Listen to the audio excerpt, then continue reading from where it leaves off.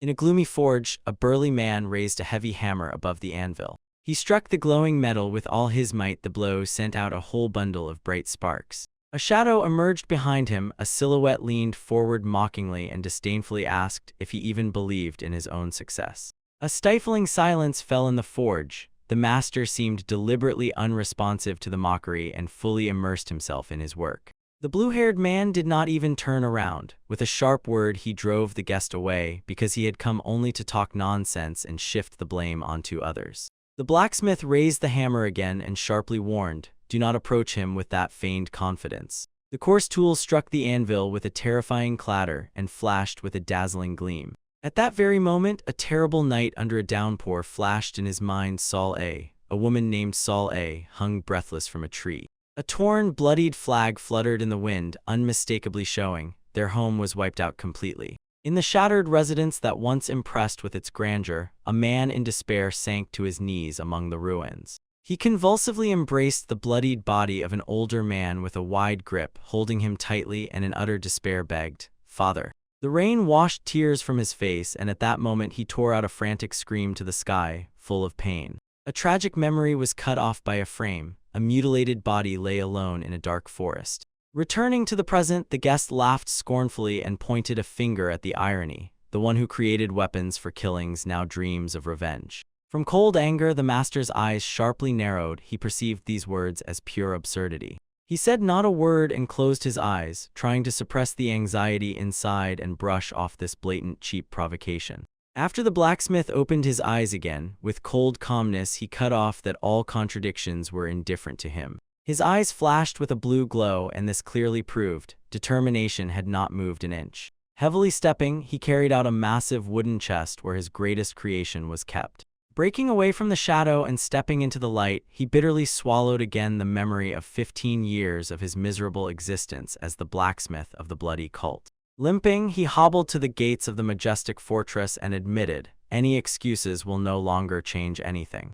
That tragedy which he himself had caused would never be erased from memory. After he fixed his gaze on the cracked sign of the sect, it became clear it was time to end this once and for all. Taking a deep breath, the master promised himself in his thoughts to bring everything to an end with his own hands. Massive doors burst open, and the hall instantly filled with the announcement of the arrival of the demonic blacksmith. He stepped onto a space the size of a square, firmly pressing the mysterious chest to his chest. Tens of thousands of cultists together fell to their knees and bowed to the ground, paying homage to their rulers. Blood-red flags solemnly unfurled in the wind and exalted the eternal power of the demonic heavens. The fanatical commander shouted. His cult had conquered the Central Plains in just 15 years. Standing in the middle of the square, he proclaimed the bloody cult the sole and true ruler of the war world. The crowd erupted with a unanimous roar, completely submitting to their absolute power.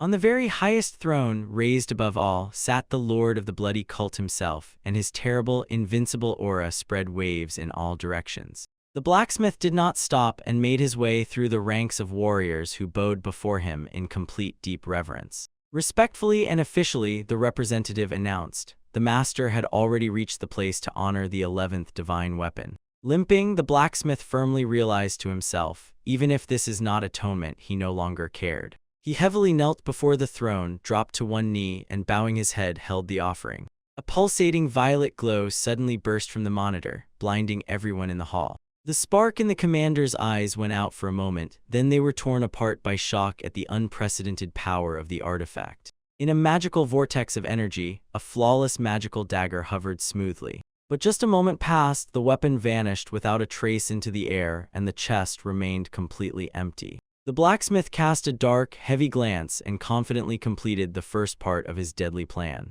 The officer broke the silence with a demonic aura, instantly realizing the betrayal, and seized the moment with fierce rage. "This ends here." The entire square exploded with a flash of light, and the space instantly swallowed it, while complete chaos reigned around. The commander, in a fit of rage, tore the silence with a scream and demanded explanations from this miserable trick. He cursed the blacksmith, calling him worthless trash, while rage, like a dark fire, gnawed at him from within. The violet shockwave forcefully pushed the master and threw him far back. A destructive stream of energy swept through the square like a whirlwind, tearing up stones and knocking people off their feet. While the word blood flashed threateningly in his mind, the officer's face twisted in horror. From the very earth, a gigantic pillar of energy burst forth. It threw the attacker upward with a strike, all the way into the very sky. With pure force, the gigantic blade wildly surged downward and rushed straight at the demon lord. The unshakable lord propped his chin with his palm and sluggishly, without any reaction, observed the attack. The blast strike tore the space apart, and the cultists were scattered in all directions in the raging clouds of dust. As soon as the smoke cleared, the officer froze in shock and caught his breath. The lord sat without any injury. A thin magical shield easily stopped the deadly strike. Not yielding, the traitor pressed a violet lightning bolt to his palm and began gathering it there into a solid flash. In response, the lord lazily raised one finger upward, and almost instantly a sphere of deadly black energy appeared in his palm. The officer roared, loudly acknowledging that he had mastered martial arts thanks to the lord himself passing them on to him. He swore to burn out his own life force to the last spark for the sake of a single final, deadly strike. From the demon's finger burst a dense beam of darkness. It cut through the air and rushed straight to the target. The lord's gaze flashed fiercely. It resonated with cold and absolute suppression of power. Zoikim about the murder officer rushed forward, tightly clutching the pulsating sphere. The cataclysmic blow collided with such force that the main hall was torn apart, and immediately the boundary between sky and earth disappeared. Breaking down in the clash, the officer lost strength and fell like a stone onto the ruined floor. Residual energy completely burned the architecture of the sect, and now only ruins remained of it. The cultists who survived trembled in fear and could not comprehend how someone could control such divine power. The blacksmith barely held on the edge of the crater and closely watched how his plan turned into consequences. Under his feet, blood quickly spread into a huge puddle that rapidly flowed across the floor. His body could not withstand the blow. He suddenly shook with coughing, releasing clots of blood. Already with mortal wounds on his body, he still exhaled with relief. The mission had finally come to an end. The lord grimaced and disgustedly pressed his lips into a smile. Such a suicidal rebellion seemed funny to him.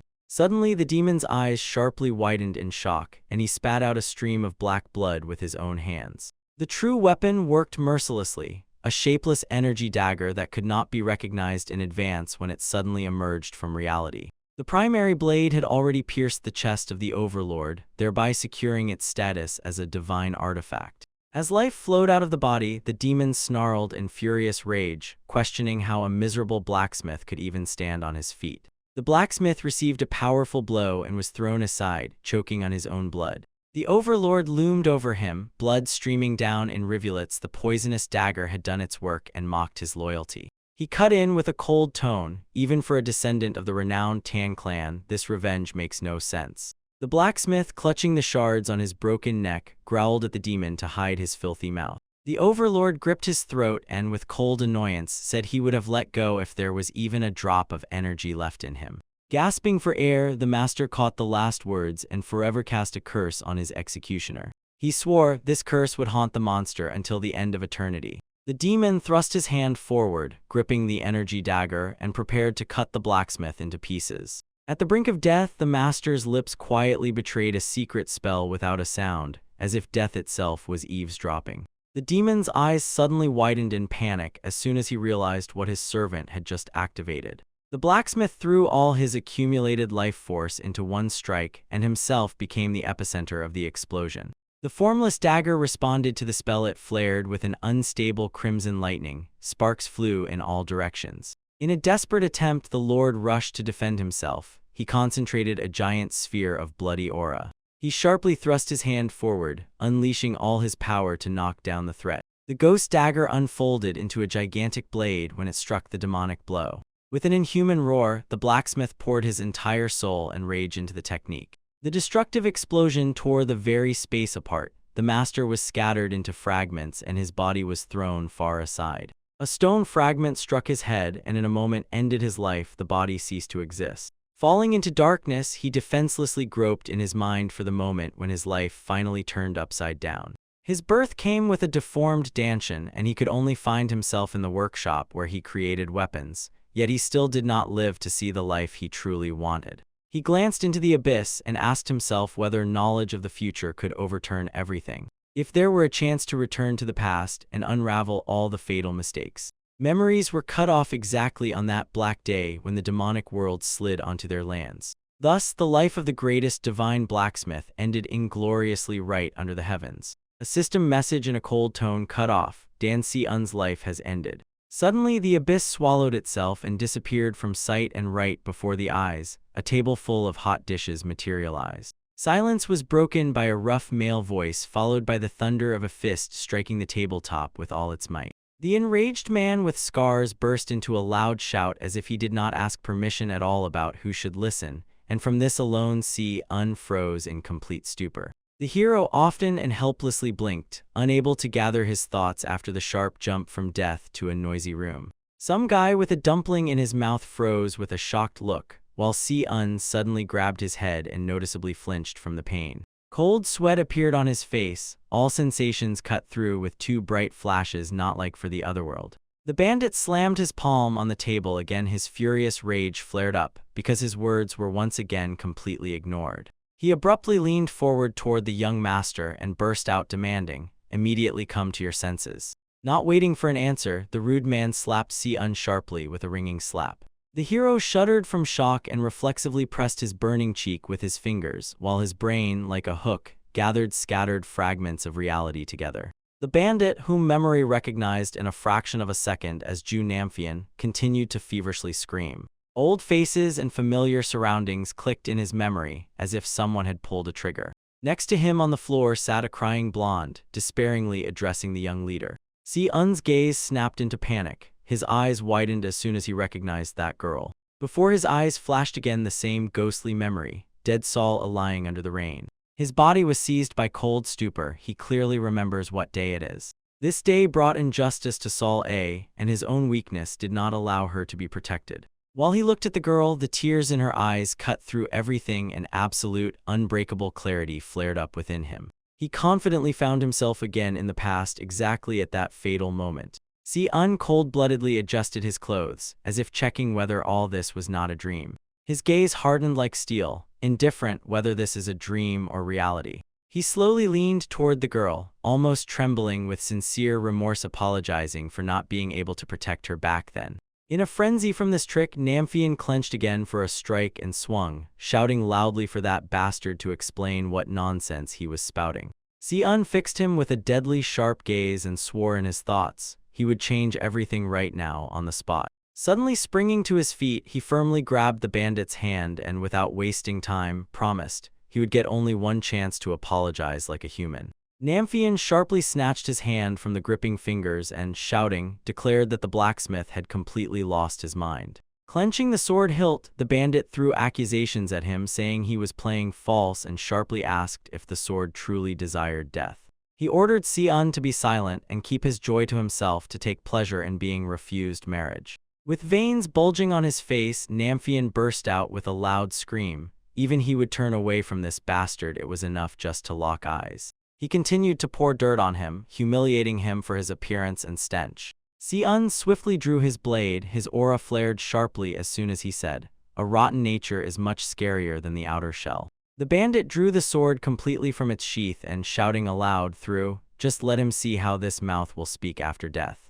But already in a moment his gaze slid over his face, his eyes rose to his forehead. The opponent simply vanished from the spot, as if he had never been there. Si-eun met the target with a cold, merciless gaze. He was already poised for the forbidden sudden attack technique. With a battle roar, Namphian burst into chaotic acceleration. He swung his sword sharply, forcing a whirlwind of strikes to stand out around him.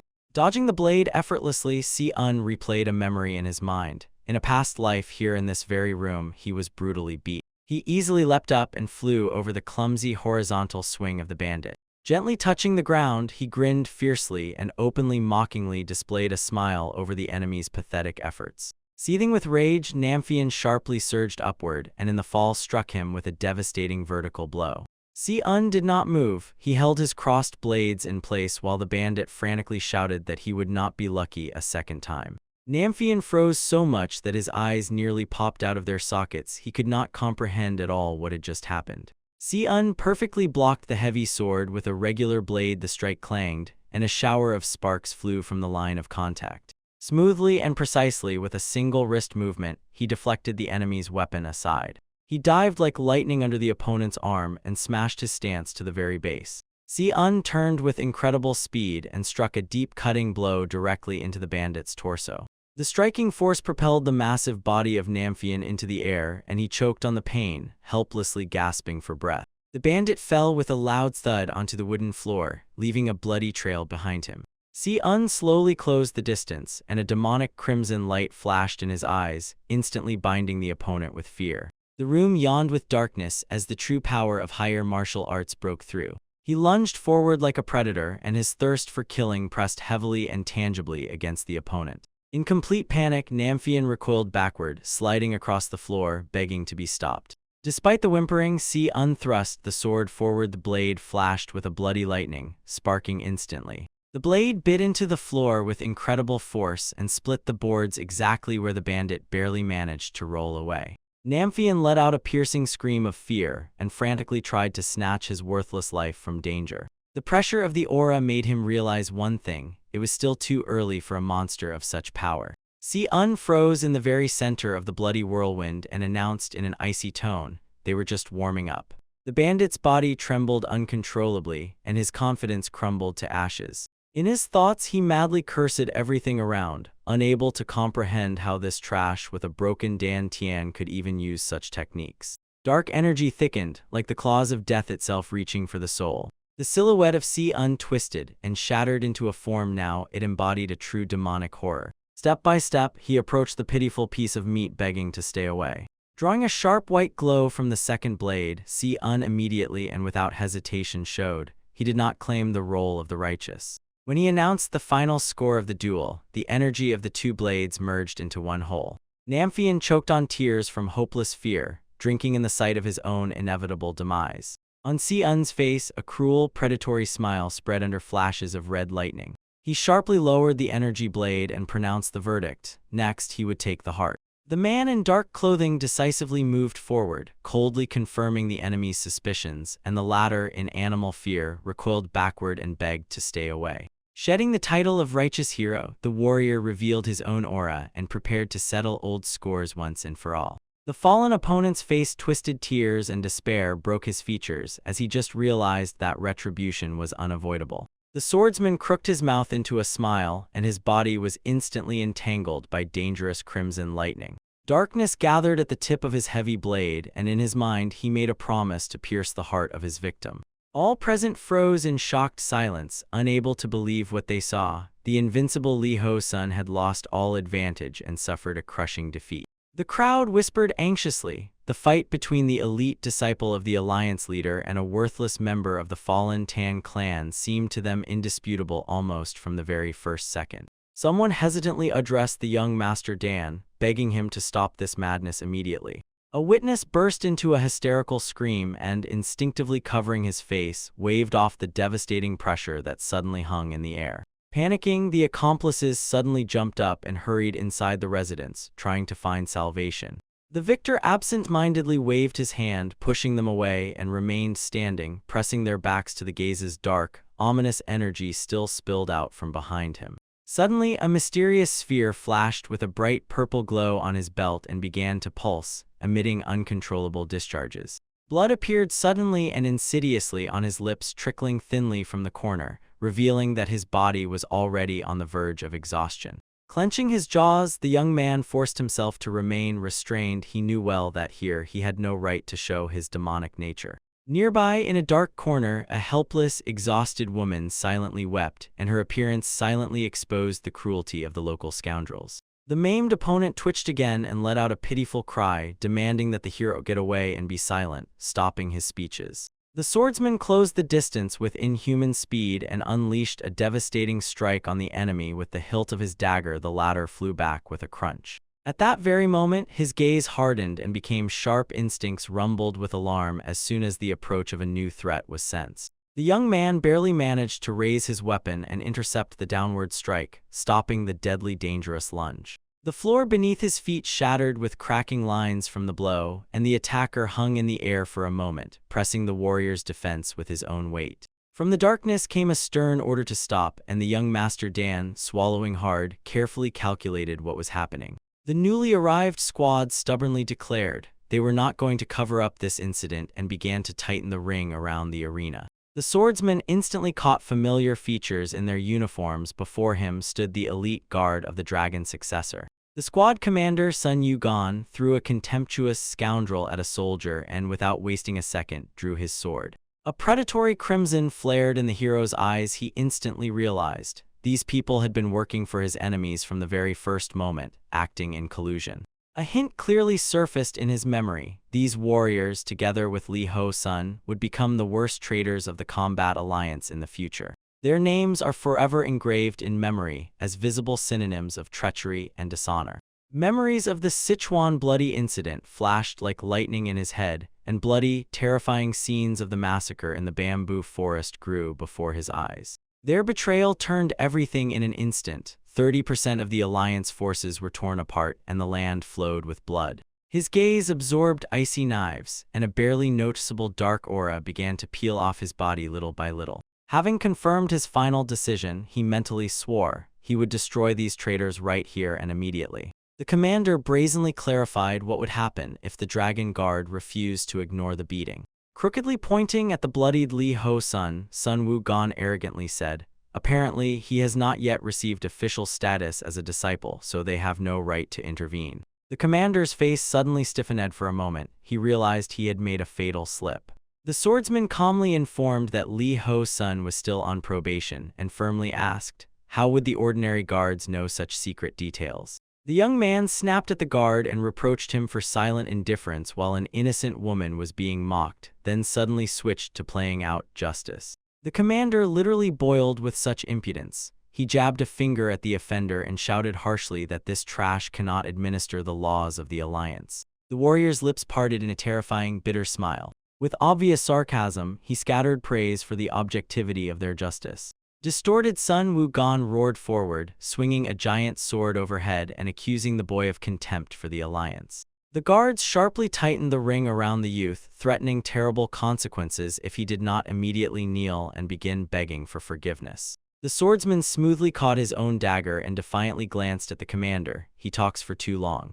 Throwing the provocation once more, he asked whether it was because of his long tongue that Sun Wukong managed to rise to such a high position. The guard's face flushed dark with rage, and he ground through his teeth that the arrogance of this boy simply pierces the heavens. He sharply clenched the order and immediately threw his men into the attack, demanding to seize the insolent one. At that moment, the soldiers' swords whistled through the air, weaving a deadly net of strikes. The youth calculated the situation in a second. 3 first-class fighters simultaneously advanced against him. He effortlessly stopped the first blow, placing his massive blade and creating a loud metallic clang. Sparks tore through the silence and scattered in all directions as the weapons clashed closely in combat, showing how physically strong both opponents were. Like lightning, he turned and dove aside, letting the enemy's strike pass so close the blade whistled a millimeter past him. Another attacker rushed forward from behind, but the youth managed to catch the slightest movement and sharply turned. A heavy sword sliced through the air in a whistling arc just above his head. The boy only managed to jerk back, tearing life from under the blow. The enemies did not slow down and continued pressing on us. Their movements worked as one and left no chance for a counterattack. The youth's eyes sharply narrowed. His brain worked at superhuman speed, instantly sorting out any change in the opponent's stances. Deflecting another barrage of strikes, he turned into a whirlwind of blades and effortlessly parried the guard's lunges. In his mind, he quickly counted his own reserves. After the last outburst of inner energy, very little remained. Catching the thought that the prolonged fight would end in defeat, the boy gathered himself and bet everything on one short clash. With a battle cry, the enemy rushed forward and thrust his entire body mass into his lunge. But the swordsman with incredible ease propelled himself into the air. He jumped over the attacker who, cutting only empty space, was left behind. In the air, the youth managed to hold the right moment and struck precisely the opponent, gaining speed, flew face first into the wooden floor. As soon as the impact sounded, he pushed off the ground and melted into a blurred streak of pure energy. Another guard was hit by a devastating blow. He burst into the air and, choking, spat blood right before the bewildered commander's eyes. The youth's blade again continued its deadly path, slicing the air so that only dazzling flashes of light remained behind. Yugon, gritting his teeth fiercely, suddenly realized, this boy is just toying with his elite squad. Filled with rage, the commander sharply pushed off the floor with his foot and took on the insolent one personally. He jumped so high that he was above the hero, looming over him like a predator before the decisive strike. The eyes of one of the guards widened sharply as soon as he realized the true aura of the Ute hand. He shouted, "Monster." In a panic, the subordinate breaks into a shout and orders his target to tone down the fervor. But Sun Wukong, with a burning gaze, fired a massive kick straight at the hero, trying to crush him. The blow was too harsh, the boy spat out blood and with a heavy thud tore to the side. The youth's body slammed into the floor with force, and the ground collapsed into a deep crater. Fragments scattered around, and a thick cloud of dust rose. He barely gathered strength and raised his head, wiping blood from his chin, while above him loomed the grim figure of the victor. Wukong, with contempt, fixed his gaze on the fallen and, pointing his sword, aimed a question. How could such a nobody even allow himself to destroy everything around? He cut off coldly with disdain. This place is only for third-rate trash and nothing more. The commander did not stop. He poured out arrogant lectures and asked if the youth understood the price of such disgraceful behavior. The hero silently let out a long sigh and threw a brief remark. From their noise, it is impossible to even rest like a human. Rising to his feet, he clenched his fists until they cracked, and his gaze again filled with incredible concentration. Tension clenched the warrior's features. With no alternatives, he forced himself to forcibly open his own upper dantian, risking pain. The space around him was torn apart by concentrated energy, and Sun Wukong, stunned, sharply jumped back. Straightening his stance, the commander declared with a confident tone that no tricks would shift the final result. The young man, pierced by sparkling blue lightning, abruptly stopped the conversations with a cold order. He commanded him to be silent and accept the fight. His dagger trembled, absorbing so much energy that in the semi-darkness of the residence it flared with bright light. The commander, whose sword was also enveloped by a green aura, firmly stated, "This boy is truly finally seeking death himself." Wukong made a sharp lunge forward, promising to immediately fulfill this deathbed request. But the warrior remained unshaken, and powerful discharges flared on his body as if ironing him into a perfect strike. Suddenly, the air thickened and twisted, and before the commander appeared a huge, magical ephemeral blade materialized from nothingness.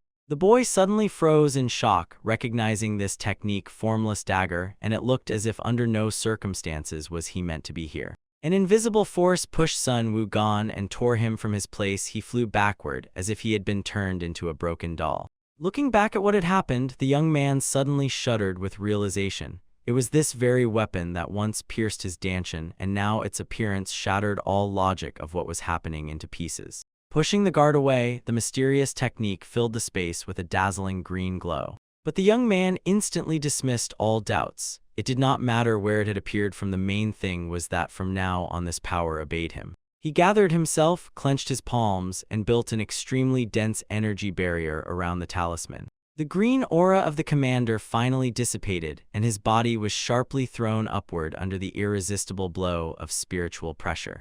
Holding onto the weapon, which vibrated wildly in trembling hands, was no longer possible. Sun Wukong, choking in panic, burst into a scream and declared that his body no longer obeyed him. Suddenly, a foot in light footwear softly stepped onto the arena, and behind it trailed a trail of golden dust. The young man sharply raised his eyes, and his aura instantly disappeared. Before him unfolded the incredible presence of the newcomer. An elderly hand, wrapped in warm golden light, gently rested on the boy's shoulder and instantly halted his movement. The venerable elder with a white beard calmly voiced, "Such a mighty power should not be squandered neither to the right nor to the left." The hero froze and could not believe what he saw. Above him rose a majestic silhouette like an impregnable mountain that grew out of the darkness. Everyone who was nearby instantly dropped to their knees, paying respect to the strongest martial arts master of their era. Before them stood the leader of the Battle Alliance himself, calm, yet his piercing gaze made everyone tremble with fear. Someone's palm flashed with golden light, and the space was cut open by an address directed at the young man. The gray-bearded elder sharply fixed his gaze on the hero and, sternly stopping him, warned, "Such a mighty power must not be unleashed carelessly." The young man froze and locked eyes with the heavy, massive silhouette and immediately recognized this person. Everyone who was nearby fell to their knees, bowing to the strongest warrior of their time and the leader of the Alliance. The ruler of the Battle Alliance silently towered over the hero, pressing with pure authority and radiating absolute confidence. Before him stood the Sword Emperor Jin Hak. The youthful face tensed sharply as soon as he fully realized how great the threat was. The sun caught his focused gaze from the abyss of light, and drops of sweat shone on his cheeks. The war against the bloody cult was spreading wider, and the defeat of the alliance seemed inevitable. The bloody slaughter on the battlefield was claiming the lives of dozens of fighters one after another. The wounded swordsman of the Yuden clan, clutching the broken blade in his teeth, fought desperately to the last, stubbornly proving their sect was unlike any other. The Sword Emperor, guardian of the righteous path, grasped his weapon again every morning. His legendary path was cut short only by divine armor, the weapon created by the youth. The hero's hand gripped the dagger's hilt with iron resolve. The purple blade hung in the air, and the warrior sharply pushed away any unnecessary sentiments in his thoughts. Even the bloody demon never felt that nearby was a formless dagger. A drop of sweat ran down the youth's temple. The tension broke free from control. The tension in the hall burst from its place and rose to a dangerous, critical level. The old leader frowned and almost whispered that all this was extremely strange. The man's piercing gaze methodically scanned all the details of the brawl. The auras of everyone nearby immediately contracted under the pressure of the great master's force. The hero clenched his jaws and, through the heavy, suffocating atmosphere, felt cold sweat on his temples. Looking away, he agreed in his thoughts. The girl nearby apparently was terrified. Someone's fingers twitched forward sharply, yet gently, and grabbed the frightened blonde's shoulder. A dignified woman softly touched her cheek with her palm and whispered advice, not to get up and to lie down to rest. She stood before the girl like a shield, blocking her path from prying eyes. The blonde pressed against her savior with obvious relief. The woman stepped forward and apologized to the alliance leader for the noise. It was Boyan, the divine healer, former head of a May and a master who tamed tigers. The hero cursed sharply in his thoughts, having just seen the healer. He felt everything had become even more complicated. Memories suddenly shifted into silence. They lay in a cozy gazebo right in the middle of the lake. The water quietly splashed around the wooden supports. With bitterness in his voice, the Sword Emperor threw out the phrase that these scoundrels would never be reformed. He recalled the traitors from the Alliance. Their actions forced the knighthood into conflict and eventually compelled him to take power. And even after years, corruption did not disappear. Sunlight reflections ran across the water, sharply highlighting the sadness on the old man's face. The woman slammed the bowl on the table with a bang and, unable to hold back, called it a stupid donkey. The drink splashed sharply, breaking free from its place after a loud hit. She sharply gave him an order to stop carrying the entire burden alone. The healer ordered her to resign and spend the rest of her life drinking wine. The old man silently swallowed her reproach. The gazebo continued step by step to immerse itself in the sun rays that lay on it in warm stripes. A barely noticeable wind shook the lotuses on the pond. Their words melted away, and silence filled everything around. The lake again covered itself with a mirror-like smoothness. Returning to reality, Boyan turned to the old man and asked in surprise how such a massacre could have happened at all. Her gaze slid over the wounds of the fallen enemies. The woman sharply leaned forward and pressed her gaze to the bloodied body. Having examined the injuries, the healer convincingly confirmed that her suspicions were accurate. She instantly turned to the young man and sharply asked if he had really used the throwing technique. The Sword Emperor's gaze narrowed predatory into thin slits. In a fraction of a second, the hero assumed a combat stance with daggers in his hands, and while the enemies gathered around, they didn't even have time to realize that he was already ready. One of the wounded fighters shouted frantically that his wounds and the wounds of others were too severe to hold on any longer. The man convulsively gasped for air with his mouth, and blood continuously flowed down his face. Every movement of his immediately ignited pain. The Sword Emperor demanded an explanation of the young man's actions in a cold tone. Clenching his muscles to the limit, the hero cut off the explanation with one motion. He used the techniques of the Tan clan. The battle aura tightly enveloped his body. Cutting off all politeness to the elders, the young man sharply drew daggers pulsating with crimson energy. His gaze flared with rage. He warned that he would not hold back even if the leader of the alliance stood in his way. The old man gritted his teeth angrily. His eye flashed with golden light as he sharply asked whether the brat dared to drown his own life in emotions. The young man abruptly sprang from his place. A trail of dark energy stretched through the air, and he rushed straight at the Emperor. Their silhouettes blurred with motion speed tore the outlines apart. The collision of auras rocked the air. It roared as if about to burst. Under the weight of their power, the wooden floor cracked, breaking under the pressure. Sparks like glowing fragments of metal scattered throughout the hall. The fight had already reached its highest tension. Eugenhak revealed his true power. The young man's blade flared with blue flame, as if forcing to burn out his own life force to deliver a single strike. In his mind, he swore an oath to follow the same path as the old man. The leader's face twitched. The memory of his own doubts overwhelmed him with new force, and he bitterly muttered, asking whether, in the young man's opinion, changing the world would prove to be an easy task. Checking if he spoke from the heart, the old man drew his own sword. The blade sharply reflected the light. In the next moment, he managed to slash the space with a strike. Dozens of phantom afterimages flashed in its wake. The sword crashed into the floor with a deafening roar, cutting through space and releasing black energy. A giant yin-yang symbol flared in the air, crushing everything around it, sweeping away even what stood in its path. Shocked, the hero's eyes widened sharply. Countless Teiji concepts converged into a single line. He replayed the legends in his mind again. Enlightenment comes to those who gaze into greatness. His feet darted in the corners of the fight, swiftly evading strikes that possessed deadly beauty and imprinted on the gaze. The old blade cut through space with cold, flawless precision. The young man suddenly caught himself thinking that he was ready to die by such a flawless blade. This very style embodied the philosophy of the Wudang clan. They preserved devastating power in absolute softness. Suddenly, the old man let out a deafening, furious roar into the air. He pressed the blade right to the throat of the traitor Li Ho-sun, who was lying on the floor. The beaten enemy was so frightened that his face twisted, and he begged the master with a pitiful squeak. Ho-sun trembled all over and did not dare even to blink. Cold sweat ran down his dirty face. Under the pressure of the emperor's aura, his will gave way and snapped. The old man, staring into the reflection in the blade, asked hoarsely why this bastard called himself a knight. The traitor, having lost his hand, began to justify himself and shouted that he also took risks because of this young man. The emperor's face twisted. He barked, ordering silence, otherwise the ears would rot from lies.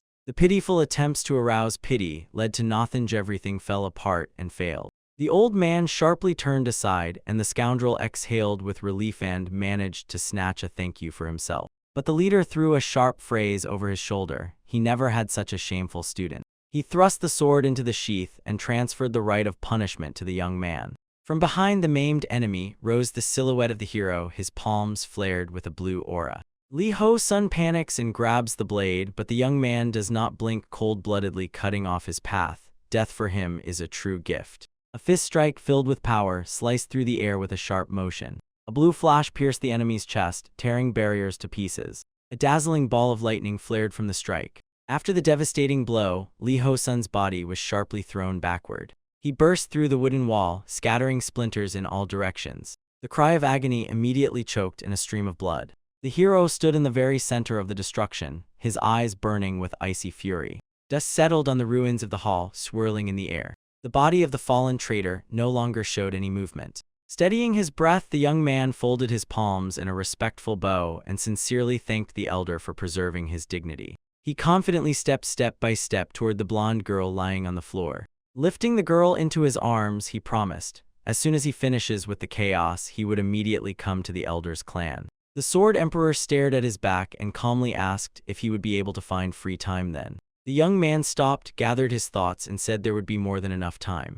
A confident smile flashed across his face as soon as he said he would gladly have a cup of tea with him. In the distant province of Sichuan, the majestic Mount Tang rose above the landscape, bathed in the warm gold of the setting sun. Once this name was completely different, but over time the locals fixed this very name to eat as a sign of respect to the mighty Tang clan, which sits between the lands of the King Cheng and Amei sects. Here, among the luxurious pavilions, the main residence of this famous family solemnly rose. But their fame quickly faded. Once a magnificent clan, having lost its place among the 7 great houses, it fell to the level of an ordinary mid-tier faction. This harsh reality has remained unchanged to this day. It was reflected in the tired, yet still unyielding gaze of the man. The worried woman turned to the senior companion, whether everything would really be fine, and noticing that it was currently undesirable for the clan leader to set out on the road. Her face flashed with a sharp change, and she, strictly ordering her squad, demanded that they listen carefully. Sirin, the elder sister of Si-won, held an unwavering confidence and natural authority that was hard to look away from. A whole line of subordinates lined up before her, and she without hesitation gave an unquestionable order to set off immediately. Gathering everyone with a call to harden their own resolve, Si-Rin suddenly froze in place, and from shock her eyes sharply widened. As soon as she caught a familiar figure in the square, true surprise flashed in her gaze. The exhausted Si-Won barely stood on his feet. He carried the girl on his shoulders and quietly exhaled, as if only now he had finally returned. His unconscious companion quietly curled on his back, calmly snoring, feeling no tension around. The young man, with a clear surprise, quickly scanned the crowd and asked why everyone had gathered in one place. Later, he remained alone in his room and for a long time thoughtfully drank in the sight of an old portrait on the table. In the image was himself, only with a beard and a carefree smile, and it was this that cut his thoughts with a bitter aftertaste. Si-Won stood with his arms crossed on his chest and still could not make himself believe that he had really returned to the past. A dreadful echo flared in his consciousness, the bloody aura of the bloody demon and a mysterious, ominous promise that foretold a new meeting. The enraged young man tightly clenches his fist, not letting go of the thought, even this episode could be a link in some insidious plan. A dark shadow fell on his face, and his gaze flashed with icy hatred toward the sworn enemy. Taking a sharp step forward, Si-Won made a promise to himself in his thoughts, to make the enemy bitterly regret every decision. The aura flared brighter as soon as he swore the oath in his mind. From now on, this new life would unfold according to a completely different scenario. The young man steps up to the large wooden cabinet and carefully scans the shelves where old scrolls lie. Soon his hand firmly reached for one of the books, discreetly hidden among the others. The metal circulation technique is a secret metallurgical art that the blacksmiths of the Tan clan passed down from generation to generation. Suddenly, the young man thoughtfully lowered his eyes and looked at the floor of his room. He froze in place and stubbornly stared at the dark spot on the boards, trying to decide, was this the very echo of his former torments? Memory mercilessly spilled out the image, how he choked on black blood during a cruel attack of illness. He collapsed to his knees without any strength and immediately realized the usual meditation and energy circulation had turned into a complete failure. In the darkness of memories, his features twisted in pain. His own body rejected any attempts at healing. When Si-Won realized that his deformed Danshin perceived internal energy as poison, his body nearly fell apart. He barely stood on his feet, torn by unbearable pain. With his fingers, he smeared blood on his lips and clicked a predatory smile because he understood only one thing remained: to relentlessly keep moving forward. Returning to reality, the young man slowly and carefully placed the ancient folio on the table, as if listening to its hidden power. Avoiding direct gaze, he plunged into thoughts. The demonic martial art, acquired solely for revenge, had paved a completely different path for him. When he took another step, vibrations rose beneath his feet, and the floor flared with a powerful blue aura. Blue energy whirlwinds enveloped his body, again evoking the memory of the curse of the deformed Danshin, the thing that tormented him even before his return.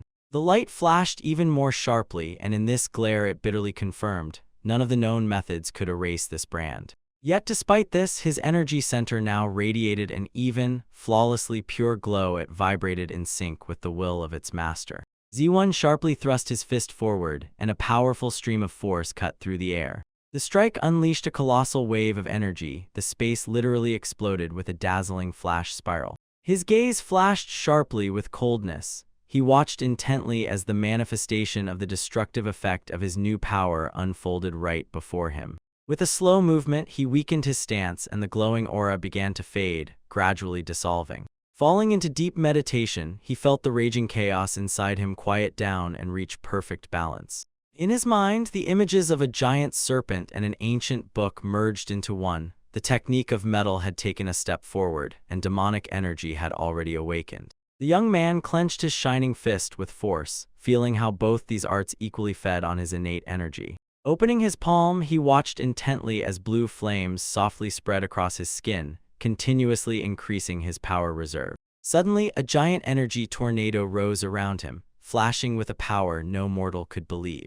A confident smile appeared on his face. Now he could fully, without any limits, control this boundless power. For a moment, his sharp sense of smell caught a barely perceptible scent, and he involuntarily twitched all over. Si-Won sharply looked around and saw thick, dark vapors rising from his body. This disgusted him. He immediately began changing clothes. Turning sharply, he sprang from his place and headed to the door of the room, dispersing the last pieces of dirty aura in the air.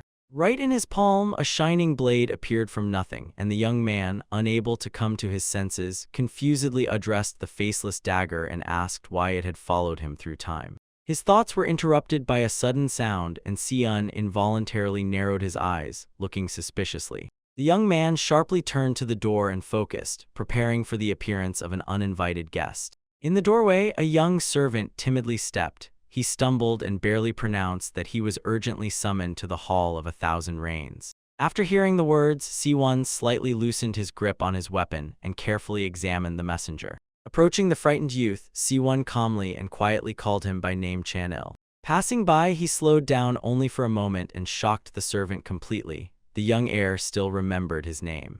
Si-un walked firmly through the residence courtyard, ignoring both the whispers and the surprised looks of the subordinates. Soon he stopped right in front of the massive sliding doors leading to the main hall of advisors. With a quiet creak, the doors parted and bright sunlight burst inside. Before him unfolded a long table. The most influential elders and masters of his clan had already gathered. One of the men nearby fixed a bold, openly contemptuous, and hostile gaze on the youth. Without casting a single glance at them, Si-un passed by the row of outraged advisors with cold majesty. For a moment, his sight was pierced by a terrible memory, his father's mutilated body drowning in a pool of blood. The image in that scene pushed him to spring up and strike the floor with all his might, releasing a fragment of his furious aura outward. He solemnly folded his hands in the traditional greeting, respectfully holding the pose, and officially introduced himself as the young leader of the clan.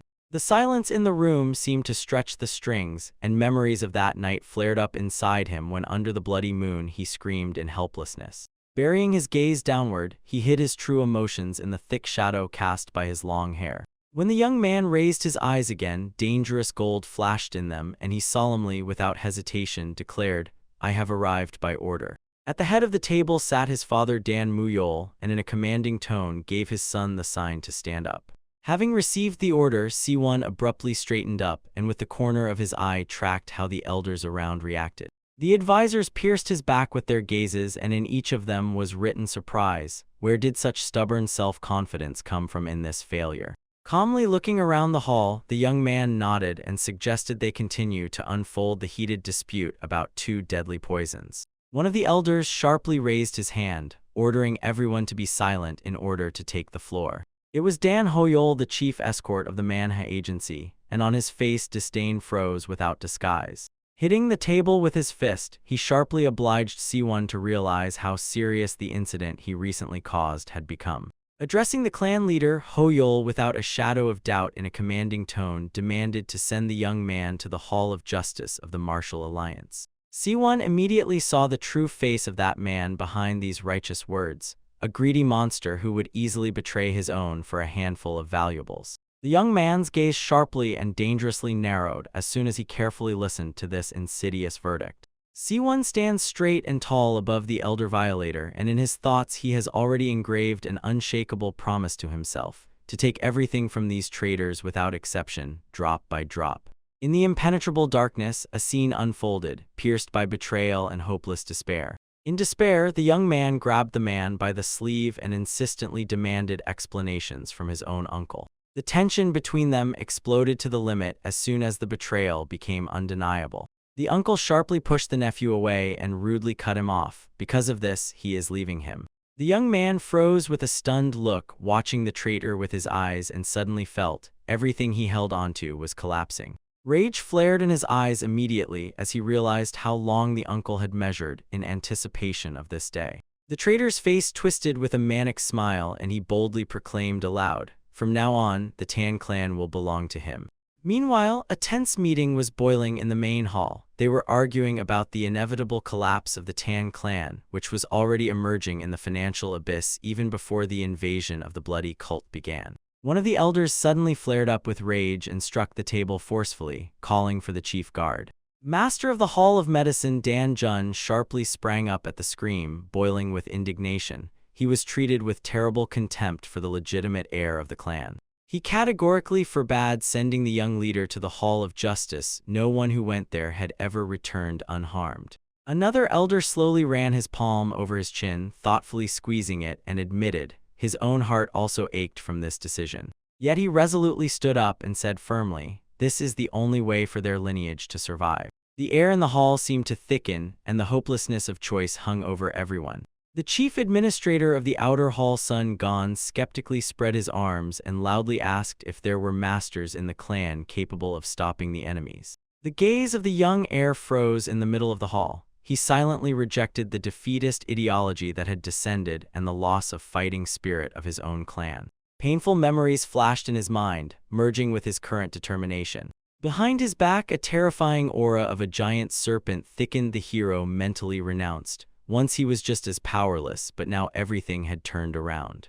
Behind him hung a dreadful serpentine gaze, and he stubbornly made the decision to return kindness and to cut down offenses with blood, because that, in his conviction, is the true nature of the lineage. His hidden power suddenly burst out and covered the space with a heavy, oppressive pressure. The young man, without a shadow of worry, promised the enemies tenfold revenge, and right now, in front of everyone, sharply interrupted the elder and cut off his words, asserting that he was mistaken. All eyes instantly fixed on the audacious heir. The elder burst with a green aura and tore the silence with a scream. Now is not the time for childish games. With self-satisfaction on his face, he put down the young man, throwing at him, as if he were a third-rate warrior despite the mysterious victory over Li Ho-sun.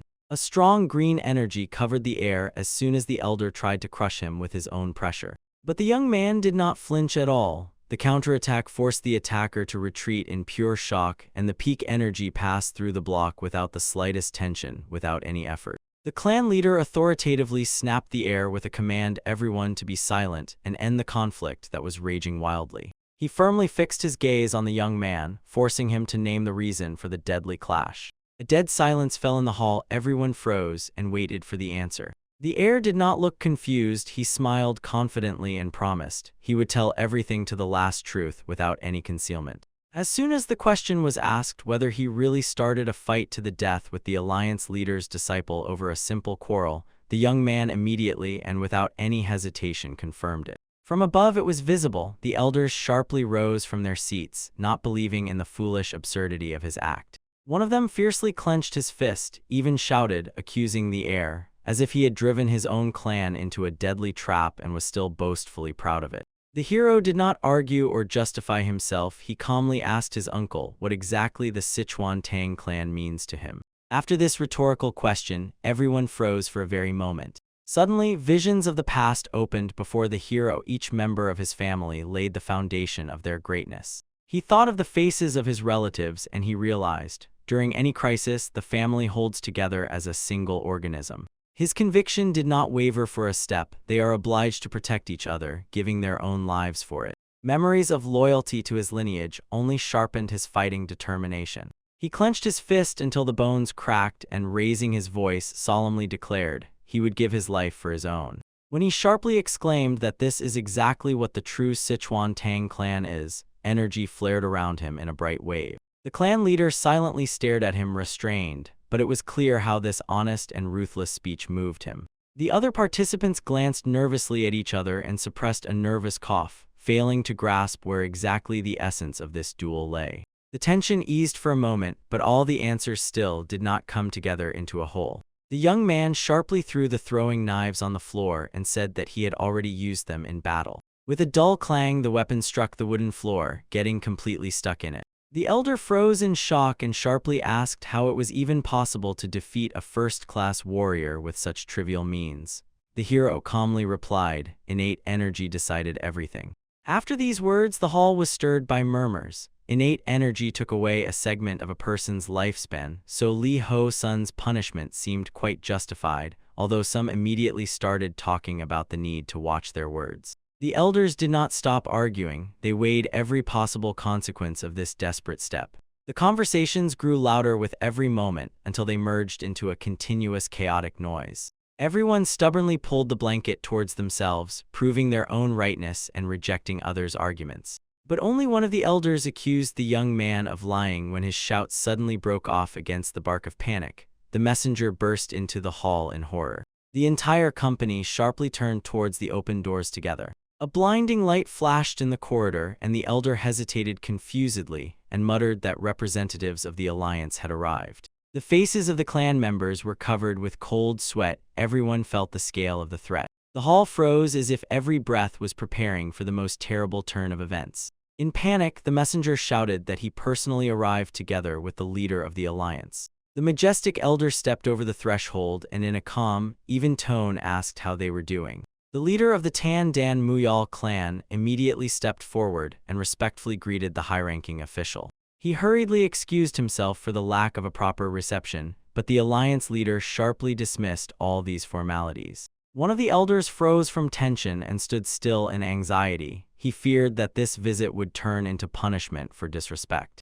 The alliance leader fixed him with a sharp look and immediately declared, it was a great honor for him to stand here, so there could be no question of any rudeness. The chief guard of the Manhwa agency stepped forward and tried to take the initiative, flattering himself, but the elder cut him off with a cold, brief nod. The unbearable spiritual pressure of the alliance leader suddenly pressed the guard into the ground, and he ordered calmly, politely, yet without any concessions, to leave the conversation. Sweating all over, the crushed man barely managed to croak, "Sorry." The elder calmly said that there would be no tea ceremony, and without delay took up his direct duties. He addressed the leader and all present clan members with restraint and respect. Unexpectedly for everyone present, the most powerful person in the alliance bowed low and on behalf of the entire organization offered sincere apologies. When the elder admitted his fault, that he had not properly taught the apprentice and had failed to stop the conflict, the elders suddenly lost the power of speech. This unprecedented act shattered the silence in the hall and instantly dispelled all tension, turning the course of events upside down. The leader of the Tan clan declared with restrained nobility, their clan also did not resort to any actions to uphold justice. He officially stated that he refuses to accept any compensation for this incident. Instead, the clan leader clasped his hands in a respectful gesture and begged for only one thing, that the alliance not allow the truth about what happened to be distorted. The elder walked firmly through the hall, confident that none of the Tan clan's fears would come true. The smile disappeared from his face, his gaze flashed with stubborn determination. He took responsibility upon himself and firmly promised, the Kinchin sect would not be able to accuse them of the riots. When it seemed as if everything had been settled, the alliance leader abruptly slowed his step and pausing, said thoughtfully, there is still one, the last one. He fixed a piercing gaze on the young heir. The hall once again hung in absolute shock, and the legendary master extended an offer to the youth to become his personal apprentice. The venerable elder turned and dryly announced, only one last matter remains. His face became as serious and intensely focused as possible. He stared intently at the youth and suddenly asked whether he would like to accept his offer. The words, to become the master's own apprentice, instantly shattered the silence in the hall, stunning everyone present. The young man froze in confusion on the spot and in his thoughts repeatedly asked himself if he had really heard that very invitation. Among the witnesses, a whisper rustled. They say this boy is capable of becoming the fifth apprentice of the alliance leader, displacing the exile from the position. The leader of the Tan clan realized, under this scenario, their family would once again emerge as a key force in the combat alliance. In the general tension, the air was suddenly pierced by the thought, the enemies are doomed to suffer defeat. The young man only crookedly twitched a smile, and this immediately confused everyone. Why does he react so freely? The old master said with pleasure that he had finally seen on his own face the expression that suits his youthful age. The boy said calmly and confidently that he must refuse such a generous offer. After that, the alliance leader was so certain that he already considered the deal decided. He gave the order to prepare to depart for Kaifeng tomorrow. When the refusal sounded, the gray-haired master froze, bulging his eyes and looking at him in complete shock. Admitting that he had heard a refusal for the first time, the elder demanded explanations, and the boy said that from now on he would represent only his own clan. The young man folded his palms in a respectful gesture and clearly said, just as the master is devoted to Wudang, he too has chosen his own path.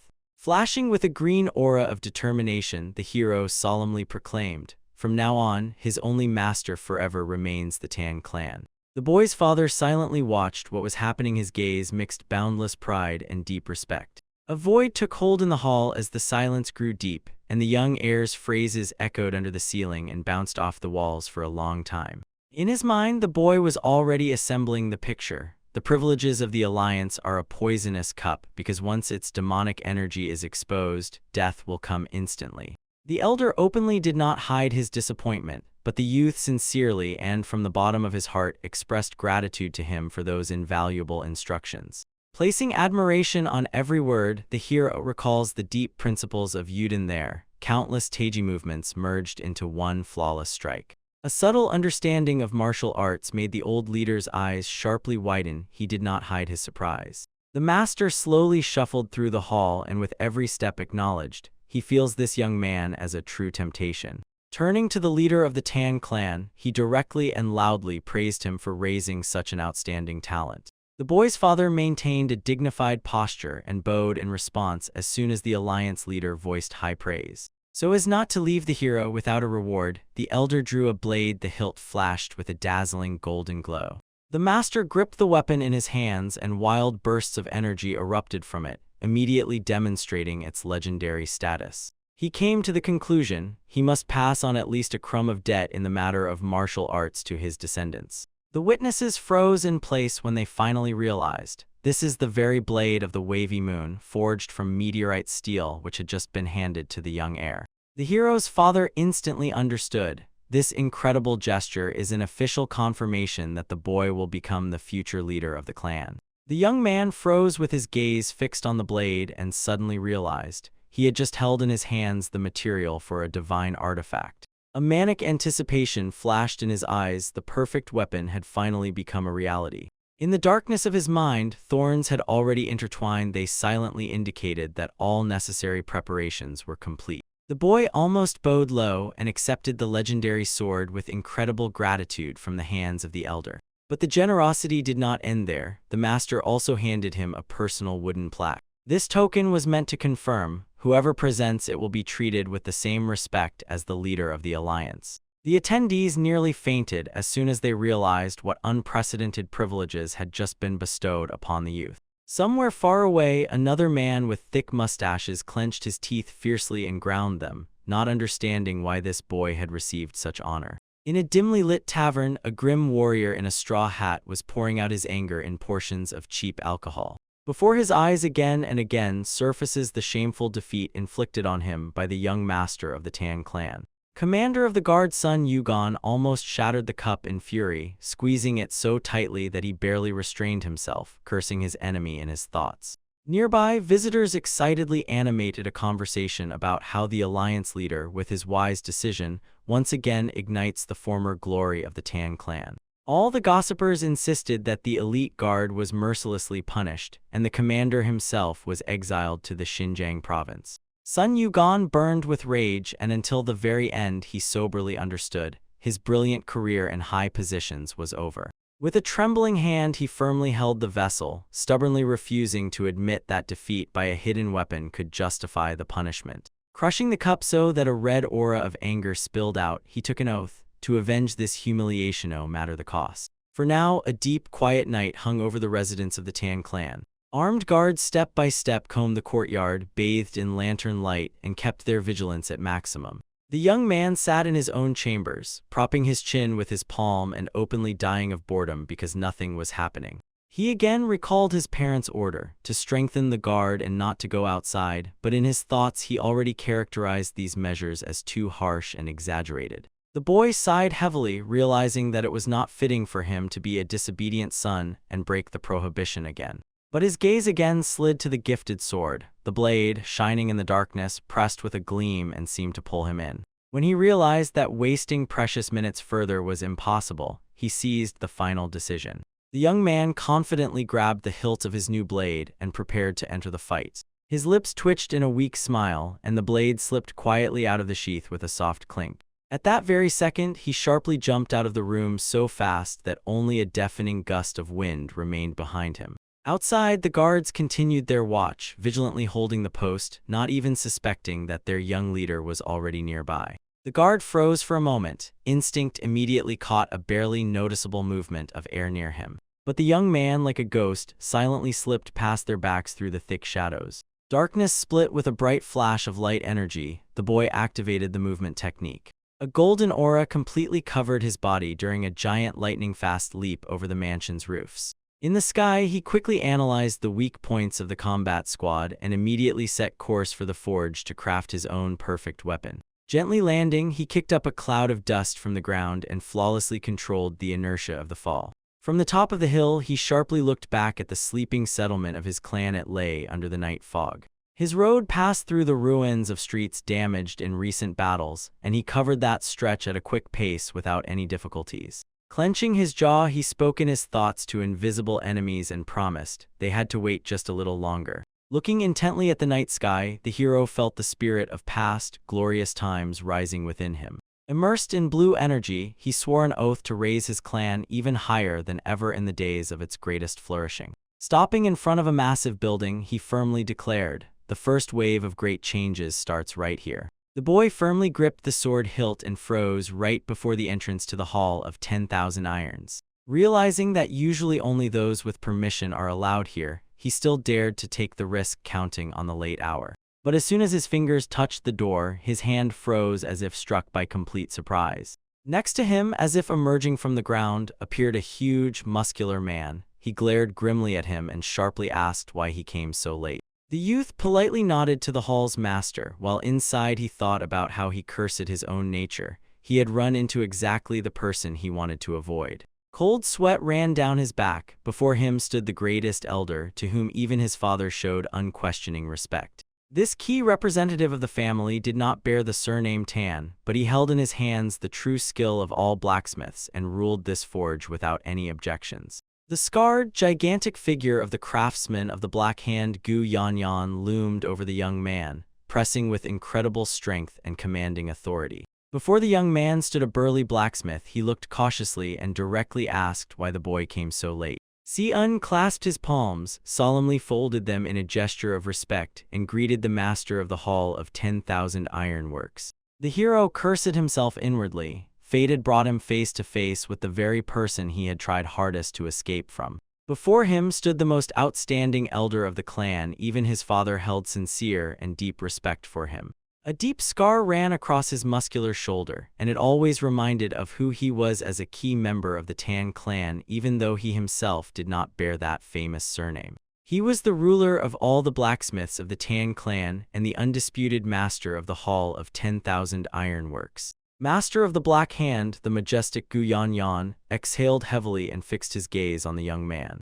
The elder devoted all the clan's strength, relying on connections with the previous leader, but each time he unquestionably maintained neutrality and stayed away from any internal political intrigues. The hero's memory sharply spilled out memories of that fateful day when the Manhwa security agency broke away to its own independence. That devoted creator of divine swords permanently withdrew from the clan together with Dan Ho Yal. On that day, the blacksmith did not utter a sound. He shot at him a look full of resentment and just as silently turned away. Si-un could never grasp where this groundless hatred came from, but the cold eyes, unchanging, final, were forever etched into his memory.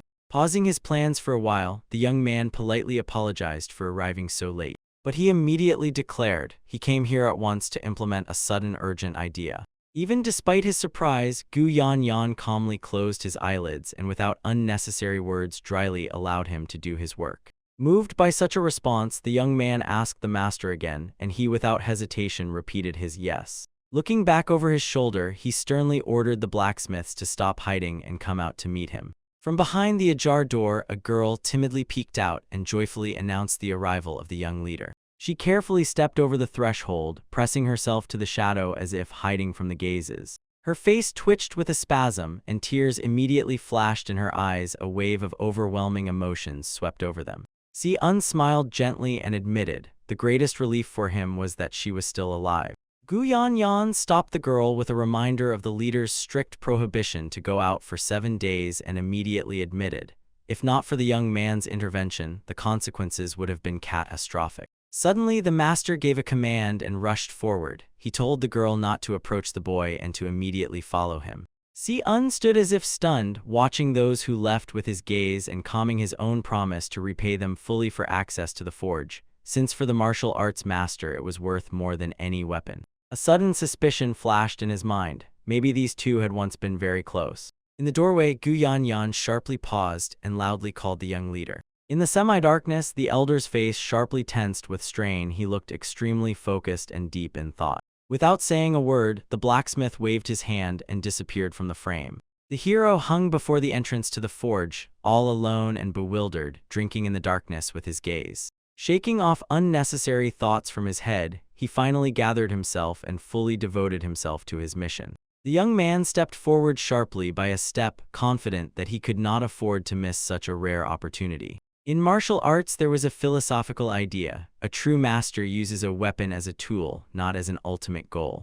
But Si-un perceived this thesis as an unshakable truth, a reality-detached complete nonsense. Looking over the blades hanging on the walls, he was sure among them were divine artifacts whose power surpasses any martial arts. With sadness fixating his gaze on a mediocre quality sword, he shattered the pitiful skills of this hyped haul in his mind. The young man pulled a massive black blade from its sheath, staring at it and doubting that it was even the work of the master himself. Walking past the weapon racks, he confidently called himself a blacksmith, yet for his grand plans this arsenal was catastrophically insufficient. When the boy was touched by the memory that the mighty blood cult had acquired a whole bunch of demonic weapon 7 without his involvement, his face immediately darkened. In his head, through the pain, scenes of a bloody past suddenly flared up, and a catastrophe that could not be prevented was drawing very near. Tearing off his outerwear, Si-un firmly decided to gather artifacts that could completely suppress the enemy's forces. He pulled on tight black leather gloves. Although in blacksmithing, this was usually categorically unacceptable.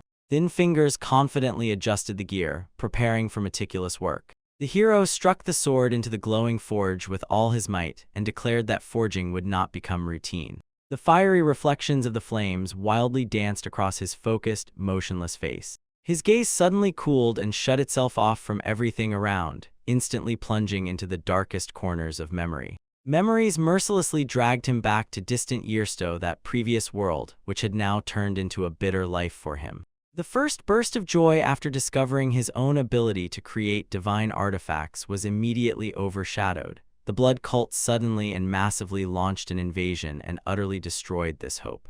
He felt himself waking from a splitting pain in his head, but his brain was not yet gathering any answers. He did not understand where he had ended up. Around him, walls broken to pieces rose up and mountains of smoking debris towered. Exhausted and shattered, the hero tore his throat to the sky under the fierce rain, choking on his own despair. His despair turned into blind rage in a matter of moments. He even gritted his teeth and clenched them until it hurt.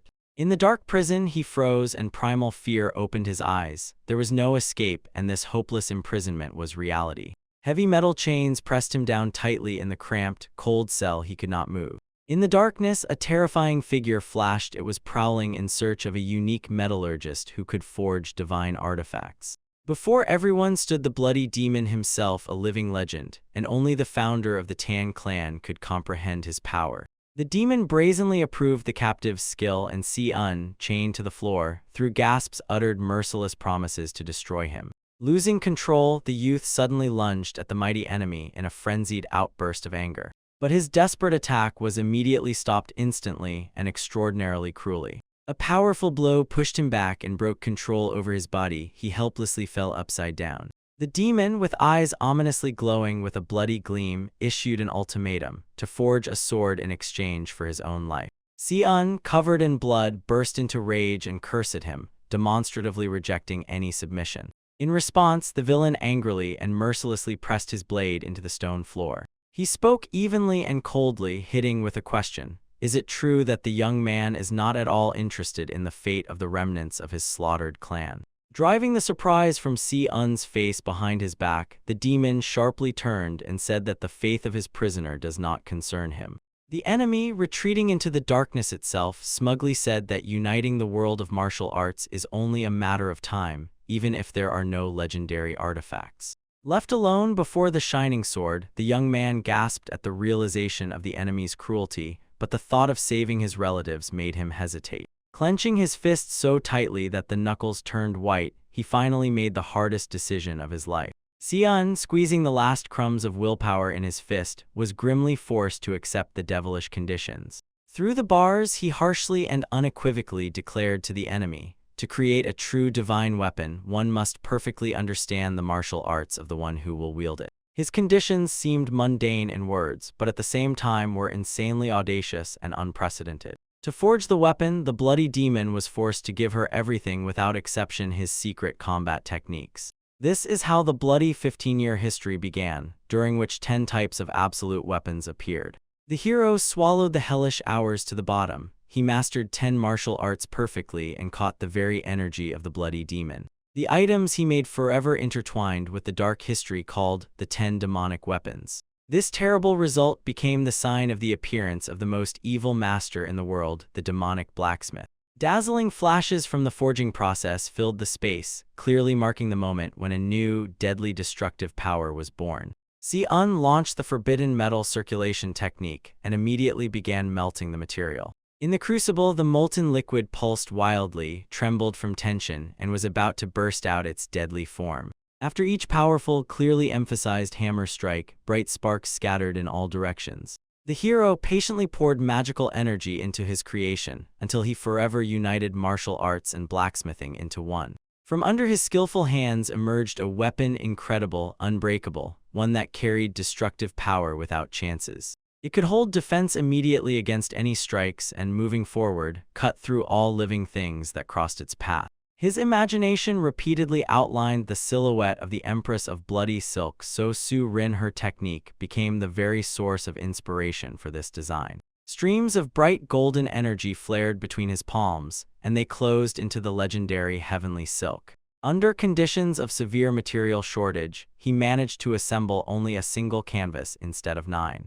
But Si-un without hesitation intercepted the shining ribbon and was fully convinced that this would be more than enough. A predatory, merciless coldness flared in his narrowed eyes. He sharply waved his hand and inwardly said, his new creation is by no means the classic heavenly silk. An ultra-thin thread escaped from his fingers, so thin and so strong that it cannot be compared to the strongest silkworm in the whole world. A blue magical aura covered his hand, revealing the kindred power of the demonic weapon. Flexible black threads flew up in a deadly whirlwind and tightly wrapped around the young man, perfectly adapting to each of his movements. Suddenly, a barely audible rustle came from above and Si-un immediately activated the heavenly net technique. An unknown assassin swiftly tore off from the ceiling and crashed down on him with a bare blade. The attack was suddenly interrupted by invisible threads. The attacker froze in confusion, stubbornly staring at his own weapon, which was held motionless in the air. The young man arrogantly and confidently stretched a smile and mockingly remarked that the elite of the combat alliance was too sloppy. Si-un met the opponent with an icy gaze, sarcastically burst out an apology, and immediately recognized him as a former guard commander. The attacker in the frame, Sun Yu-gon's face was fiercely twisted by rage, grotesquely distorting his features, while the hero calmly emphasized how timely his appearance was. Si-un clenched the black threads in his fist so tightly that an undeniable, deadly threatening power surged from him. His armored fist flared with an aura. Finally, he found a precise, living target to test his new weapon. The dark-haired young man named himself coldly and reservedly the former guard commander. In his thoughts, he immediately reproached himself for rudeness.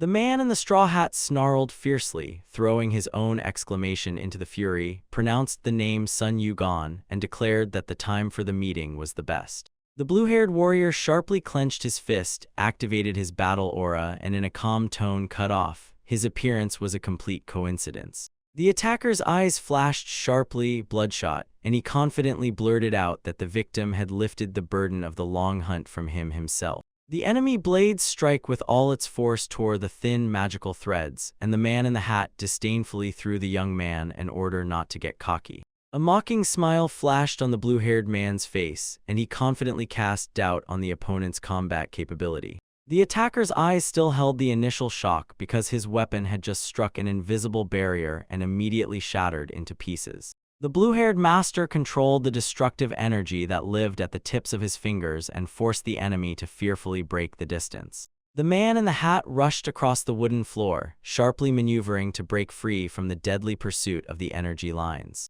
The young man in blue spoke calmly and coldly. The opponent grabbed the first available weapon just to avoid unnecessary witnesses. Raising his hand up, he clenched colossal power in a gesture and promised to test the enemy's endurance, though without his main blade. In a moment, space exploded with deadly threads. They mercilessly intertwined and crashed down in a swift, massive attack. The attacker suddenly found himself right in the center of the destructive explosive force, cut off from all paths to safe retreat. Under the thick shadow of the hat, he convulsively darted his gaze sideways, as if searching for an exit, and mercilessly cursed the hopelessness of the invisible trap in his thoughts. As a result, the enemy barely managed to fend off the swift blows, while the young man effortlessly read his pitiful attempt to hide behind a protective aura. The master's hand suddenly flared with blue flame, preparing to demonstrate the flawless divine technique of his sect. In a fraction of a second, the energy condensed into a deadly, dazzling blade woven together by spiritual threads. A giant whirlwind of dark energy covered the stunned opponent with destructive, inevitable force. The sharp energy blade effortlessly sliced the straw hat, and the hostile face could never hide itself again, revealed, torn by fear. The man dropped to his knees and choked on the blood streaming from the severed ear, while the young man calmly and coldly admitted, "There is no point in disguising any further." The attacker's face, twisted with pain and rage, twitched, and through clenched teeth he spat out, "The power should have been released much earlier." With a frenzied scream, the enemy suddenly leapt into the air and unleashed all his despair and accumulated aggression on the boy. The sword flared with a fiery orange blind faith that only such a strike could stop absolute technique, and that the young man, supposedly, had not yet mastered anything like it. The glowing fiery blade relentlessly closed the distance to the target, and every movement promised the attacker an inevitable but naive victory. The very space was torn apart with a roar by a colossal explosion. It filled everything around with dazzling light and threw sharp fragments in all directions. In the thick veil of dust, clear outlines of the protective barrier slowly began to emerge. It looked completely undamaged. The attacker suddenly choked on a black cough and, stunned to trembling, could no longer force himself to believe what he saw. The blue-haired one stood motionless behind the gigantic glowing shield. Thin spiritual threads wove it into an exquisite, shining frame. The exhausted and bloodied enemy could not grasp one thing: how that frail, seemingly ordinary thread could withstand such a colossal blow at all. The boy calmly brushed the dust off his shoulder with a single gesture and disdainfully explained, "The main problem was the critical weakness of the enemy's sword." In his palm, the energy again closed into a dazzling ring sphere, and along with it, a biting and cruel instruction sounded: "Do not give up so quickly." The young man calmly, without haste, revealed, "The divine garment of his ancient sect works much more delicately than the primitive leather reinforcement." Slightly bending his shining fingers, he showed how the magical threads instantly thicken and become stronger than the best steel armor. The deadly energy storm once again gained momentum and strength, equaling in hardness the mythical meteorite iron. A powerful beam relentlessly pierced the opponent's body through and through, and he gasped. The pain was unbearable, tearing like a shockwave inside. The enemy's body convulsively twitched, and a thick, terrifying fountain of black blood burst from his mouth. In a convulsion of fear, the beaten man stared at the young man and saw in him a true, soulless monster. A blood-red aura ominously washed away the silhouette of the blue-haired one, while he cold-bloodedly mocked the chasm that opened between the enemy's ambitions and skills. The attacker froze in complete paralysis of fear when the bitter truth reached him: an ordinary-looking novice is capable of such incredible power.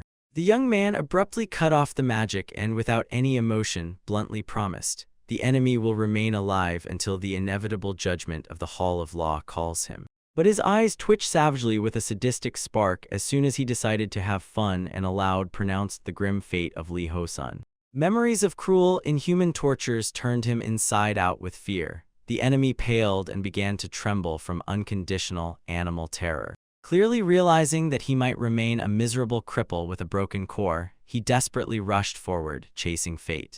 The blue-haired man froze for a moment, and a faint surprise flickered across his face from such a sudden, yet still entirely expected escape.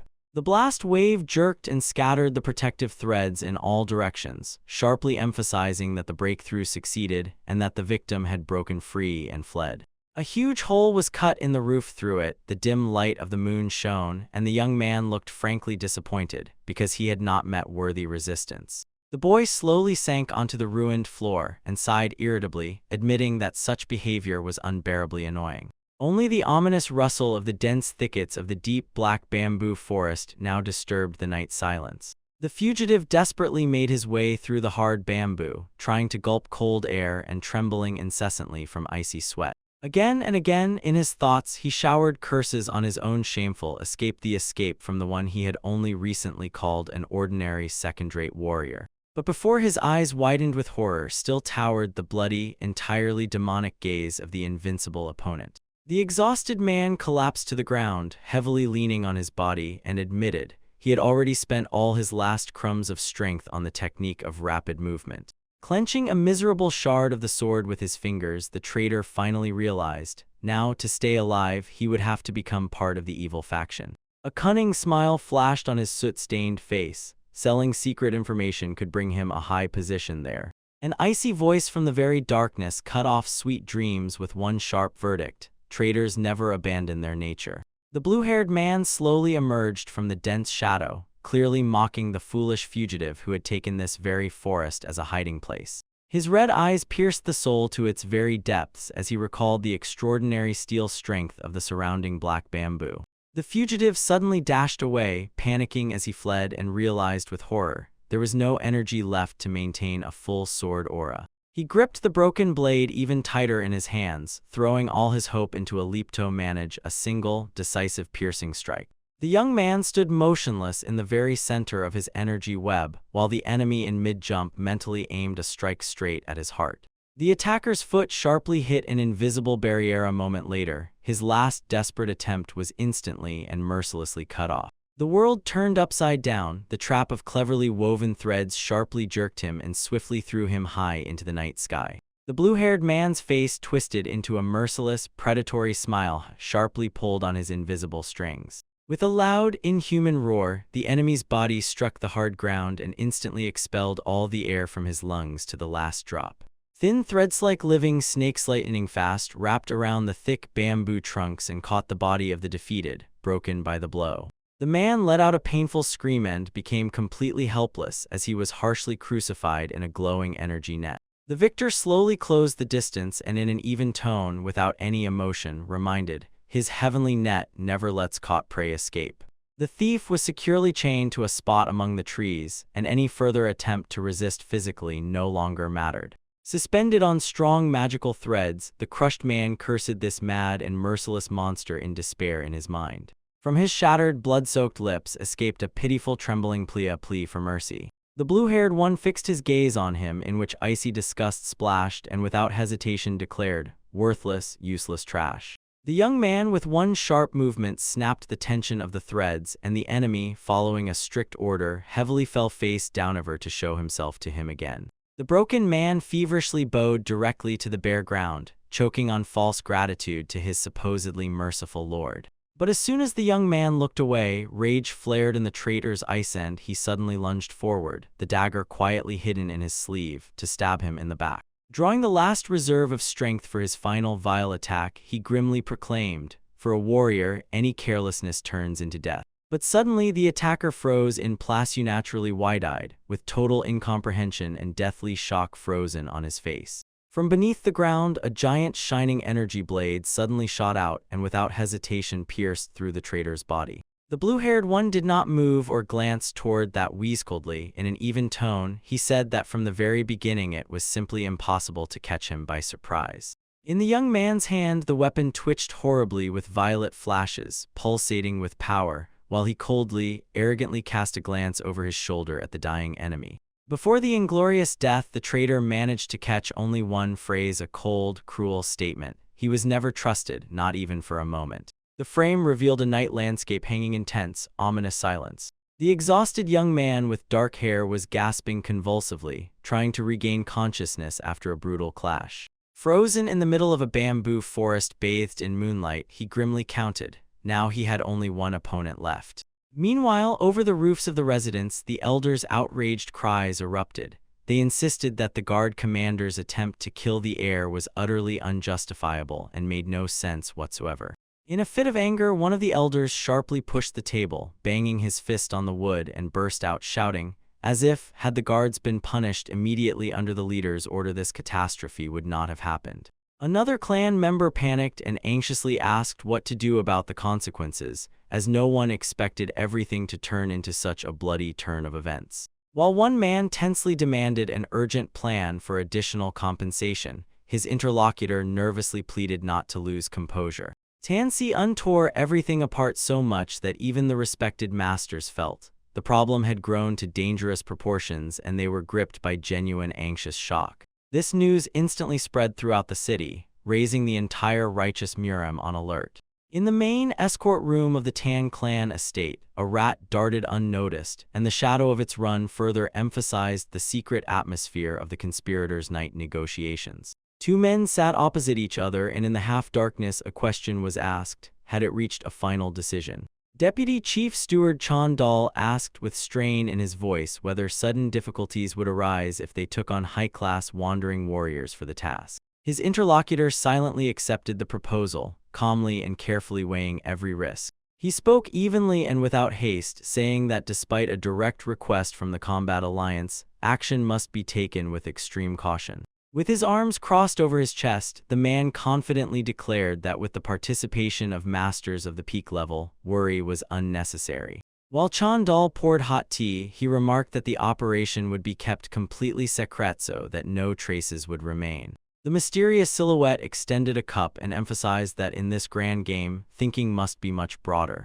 A mask of a traitor flashed through the tea veil. He swore that after the mission was completed, he would destroy the Tan clan and give Chan Dal the title of leader. Their dirty conspiracy was finally sealed right above the tea ceremony in a dimly lit room. Chan Dal greedily drained the drink, and within him burned the anticipation of the taste of absolute power.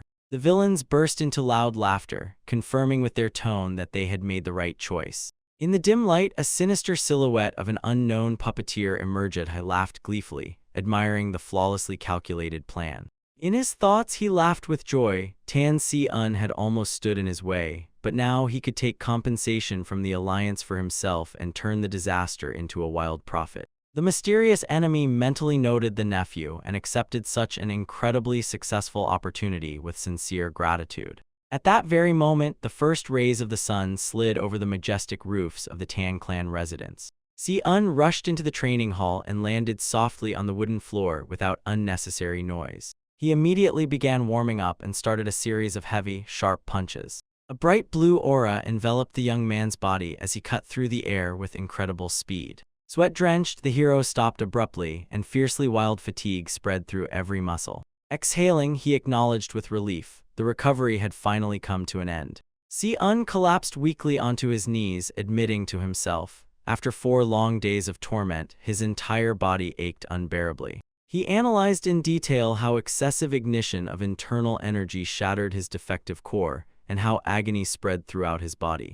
This pain burned as if hundreds of sharp blades were tearing his body apart, repeatedly tearing away his consciousness and each time forcing it to return to an endless cycle.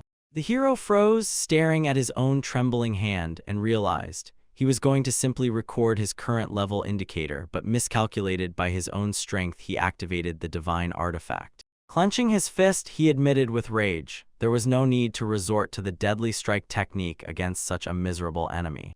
In consciousness flashed the image of So Su-rin, the demonic empress of bloody weaving, who slid forward without a sound, like an elite assassin. As a disciple of the sect of the Divine Maiden, she was deservedly considered the strongest on the central planes in the art of curses, and in her 9 weavings every interlacing was a doom that led irrevocably to death. Si-eun extended the invisible threads of his weapon, feeling how a deadly curse was already lurking in his heavenly net. Concentrated energy sharply flared on his index finger, a clear reminder that this was his only secret technique of killing with one strike currently available. Since his accuracy had not yet broken, he only had to quickly gather the remnants of his inner strength. The young man sharply sprang to his feet and looked through what his previous opponent had left behind.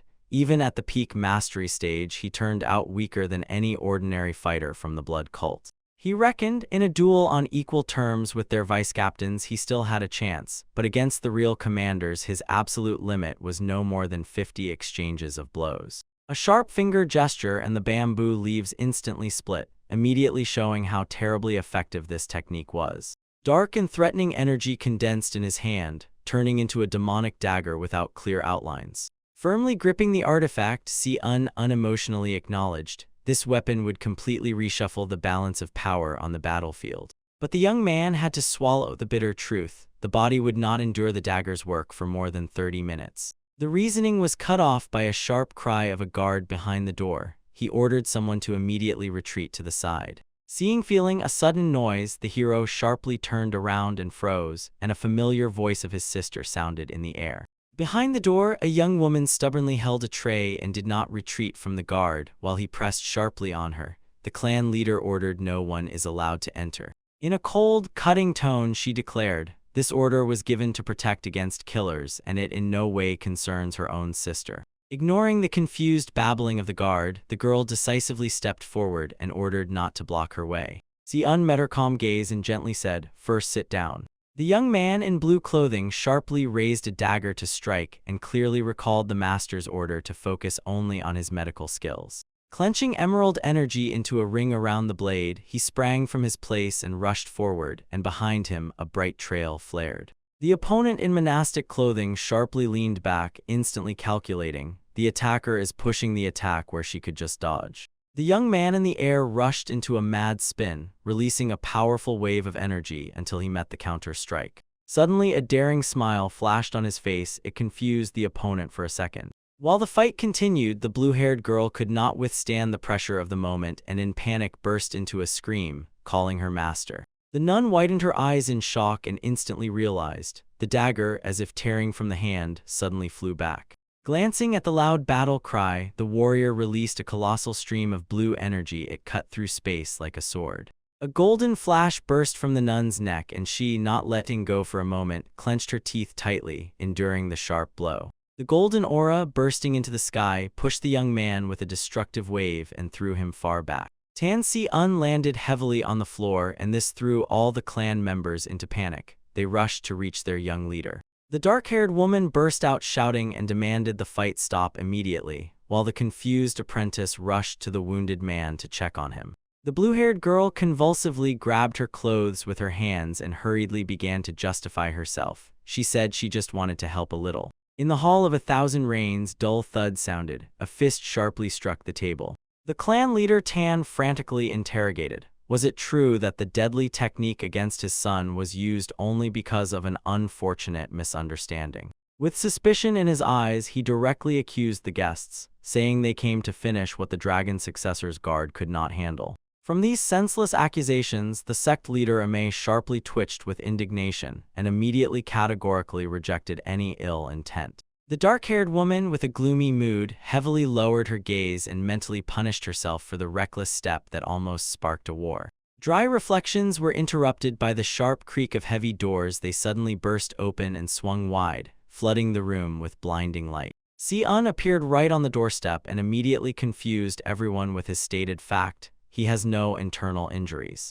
The woman froze at the thought. Divine energy did not destroy the young man's body. The young man only calmly said that it was their mistake in perception. Imagination had painted something completely different. Si-un respectfully folded his hands and addressed the sect leader Ame with apologies for the inconvenience, confessing that he hoped to see only the divine healer. He bowed low, trying to justify his bold outburst by saying he did not know her real status, and the nun froze in shock and tried to figure out where such power in him came from. The silence in the hall cracked with whispers. People realized that the young man survived the attack and now deserved honest, true recognition.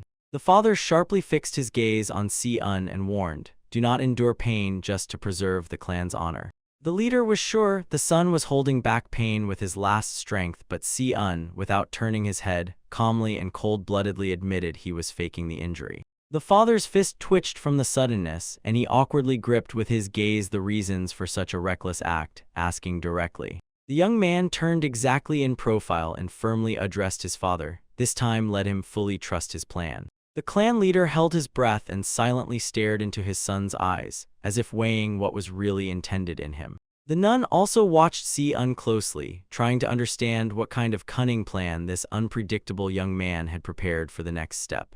The abbess fixed a sharp gaze on the young man and, without beating around the bush, directly asked what his true intentions were. A barely noticeable smile flashed on his face for a moment, and a quiet piece of advice escaped his lips. don't worry. A red, ominous glow flared in the boy's eyes, clearly showing he firmly puts an end to all conflicts between their sides once and for all. Yet in his mind he clearly saw they would have to pay an incredibly high price for this fragile peace. A heavy tension fell in the hall. All eyes, even those of the venerable nun and her companions, converged and crossed on the warrior's back. The abbess gazed long and thoughtfully at his proud profile, sensing, behind the sharpened sense of justice hides an explosive, overly hot-tempered nature. The young man slyly raised a smile, shining he had finally fully repaid his debt to one of the leaders of the 10 Great Orders. Glancing over his shoulder, he firmly gave the woman the order to simply stay behind him, and she agreed without objection. Lowering her gaze, the nun mentally scolded herself for hiding her own identity, realizing this fatal mistake prevented her from seeing his true talent. When the boy anxiously asked how she was feeling, the woman gently waved it off and reduced everything to one reason: ordinary fatigue. The clan leader suddenly flared with indignation. His voice was sharply tense. He thanked them for managing to maintain the reputation, but at the same time emphasized this stunt almost triggered a bloody massacre. The abbess instantly raised both hands in a conciliatory gesture, trying to calm the enraged man, and began to explain. Suspicions of espionage cannot justify such reckless attacks. The clan leader embarrassedly looked away, insisting that he only wanted to scare the foreigners, but the young man immediately interrupted him, saying that even a training dagger does not give the right to such actions. A young disciple of the Amei sect suddenly jerked. Cold sweat appeared on her forehead when she realized, during the clash, she had revealed nothing else but a genuine combat sword. The impassive abbess stepped forward and respectfully bowed her head, apologizing for the unpleasant misunderstanding. Under the weight of psychological pressure the disciple could not endure. She sharply sank to her knees, desperately begging for forgiveness, and immediately took all the blame upon herself. Complete stupor prevailed in the hall. No one could understand what exact mistake forced the proud representative of the Amei sect to so humiliatingly kneel down. The clan leader froze in place. He was struck dumb by how quickly and without resistance the will of the prestigious school's disciple shattered. The young man smiled sincerely and gently eased the tension with words that their clan does not force people to humiliate themselves over a few harsh phrases. The nun suddenly shuddered and flinched, remembering an extremely important message from the highest leadership of the alliance. Consciously and solemnly, she raised 3 fingers as a sign of sincere repentance, swearing to fulfill any 3 requests of the clan's heir.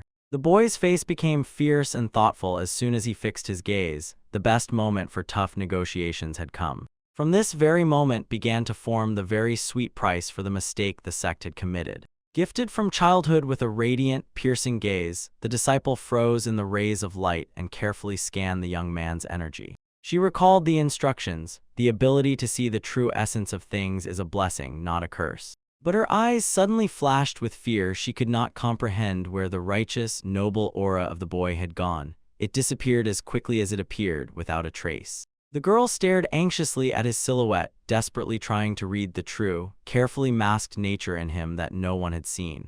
Meanwhile, the abbess thoughtfully ran her fingers over her chin and dismissed the idea of the abandoned mine. It yielded nothing worthwhile and was held too close to the hostile Kinshin sect. While the young man clenched from sudden pain in his core, the woman assured with a firm promise the Amei sect would do everything possible to help. The apprentice felt panic boiling inside her. She suddenly realized that the boy was brazenly exploiting their mistake to break through to the best blacksmiths of the alliance. The abbess sighed with regret and began to explain that a special permit was necessary here, but at that moment she painfully grabbed her wounded left arm. Without any pause, the young man sharply moved forward and declared that he could break the stubbornness of this master himself. Standing in the middle of the hall, he instantly weighed all the risks and firmly kept in mind: if greed were to break out, the respect of the monastery head would be lost forever. His gaze cooled, becoming dryly focused. The chosen strategy remained the only chance for victory. An unexpected inner impulse suddenly caused the warrior's pupil to sharply dilate. He mentally managed to curse loudly as soon as he felt the overly vigilant, attentive gaze of the young girl upon him. Her bright, expressive eyes pierced him as if seeing through the skin, drawing out the guilt he had long buried. A shadow of sorrow covered the boy's face with a solid veil as soon as he momentarily fell through his emotional shield. A painful past suddenly struck him right in the face, washing away all mental barriers at once. He stubbornly recalled that fateful day. The murder of the leader, carried out by a bloody cult, tore the mighty alliance into two irreconcilable factions. From the darkness of those memories emerged the majestic silhouette of one of the resistance leaders, the invincible Queen of Swords. It seemed to him as if fate was mocking him. Time and again it brought their paths together in places where nothing was expected. A flash appeared in his mind. She aimed a dazzling knife at him and accusingly cut with the phrase, "His cruelty is no different from the methods of the sectarians." This righteous woman remembered him forever, a lost spirit who renounced the light and chose a bloody path for himself. Her face burned with uncontrollable rage as she swore by her own hands to end his life because of the broken fate of an innocent child.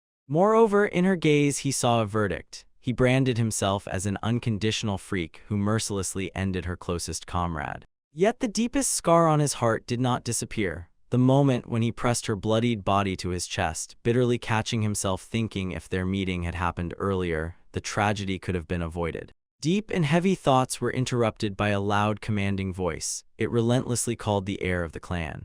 The warrior instantly snapped out of the trance and sharply turned to reality, opening his eyes wide. The abbess anxiously asked if everything was all right. He instantly replied, a quick and polite apology for his temporary absence. The woman gently placed her palm on his shoulder and, without uttering a word, felt the deep inner turmoil raging within him. She looked compassionately into his tired eyes and insisted, "Let the boy sleep well and rest until fully recovered." After this, the nun with solemn restraint unrolled the scroll, preparing to read the official decision and the final award to the alliance. The clan leader greedily drank in the sight of the document. It promised them the same escort privileges but with a massively increased number of uses. The abbess added that everyone can either choose 2 medium-level requests or turn them into 20 small tasks.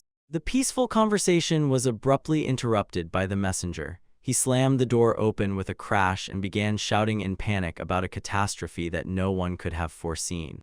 As soon as the young man heard about the audacious kidnapping of the entire Alliance escort, his face was instantly distorted by a shadow of shock. A deathly silence fell over the residence. The agency disappeared completely without a trace. All this remained the bloody trademark of the poisonous demon. The clan leader clenched his fists fiercely and gave the order, leave part of the people at the headquarters and immediately deploy a squad to search for survivors. The abbess, keeping an icy face, announced she would become part of the raid because the poisonous demon is considered a universally recognized enemy of the entire combat world. Pausing for a moment and nodding sternly in thanks, the head of the family gathered his courage and strode resolutely toward the exit. At the end, he gave the heir a strict order to stay safe and temporarily lead the clan.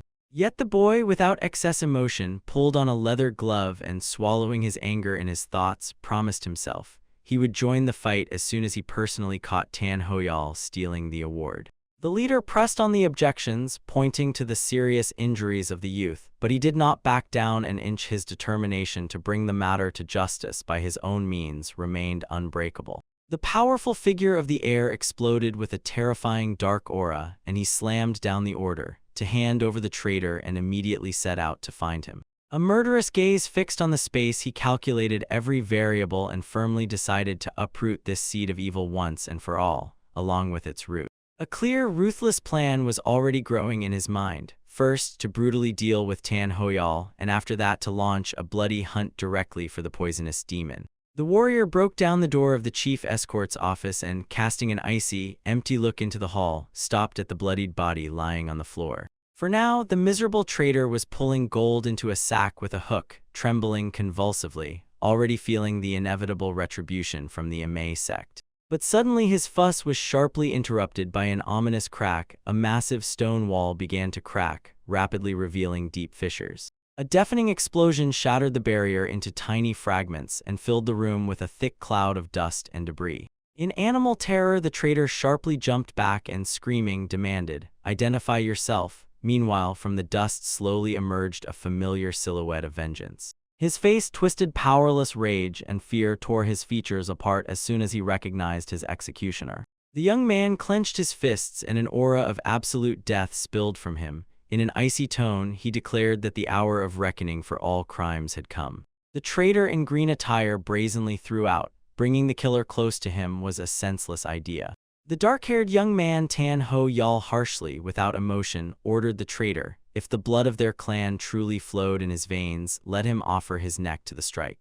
The enemy confidently stretched his lips into a predatory smile. Suddenly, his body was covered by a powerful green aura. The villain set a course to stop the children's games. The traitor's silhouette scattered into the air. He was dispersed by incredible speed. The space was torn by a deafening roar. The opponents clashed in an instant, lightning-fast skirmish. Retreating with a jerk, the enemy contemptuously touched the young man with a question about his strength.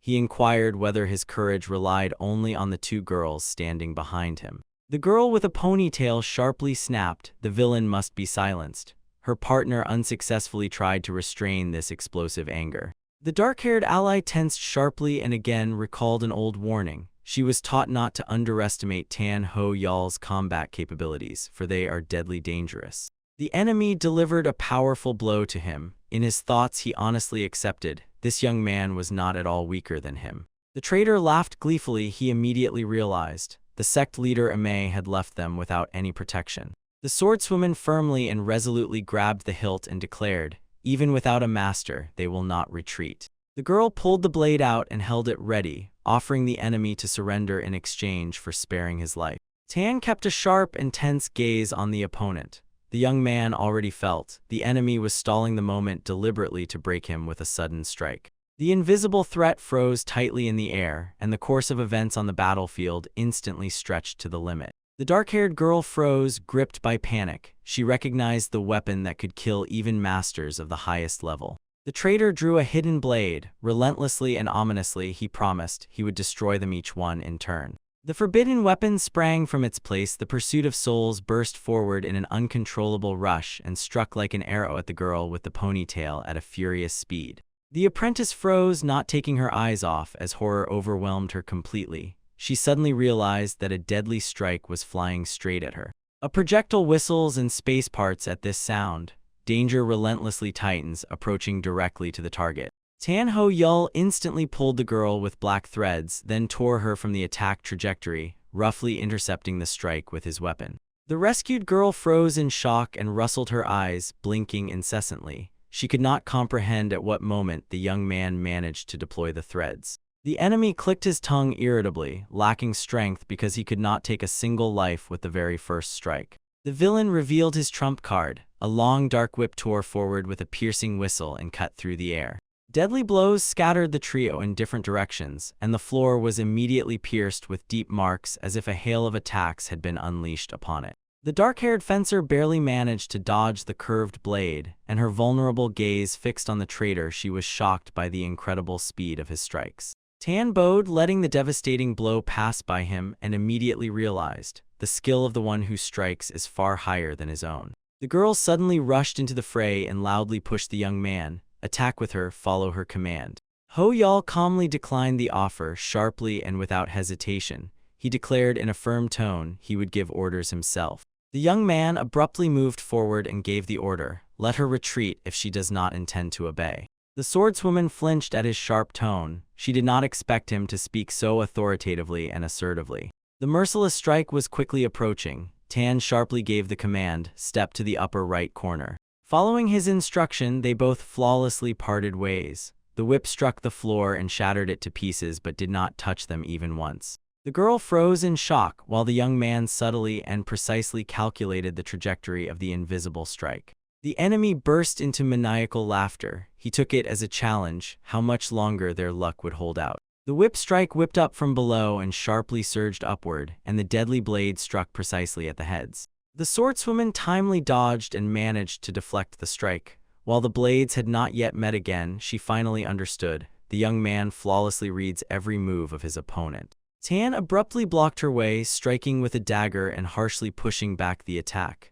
The girl realized in panic she would not be able to fend them off for long. The youth's perfect move worked exactly at that moment. The traitor was thrown off rhythm for a second, completely confused by the stubborn resistance. The swordswoman burst out with a desperate scream, demanding whether it was time for her to seize the initiative.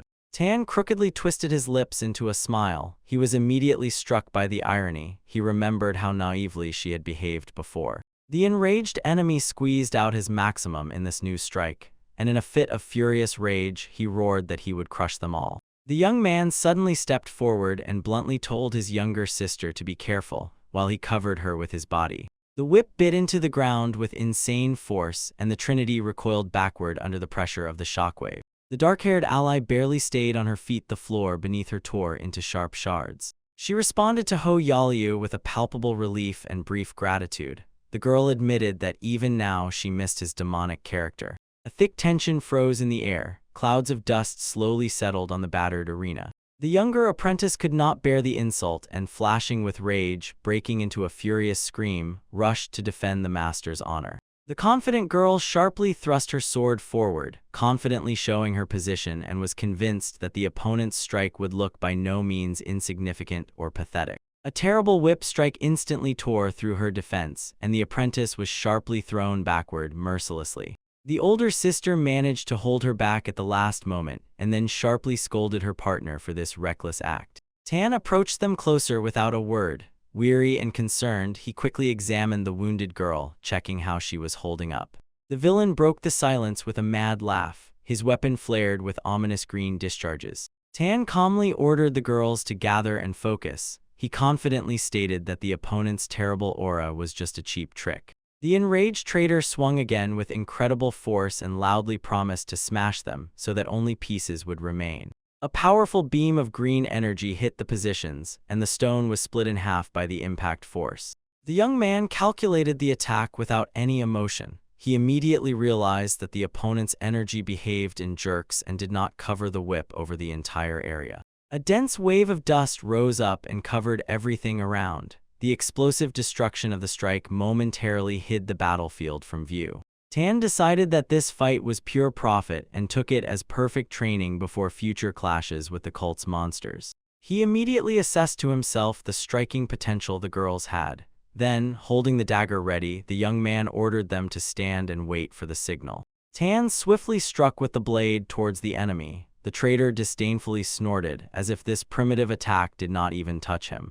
The villain grinned fiercely, showing readiness to easily repel this pathetic projectile. With a whip strike, the enemy knocked the dagger away. Confidently, he uttered a triumphant phrase, "Tan will respond first." In an instant, the space was sharply lit by a powerful flash, and a green glow of energy exploded from the clash of weapons. The enemy's gaze suddenly went out. Pride vanished from his face. Self-satisfaction was cut off, replaced by an expression of genuine, deep shock. Coming to his senses in a moment, the traitor disdainfully twitched his lips. He stubbornly insisted that this was just an unfortunate trick. Tan hovered high in the air. He skillfully caught the moment when attention was distracted and executed the maneuver flawlessly.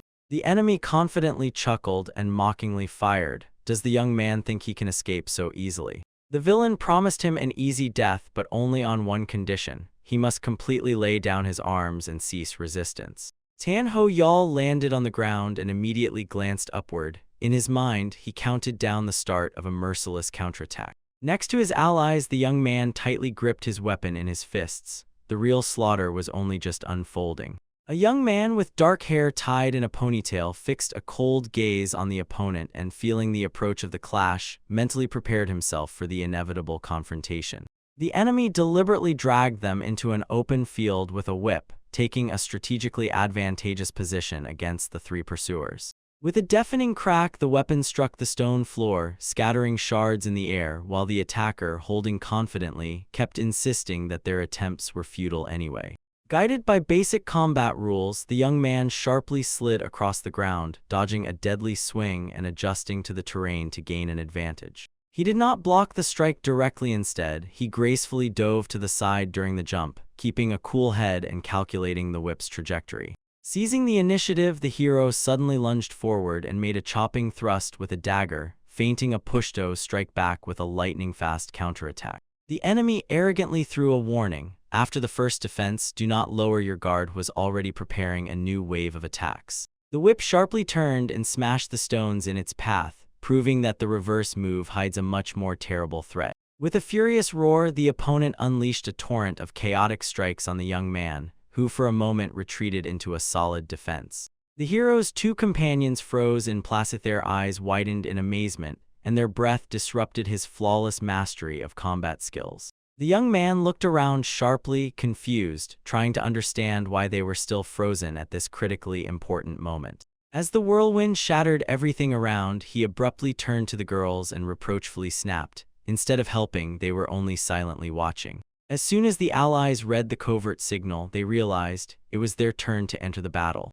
The enemy's enraged face twisted, and a fierce growling roar burst from his chest. He demanded an immediate end to this pathetic resistance. The attacker tore the whip from its place and spun it with incredible speed, creating an impenetrable dome of black stripes around himself. The blue-haired swordswoman sharply broke into the danger zone, deflecting enemy strikes and showering the area with a hail of sparks. Her partner accelerated and made a towering leap to deliver a decisive blow to the stunned enemy.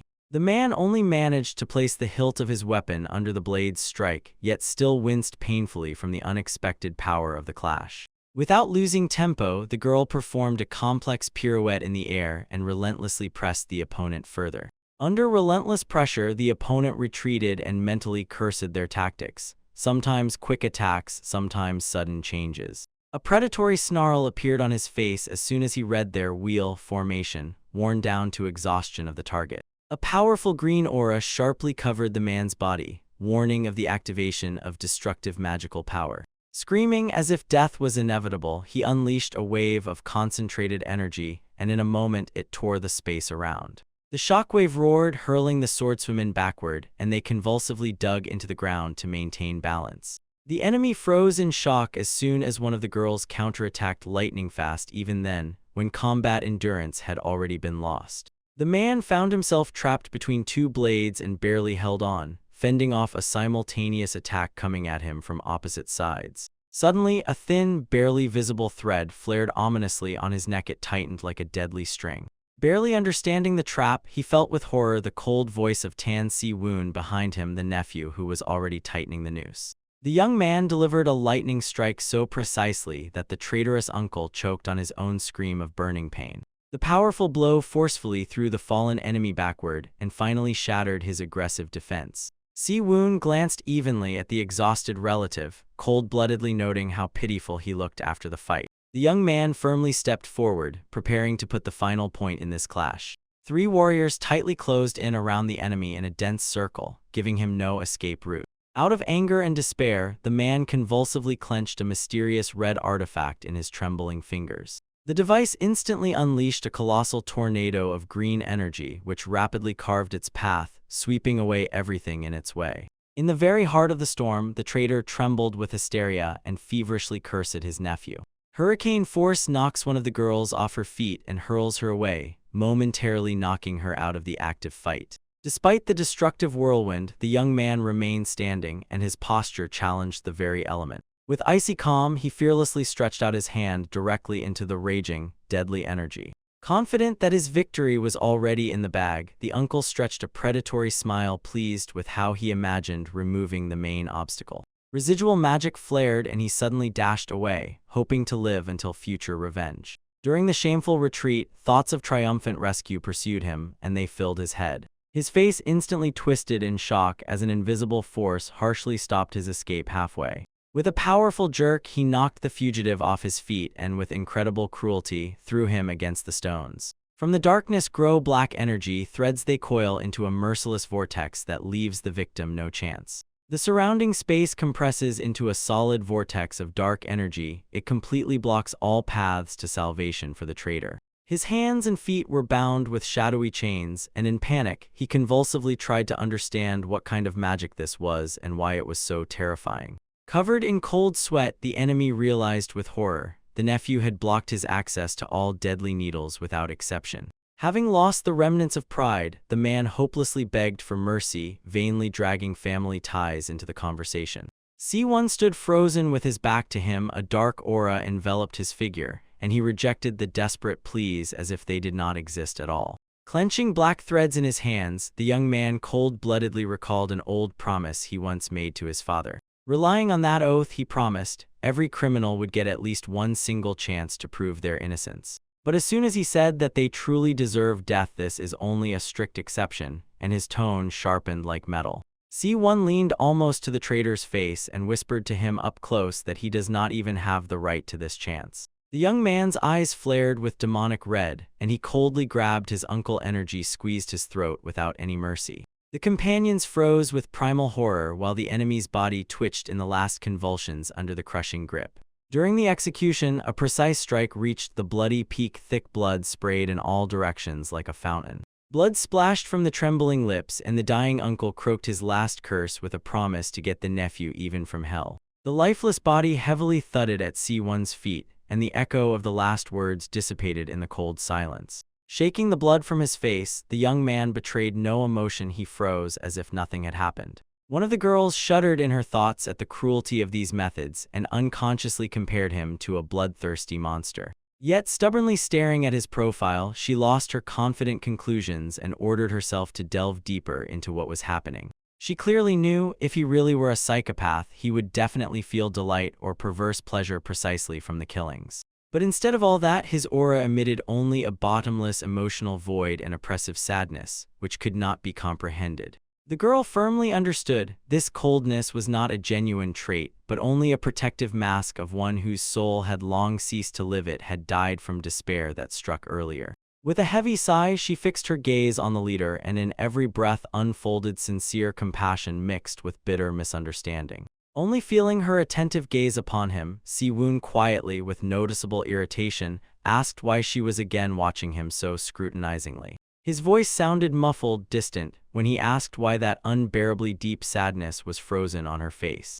In the alley, the young man loomed over the body of the fallen enemy and without unnecessary emotion admitted, his death was already inevitable. His consciousness for a brief moment broke into recent memories. In the snowfall, he pressed a bloodied girl to his chest and with every breath feverishly regretted being late. Reality immediately struck back. One of the students nearby suddenly coughed up blood. The poisoning left her no chance. The air was torn by a swift clash when the remnants of the enemy aura fell upon the attempt to deliver the last treacherous blow. Tan kept a cold face and replied in a calm tone to the shocked girls. The punishment for their clan's betrayal would be too harsh for the eyes of random witnesses to bear. His eyebrows barely lifted in surprise when someone unexpectedly, but respectfully called him by name. Du Ha-yang, a disciple of the prestigious Imei sect, pressed her forehead down and bowed low, expressing deep gratitude for saving her life in this uneven fight. The young man jerked his hands sharply, calling them to stand up, and dryly said that loud promises of rescue were just exaggerations. But the girls did not fall silent. They continued to bow deeply and fervently insisted that without his intervention, they definitely would not have survived. Tan sighed heavily and his words sounded firm. Excessive politeness instantly turns into disrespect by itself. Cutting off any disputes, he cold-bloodedly began examining the body of the killed and skillfully extracted a hidden wrist crossbow. Another disciple averted her eyes embarrassedly, and in this bitter pause honestly admitted to the savior. They were completely unprepared for such a difficult mission. Her companion behind grotesquely jerked her eyes, blinking incessantly, and could not understand how this boy so brazenly shrugged off the attention of the senior mentor. Other men went to death for her. The disciple whispered to her friend, Senior Du treated men like trash from the very beginning, and because of this, her indifference looked even more senseless. Finally, Tan accepted their thanks. He briefly informed them about the already prepared cart and without hesitation gave a clear order to return immediately to the abyss. He firmly declared, from now on, he would watch over the remnants of the enemies alone. Ha-yang resolutely stood across and blocked his way, firmly rejecting any thought of sitting out in safety while he risked his own life. The tension between them exploded as soon as their gazes collided in a silent, merciless duel without compromise. The young man glanced at her sideways in a broken manner, and in his thoughts swallowed a curse for the unbearable stubbornness of the Imei swordswoman. He realized the futility of arguments and resigned himself, but immediately sealed it with a cold tone. There would be no care. If they retreat, he will not hesitate for a moment. Tan's stern profile left no doubt. He mercilessly decided the fate of the weak. He turned his back and immersed himself in the loot. With pleasure, he examined the elite plant poison and the forbidden artifact, which flooded the space with a creepy green glow. Ha-yang looked at his back with sadness and caught herself thinking, this young man was used to bearing the entire burden of responsibility alone, in solitude. She thundered once again with a promise. They would follow them and would definitely be of help.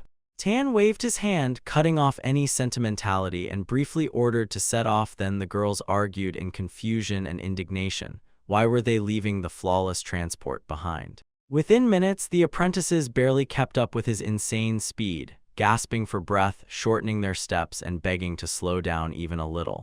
The same movements of the young man merged into a blurred whirlwind that left no trace on the solid ground. The group silhouettes dissolved into the rocky outlines as soon as the extreme ascent began, almost vertical, without any mercy.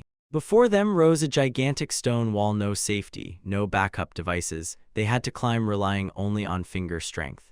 Under the fingers, sharp stones treacherously crumbled and shattered as if unable to withstand the frantic pace and incredible pressure. The junior disciple lost her voice in a panic attack, burst out screaming, any wrong move and it would be her last in this life. She, completely breaking down in despair, begged for only one thing: to wait, hanging right above the dreadful abyss. Tan calmly hid the poison vials in his bosom and accepted the replenishment of his arsenal without a trace of worry. Looking at the miserable state of the girl below, he coldly and dryly measured. She had already reached the limit and gave the order for her to shamefully retreat back to the main forces. Ha Yang sharply delivered her remark, angrily reminding him of the unshakable pride of the Amei sect. The junior disciple swayed on the edge of the ledge, barely holding on with her fingers, and fearfully realized Tan was deliberately pushing them to the limit, because the hunt for the poison demon relies solely on flawless endurance control. With each step, the ascent became more dangerous. The fog gathered in a dense sheet, and there were no more holds for movement. Tan flawlessly maintained his course in space, cold-bloodedly checked the rings on the cut of a tree attached directly to the sheer cliff to make sure the route was chosen correctly. He jumped onto the plateau and immediately gave the command to move on, not even glancing at the companions who helplessly collapsed on the ground. The younger girl convulsively swallowed air with her mouth and froze in shock, as if trying to understand herself, how this so-called herbalist could be so perfectly knowledgeable about the wild mountains. Her mind stubbornly could not accept. An ordinary person is capable of enduring such hellish burdens without flinching and without showing any fatigue. Entering the dense forest, Tan abruptly stopped and firmly ordered to disperse so that the reconnaissance would work more effectively. He set a strict limit of half an hour and then ordered the group to gather at the same point to exchange the information they had found. Left alone, the young man sharply faltered in mood. With disgust, he admitted that the death of people was already creeping into his life as a daily, usual job. As soon as the students disappeared among the trees, the air around him immediately darkened and became oppressive, truly dangerous. Tan froze in the middle of the sunny glade, finally convinced no one would interfere with him anymore. Extra eyes would no longer see him. Kneeling on one knee, he focused on barely noticeable terrain changes. True tracking required obsessive attention to microscopic details. Black energy erupted from his fingers, scattering in a bizarre web and piercingly to the very foundation, scanned the ground in search of any traces of human presence. His mind worked without glitches. He immediately outlined the aura and instantly dispelled the phantoms of ordinary forest animals. Next, he discarded the remnants of the work of local herbalists, those who did not know how to use the internal energy of martial arts. Finally, his gaze narrowed into a slit from predatory rage. He caught the unique trail of Yul Sin and mentally gave the demon an oath: death will come, inevitable and painful. In the deep dungeon, the face of the poison demon twisted into a terrifying grimace. He had just felt that his own methods were used by an unknown pursuer. The consciousness of the old monster collapsed in those ancient moments when he still stood opposite his gifted apprentice Blacksmith and skillfully twisted his mind, subjugating it to his own will. The demon froze with delight before the bracelet of ink scale, the creation of the apprentice, which became a complete immunity for the wearer and opened up manipulation of poisons from within. On the surface, Tan tried to convince everyone that his cruel abilities served only one purpose: he used them to sweep villains off the road. In the demon's memories, a bloody drama unfolded. When the blacksmith realized the true nature of the master, he did not even forge a weapon for the monster, and for this he received a harsh order to be silent. A powerful blacksmith's hammer pierced the stale air of the forge with a sharp whistle. Consumed by betrayal, the apprentice directed all his rage into this strike, aiming to smash the demon's head right on the spot. But the villain caught the deadly blow with a single finger, mockingly stretching the phrase and asking if the apprentice had already understood how futile his rebellion turned out to be. The dark energy of the monster easily, without visible effort, began to corrode the steel of the hammer, confirming this. The medical knowledge passed to him had turned the youth into the perfect heir of the dark arts. The blacksmith shuddered and at that moment realized that his will had finally cracked under the weight of realization. The poisonous bond between master and apprentice had forever soaked his soul. The demon laughed piercingly and eerily because he believed. On the apprentice's face he had just caught that very expression, the unquestionable, final, and inevitable despair of his best creation. A muffled groan sharply returned the real world. In the complete darkness of the cave, another prisoner regained consciousness. In panic, the man suddenly grabbed his head and convulsively tried to recall only one thing: how desperately he fled through the forest, escaping the pursuers of the poisoned demon. He hurriedly cast his gaze around, trying to calculate the exact moment he let the monster grab him. On the surface, Tan continued ruthlessly analyzing his own actions, honestly admitting to himself his greed for trophies had often overridden any morality. The cold stone vaults of the cave pressed down on the prisoner, cutting off even a shred of hope for rescue. The man realized with horror that he was being held upside down over an endless lake where human bodies were rotting. A wild scream choked his throat, and the dim light suddenly revealed the true scale of this underground slaughter. The poisoned demon slowly crawled out of the shadow sand with cold disappointment, noted that the regeneration of this trashy piece was taking too long. The sinister shadow of the monster loomed over the prisoner, while below pale light faintly pierced through sharp stalactites. The captive froze in place, unable to comprehend how two completely different otherworldly voices could emerge from the throat of a mad old man at once. The maniac mercilessly cut his hand, then promised, if he did not speak immediately, he would cut off the other one too. The demon stepped forward, his twisted face almost close, demanding only one answer: which component is considered the most important for a flower to bloom? The prisoner choked from the devastating pain shock and was already physically unable to utter a single word. A stream of fresh blood burst from the severed body. It gushed like a waterfall, flooding the cold stone floor of the cave. In the forest, Du Ha-yang suddenly approached Tan and tore him away from the gloomy whirlpool of thoughts in which he had almost equated himself to a true demon. From below, the villain solemnly shakes the blade upwards and, screaming wildly, declares that his special flower despises the purity of this world with all her being. The prisoner, through the haze of agony, could not understand why this sadist continued to call the deadly sword seed. The demon's hands, full of maniacal tenderness, tightly grasped the crimson ruby on the hilt of the sinister weapon. The villain finally revealed the bloody secret. This ancient artifact did not need water at all, it survived only on fresh human blood. The words spoken, and with one motion he deeply pierced the body of the hanging captive, greedily allowing the sword to draw the last remnants of his life force. This demonic flower, the tear of the watching god, could only grow in the complete darkness of absolute despair. Overcoming a mountain of corpses, the poisoned demon declared that the artifact's blooming would forever transform him into the living embodiment of absolute poison. His eyes flared with the fanatical flame of madness as soon as the colossal blade resonated with his dark aura. Beneath his feet, the bloody mass ominously boiled, driven by the will of a maniac, one who swore to destroy boundaries and wipe both good and evil from the face of the earth. The monster's sole impulse was to plunge this entire world into an endless, dead sea of blood. On the surface, Du Ha-yang stared at Tan with incredible anxiety with each moment. His aura grew heavier and became increasingly dangerous to those nearby. In the young man's eyes, a predatory blue glow suddenly flashed. The sensory threads finally produced flawless coordinates, and he cut off in a cold whisper, "The target is found." The young man sharply threw his hand in front of his companion and blocked her way, warning that a hidden protective mechanism was already activating ahead. A quiet, irritated curse escaped his lips, yet another obstacle had knocked him off his feet again. He sharply dived aside, and it became clear, even barely noticeable depressions in the floor act as triggers and release deadly bolts. The air thickens with tension. In this darkness, any wrong step could easily end everything once and for all.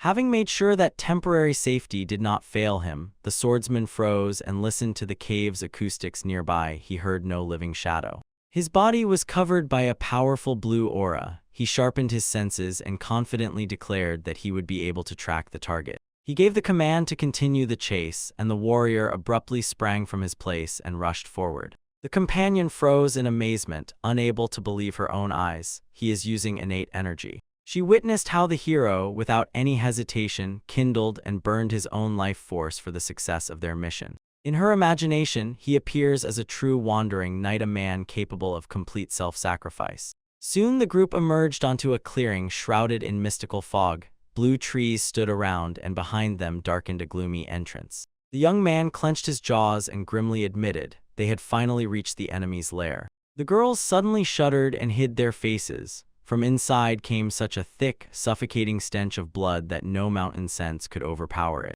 Noticing that there were no guards, the hero gave heroine Chan a clear command to retreat immediately and call for reinforcements. The girl clenched her teeth in despair. She lacked her own combat skills, but she still agreed not to interfere or get in the way. Thanking her for understanding, the warrior sharply composed himself and shifted his focused gaze to his other companion, heroine Du. He spoke to her and made a proposal to join forces to tackle this dangerous part of the operation. The young man glanced intently at the girl, as if asking with gestures and looks whether she had the courage to dare this. After a clear agreement, the two crossed the boundary of light and disappeared under the stone vaults. Du looked around cautiously, noticing, in this place the darkness was thicker than she had imagined. Suddenly her pupils exploded with turquoise magical glow. She activated the ability to see what was hidden.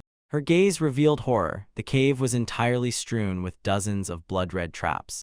The swordsman smiled softly and warmly, admitting aloud, without her talent, this path would have long ended in death for them.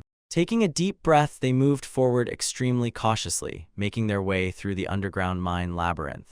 The warrior raised his hand again, stopping the girl right before a new giant formation of mechanisms. He hissed angrily through his teeth, assessing the danger and density of deadly triggers. Swiftly jumping off the trajectory of a hidden crossbow, he threw an explanation on the go. Even ordinary stones underfoot turn into weapons. The girl nervously exhaled and asked to be warned. A few seconds earlier, in response, came a brief apology. The young man continued to watch how the sounds dispersed and concluded there was no enemy presence nearby. He gave the order to speed up, fully relying on how she continuously finds and names safe zones. The girl nodded firmly and stubbornly kept her gaze on the changing relief of the cave. She quickly paved the way, ordering herself to step only on protrusions and maneuver between stalactites. Under her guidance, the hero raced through deadly zones lightning fast, flawlessly avoiding every trap. Noticing how inhumanly agile he acted, the companion involuntarily recalled the primal fear that this power once scattered around when he was their enemy. But right now her dragon eyes, which cut through the structure of any being with a glance, became an infallible compass for him. The former force that mercilessly hunted the warrior has now turned into his main advantage in this darkness. But suddenly they had to stop. Right before their eyes hung dozens of corpses. They were suspended by their legs all the way up to the very ceiling. Underfoot spread a gruesome mess, thick blood and mutilated bodies in a continuous slurry. Somewhere in this cruelty they felt its scale, and their hearts suddenly clenched sharply from pure horror. In the dead silence, a moan barely escaped from one of the hanging boys. He, gathering his last strength, begged for mercy. Du instantly sprang from the spot, grabbed a sword, and immediately declared that she would first pull out the child. She sharply jumped into the air and with one precise strike cut through the thick rope. The warrior dashed forward like lightning, instantly caught the bloodied body of the child and prevented it from hitting the stones. Landing, they fearfully realized the boy had lost too much blood and now urgently needed help. Their thoughts were broken by an inhuman, piercing scream. It cut through the dungeon silence like a knife. The girl froze, shockingly looking back at the dark hole, and her body was seized by a dreadful trembling shiver. The cave was instantly covered by an ominous, bloody glow. Energy burst out, and the hanging bodies immediately found themselves in its light. A deafening explosion shattered the silence, and a devastating wave of crimson flame burst out of the tunnel. The hero instantly felt the enemy's spirit tower Yan had completely slipped out of control and plunged into madness. He did not hesitate for a second. He lunged forward and covered the girl with the child with his own body to take the full impact himself. She tightly closed her eyes and shuddered, catching the moment before the explosive wave would unleash unbearable pain. As the fire miraculously passed her by, the companion involuntarily opened her eyes in confusion. The youth's back turned into an impenetrable shield. He stopped the deadly barrage of black energy spikes with his bare hands.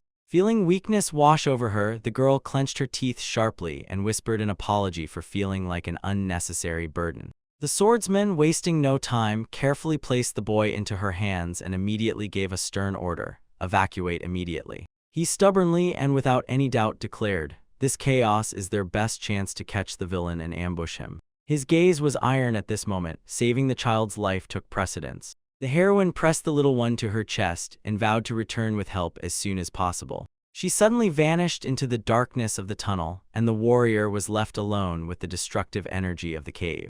Diving deeper and deeper, the hero fiercely reproached himself. An early exit could have prevented this mass murder. His gaze slid over the severed hands and the bloodstained stones lying underfoot. He firmly held in his mind the scale of the tragedy and the thousands of deaths that Tan Ho Yal would henceforth have to bear on his conscience. In his memory flashed the image of the mad old man he boasted about, his artifact that turned people into bloody mush. The enemy saw himself as a creator at the forge, a man with the right of disease, which allowed him to weigh the price of every human life. The sight of the bloodied instrument and the villain's maniacal laughter ignited in the swordsman's chest a black, uncontrollable hatred. A magical blade flared in his palm, and a dense wave of purple aura spread, deadly and merciless. The youth completely shed unnecessary feelings, leaving only a cold, unbreakable thirst for murder. He slid along the broken walls like a ghost, inevitably closing the distance to his own victim. Ahead, in the dimly flickering beam, he caught sight of a hunched figure convulsively groaning. The old Tan Ho Yal weakly leaned on the stone basin, clutching a dead plant. The villain began coughing as if his own poison was stuck inside him, and he could not swallow it. The warrior broke free from the shadows and gathered a colossal charge of violet fury in his own blade. A loud crack tore through the space and a devastating beam struck the old man, ripping a frantic howl from him. The shockwave mercilessly crushed the enemy's body and with a jerk pushed him deeper and deeper into the cave. When Tan Ho Yal was knocked off his feet, he helplessly flipped in the air right above the violet flames. The young man sharply widened his eyes in shock as he just saw. After such a blow, the villain did not lose consciousness. Raising his body upright, the bloodied old man grinned madly and croaked out, "A small rat has been lurking in the shadows all this time."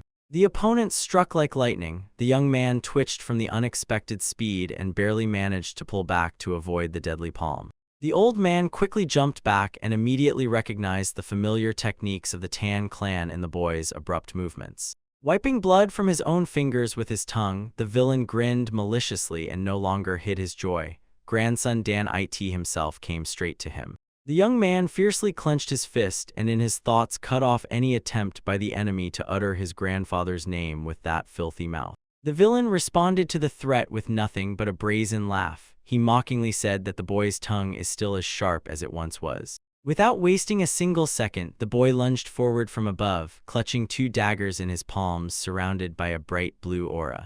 Their weapons clashed with a deafening clang, and from the blow of incredible force, bundles of sparks scattered into the air. The old man skillfully slipped away from the attack, leaving only a blurred silhouette illusion in the air. The young man sharply turned half around, aiming a devastating sword strike at the enemy, but he again skillfully dived aside barely above the ground. Jerking his head sharply from the pain, the young man bit off the glove from his wounded hand and in his thoughts caught the idea: the opponent holds incredibly firmly. Even feeling that internal energy was lacking to use the formless dagger, he soberly weighed the old man's exhausted state and stubbornly hardened in himself the determination to win. At that very moment, the old man suddenly panicked. He confusedly glanced around, searching for the missing divine artifact. The enemy straightened again as if confident in his own victory and made a proposal: surrender and receive a quick death. But the boy immediately confused him, recalling those recent pitiful moans that escaped from that villain. Clenching his hand on the hilt and thrusting the blade forward, the young man cold-bloodedly revealed the name of the enemy's secret technique: Spirit Tower Yang. The old man's face twisted in shock as soon as the boy said that he was using this mighty power completely incorrectly. A crimson aura flared and the enemy greedily fixed his gaze on the boy's secrets, who held such deep knowledge within. The old man spun destructive whips of bloody energy and, brazenly threatening to tear off the young man's arm, tried to finally silence him. With a mad gleam in his eyes and a sinister glow, the villain sharply lunged at his victim. His palm, filled with devastating crimson energy, rapidly plunged downward with incredible speed. The boy took this terrible blow on his forehead and, deflecting it, held back the onslaught of deadly energy that tore the space around. The old man could not believe his eyes, just realizing the absolute technique was stopped and it did not work. Instead, the boy revealed a terrifying violet glow, and the old man involuntarily shuddered and recoiled from it. The invader recognized with horror and, at the same time, fascination in this power and incredibly pure demonic energy. His face suddenly lit up with a wide, mad smile, one that burst out from an unexpected, truly valuable discovery. Greed completely seized the villain. He solemnly declared that he would definitely make this talented youth his special apprentice. The young man clicked his tongue irritably and without hesitation rushed into a counterattack, immediately dismissing this utter nonsense in his thoughts. The youth's blade sliced the air, and he himself brazenly laughed at the master's foolishness, the one who lost both hands due to inability to control his own poison. The villain twisted strangely, and a terrifying smile stretched across his face as he promised to first thoroughly beat his stubborn, new apprentice. The red shadow sharply darted aside, and the boy flinched, reacting to the sudden change of tempo. Just a moment passed. The arena flared with crimson clones of the old man, and they closed tightly in a ring around their target. The villainous, gigantic illusion loomed over the young man like a dark mass, pressing with a sense of complete superiority on the battlefield. The air was cut by the cruel intent of the old man to tear off at least one limb from the boy to begin the retribution. From above, a storm of energy threads pressed on the enemy, devastating, merciless, and it aimed to nail the victim to the ground. The deadly beams sank into the stone around the young man, and the stone walls closed in, leaving only hopelessness. The old man tightly tightened the energy bonds, confident to the last the prey would no longer be able to escape. The nets closed around him, and the villain in his thoughts was already celebrating his inevitable triumphant victory over the captive. The air around them trembled. Such a deadly concentration of spiritual energy was immediately felt in it. The young man hissed through his teeth and felt the bonds biting into his flesh, but the intelligent energy conversion worked with a dangerous delay. The villain sharply jerked the invisible web toward himself, launching the deadly chain-cutting technique. Defending himself, the young man finally remembered that his divine artifact had another, true essence. It was made solely to absorb enemy attacks. Although this protection seemed made precisely for his body, for revenge he had to seek another power, and he stubbornly admitted the enemy's threads were stronger than diamond. A firm determination flashed in his eyes. To achieve the complete destruction of the enemies, he created his own reversed version of the divine technique. A loud explosion shattered the diamond shackles into shards, scattering the fragments, and the old man was thrown into the air, where he laughed wildly as he flew. The boy solemnly rose from the cloud of dust, and the villain, unable to contain himself, murmured admiringly about the secret talents of his follower. The young man unleashed a colossal surge of destructive energy. It surged forward as a solid wall and pierced the enemy. Without any pause, he snatched the sword from the enemy's hands and abruptly took a stance for the final deadly strike. A crimson slash of the blade cut through the space, concentrating all the power into a single point of absolute annihilation. Yet the old man caught the blade with open, bare fingers, the very same that glowed with crystalline armor, and with obvious admiration stopped the strike, reveling in its power. The smoke clouds dispersed, and the young man, breathless, realized his strongest attack was countered by the enemy with a single movement, the left hand. With a new wave of bloody aura, he exploded with energy, and with joy on his face, hoarsely shouted that now he wanted even more to make the boy his student. His flesh literally melted from the excess of power, but only the mad old man flashed a wild smile. He brought down a devastating strike from above on the young man with full force, burning with the desire to extract all hidden techniques from him to the last. The boy was crushed by the meteorite strike right into the stone floor. The blow knocked everything around off its place and tore a deep crater in it. On his last breath, the young man managed to raise the blade for defense, but the relentless enemy loomed over him again, preparing for the next strike. Clenching his teeth to the point of pain, the boy realized the terrible truth. Despite critical exhaustion, the old man's speed suddenly surged even more. The cave shook with a series of wild, incredibly fast blows. The opponents were fighting each other on the edge of what a human can even endure. The boy twisted in the air with a complex acrobatic maneuver, barely escaping the deadly grips. A thick, bloody mist wrapped around everything, and the old predator crookedly said that he wanted to cut and absorb the victim's energy channels in one stroke. Greed burned in his eyes as he promised the youth the greatness of a poison master, all because of his demonic arts. A new flash of destructive power pierced the ruins, wiping out all safe options. The youth had nowhere left to retreat. The villain, as if possessed, hurled a stone down and with mad fury demanded from the opponent new, even stronger entertainments. A powerful blow broke through the youth's defense and twisted his body. The youth groaned painfully, struck by the terrible force of the collision. Breathing heavily and sweating, the boy barely stayed on his feet, but his gaze remained icy. The cruel attacker closed the distance again, in a mad manner, relentlessly pressing his demand to continue the bloody spectacle. The youth's hands lost strength and involuntarily dropped. The weapon clanged and fell to the ground, and he heavily sank onto one knee. The old man triumphantly spread his arms over the trembling victim, emphasizing almost rhetorically the flawless beauty of his poison.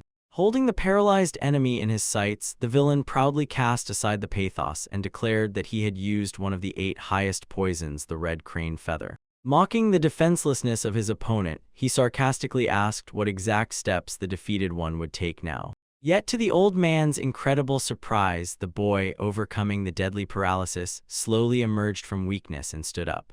A clenched fist suddenly flared with an ominous crimson glow, concentrating the last fragments of energy within itself. With a strike in an instant, the youth closed the distance and delivered a devastating punch straight to the chest of the stunned villain. The blow did not land, it was too weak. The old man snorted disdainfully and cut off. This desperate attempt is a pathetic trick. The boy finally collapsed to the ground and convulsively gasped for air while the old man prepared to punish him mortally for the disappointment. On the fingertip, the villainess holds a drop of concentrated blood, the second of the 8 highest deadly poisons. And at the very last moment, the boy with a fierce roar pushed through a hidden strike of the reversed bloody palm. The enemy could not hold on and twisted painfully. Spewing clots of his own blood, the old man laughed maniacally and threw the youth an order to forever engrave in memory this cruel lesson of the torn body. Beaten by surprise, the old man finally realized. After he had swallowed only 4 poisons, the limit reached him, and at that moment the youth in a purple aura was already rushing toward him. The youth mockingly asked if the opponent still had 1 trump card left, and said it as if his confidence could smash everything to pieces. The Dark Master froze in place. His body was ignited by the energy of 8 supreme poisons, and each of his breaths inflicted paralyzing terror on the opponent. The enraged old man flared with a red aura, and in his mind he incessantly cursed the insolent brat. Tension exploded as the young man loomed over the enemy and disdainfully, with cold superiority, inquired whether he dared to challenge him. Suddenly, the dark-haired man sharply sank to his knees, coughing up blood hoarsely, the effect of an incredibly powerful poison. While everyone held a pause, the elder grinned fiercely and loudly promised he would take the life of the weakened opponent. With a mad scream about murder, he lunged forward and scattered a destructive red stream of energy before him. The boy swiftly dodged to the side. A deadly strike shattered the stones right behind his back. Leaving an icy clarity in his mind, the young man instantly recognized the technique used, the soul-dispersing powder of 7 steps, one of the harshest poisons. In the next moment, black tentacles pierced the old body, and he burst into a furious scream from unbearable pain. Energy threads stretched from the master's dark fingers. He disdainfully presented this choice to the enemy for consideration. Avoiding a mass attack, the boy skillfully maintained his course in the sky, maneuvering among gigantic dark spikes. The otherworldly material from demonic art condensed into a colossal phantom dragon, which spread across the very horizon. This energy, which challenges the very heavens, mercilessly absorbed all other bizarre and sinister forces. Without easing the pressure, the bearded man delivered a sharp kick, immersed in crimson glow, aiming to break through the defense. The young man barely withstood this destructive blow. He crossed his arms in front of him and pressed them under the pressure of hellish heat. The elder burst out in triumphant, loud laughter and spread his terrifying red aura even wider. His next strike turned into a grand explosion. It covered everything around and crushed every target in its path. But the giant dagger, flashing with violet flames, plunged into the ground and pierced it through, showing that destroying the poison demon is not so simple. The young man's eyes flared with mystical light as soon as he seized the initiative and began preparing a counterattack. He sharply descended from the heavens and rushes headlong down, leaving behind a bright violet streak. The bearded man confusedly raised his head and fixed his gaze on this powerful aura, feeling in it the perfect elixir that would fuel his strength. Barely managing to slip away from the giant blade, the old man cursed and tried again to regain his balance. But now the boy was already standing behind his back and cold-bloodedly preparing the next strike. A strong blow threw the elder far back, and his body crashed into the ground, leaving a deep furrow there. Spitting out blood, the defeated enemy still could not believe that he had suffered defeat. Wrapped in dark fog, the boy calmly voiced the conclusion: their strength is by no means comparable. He opened his fist and black threads burst out of it like a whirlwind, but he aimed to end this fight with a single blow forever. But the bearded man suddenly exploded with hysterical laughter, as if the whole scene was reduced to sheer absurdity. The young man jerked from his place as a huge red blade sharply cut through the space right in front of him. From below, the old man twitched a long crimson whip, a whip scythe, and it twisted as if moving on its own. As if from manic joy, he burst out laughing and loudly called the boy a funny child, after which he signaled to dodge as quickly as possible.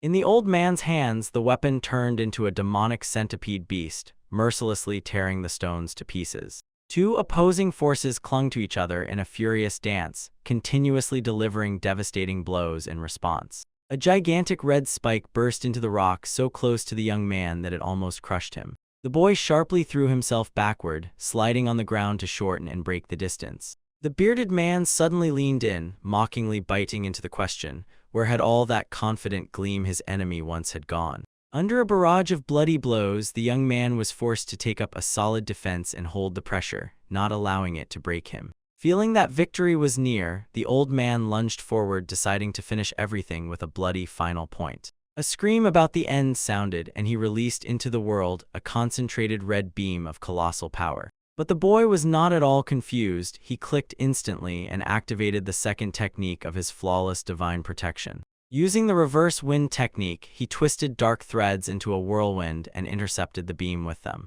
His magic literally cut the energy centipede into pieces, thereby stopping the enemy's attack. The old man's face twisted with rage and panic as soon as his strongest move shattered right before his eyes. Suddenly, a magical column rose behind the young man, cutting off his path and pushing him into a trap. He did not retreat. He rushed straight at the old man, gripping him with a death grip and ignoring all obstacles. The Dark Master pressed the enemy into the stone floor with inhuman strength, and he broke free with a painful groan. Leaning over the defeated, he spoke coldly and ominously: they will take all the remaining energy from him. The boy tightly grasped the old man's wrist and began to suck the life force out of him.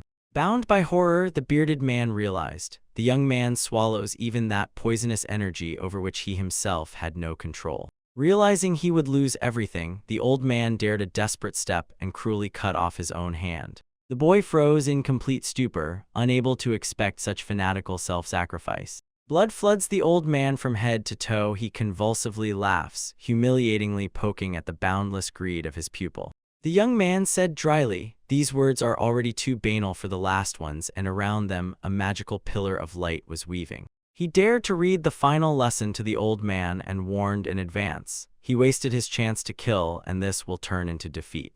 But the bearded man only grinned widely with a victorious smile and declared that brute force would no longer overcome this strange formation of gates. As soon as he realized that the trap had been set from the very first moment, the young man, in a fit of anger, tightly grasped the old man's clothes. Judging that he could not eliminate the enemy right now, he pulled a glowing green sphere of energy from his body. Since the poison had always been on his side, the boy sprinkled the old man with a devastating curse as a farewell. Entwined in green flames, the bearded man wheezed and shuddered from unbearable pain, suffocating in his own agony. The young man coldly and arrogantly pushed him away with the order to get lost, while he indifferently watched him suffer.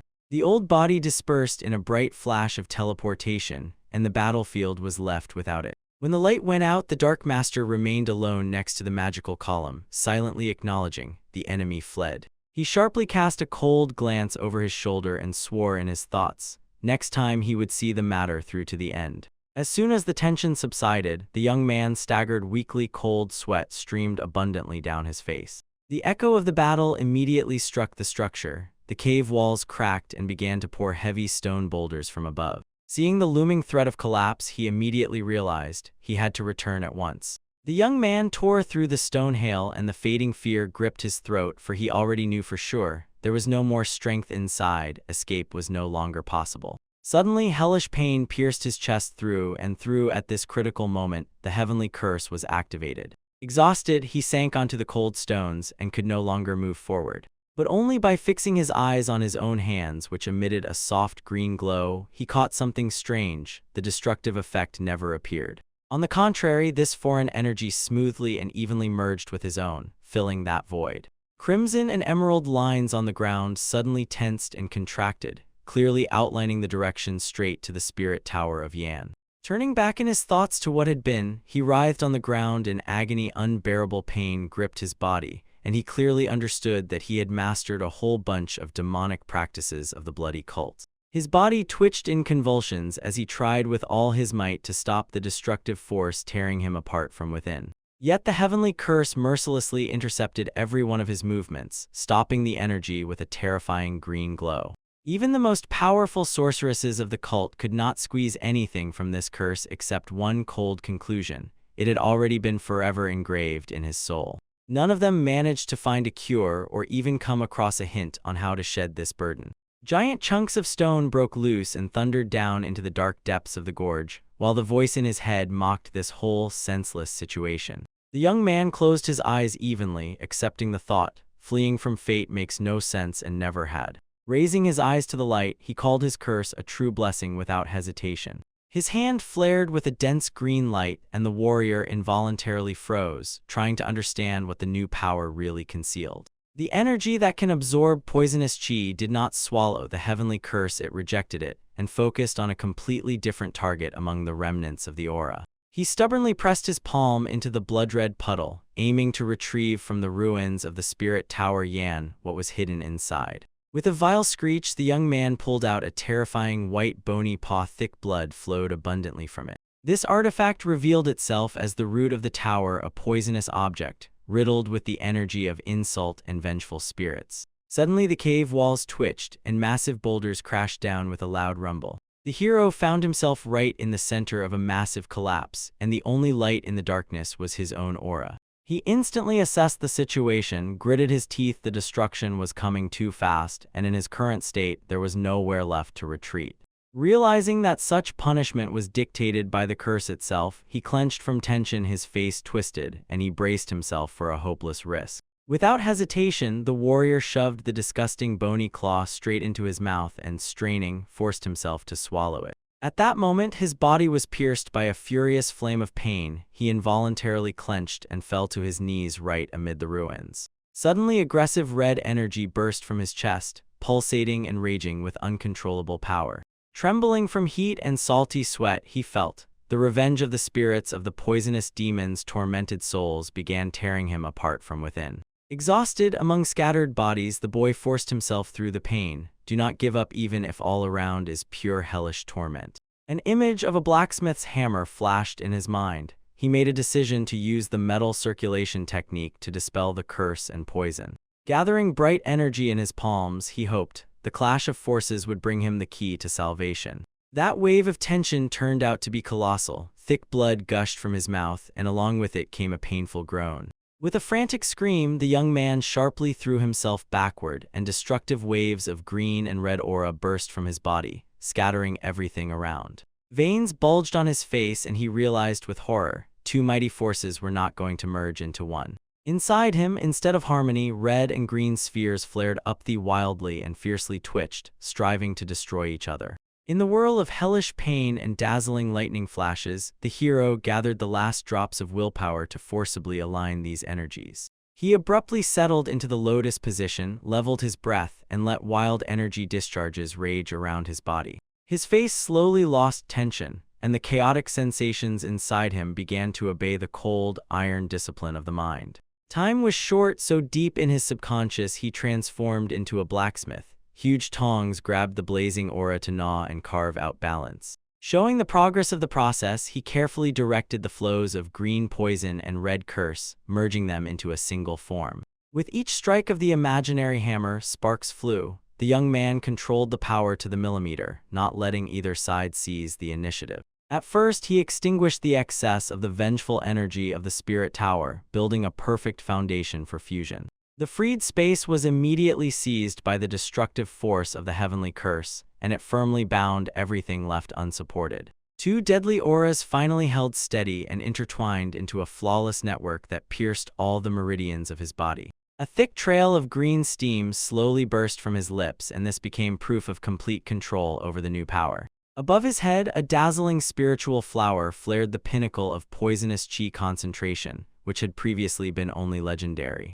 Clenching his fingers together, the hero realized with surprise he managed to break through the absolute level wall solely thanks to the art of poison. Just as he did it, a firm, unwavering determination flared in his gaze, and a drop of sweat slowly trickled down his face, a silent proof of the hell he had already endured. He unleashed a devastating blow into the void, tearing apart phantom bonds, and for the first time in his life felt true freedom without any chains. Overflowing with triumph, the young man stood among the ruins. He not only overcame the heavenly curse, he broke it and squeezed out colossal inner power from it.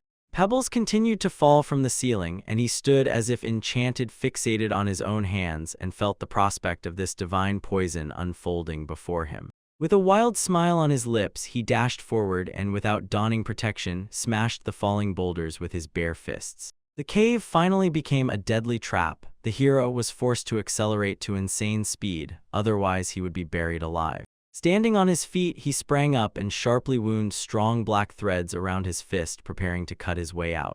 The young man locked onto his opponent with a predatory gleam in his eyes and released a vigorous charge, deciding to put an end to this stone prison once and for all. While this was happening outside the entrance to the cave was completely covered. It was blocked by giant boulders, a solid debris. Seeing this disaster, the young girl fell to her knees in despair and pressed herself directly to the cold, damp earth. Her face twisted with panic. The road was finally cut off, and behind her the Alliance warriors silently lurked. Tears were already blurring her eyes, and she, choking with despair, shouted, "Break through immediately, because delay by every second meant death." But instead, the leader of the Sichuan branch of the Combat Alliance boldly raised his hand and, maintaining complete composure, declared, "They will stay outside." The old nun sharply interrupted the conversation, angrily accusing the leader of cowardice and betrayal of those he stood with. The man clenched his teeth painfully and twitched his face with rage. These words struck his reputation deeply. He suddenly burst out shouting, pointing at the impassable debris, and fired off excuses for his own inaction, saying, "It cannot be broken through." The Alliance leader repeatedly shouted, saying, "Behind these stones hides deadly poisonous chi such that will destroy anyone." The nun contemptuously fixed her gaze on the miserable warrior and threw accusations in his face, saying, "He has no brotherhood in him." Suddenly everything sharply broke loose. Two fighters with their last strength held back their clan leader as he tried to rush to the debris. Ignoring the pleas of his subordinates to come to his senses, he sharply gave the order, "Immediately get off the road."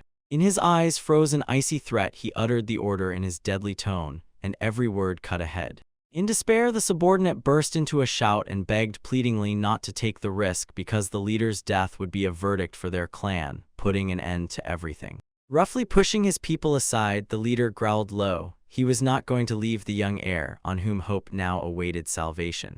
A wave of murmurs of surprise rolled through the crowd. The nun, unhurriedly, stepped forward and authoritatively commanded the man to stop. Outwardly unshaken, she clearly voiced her decision to go into the very nest of danger together with him.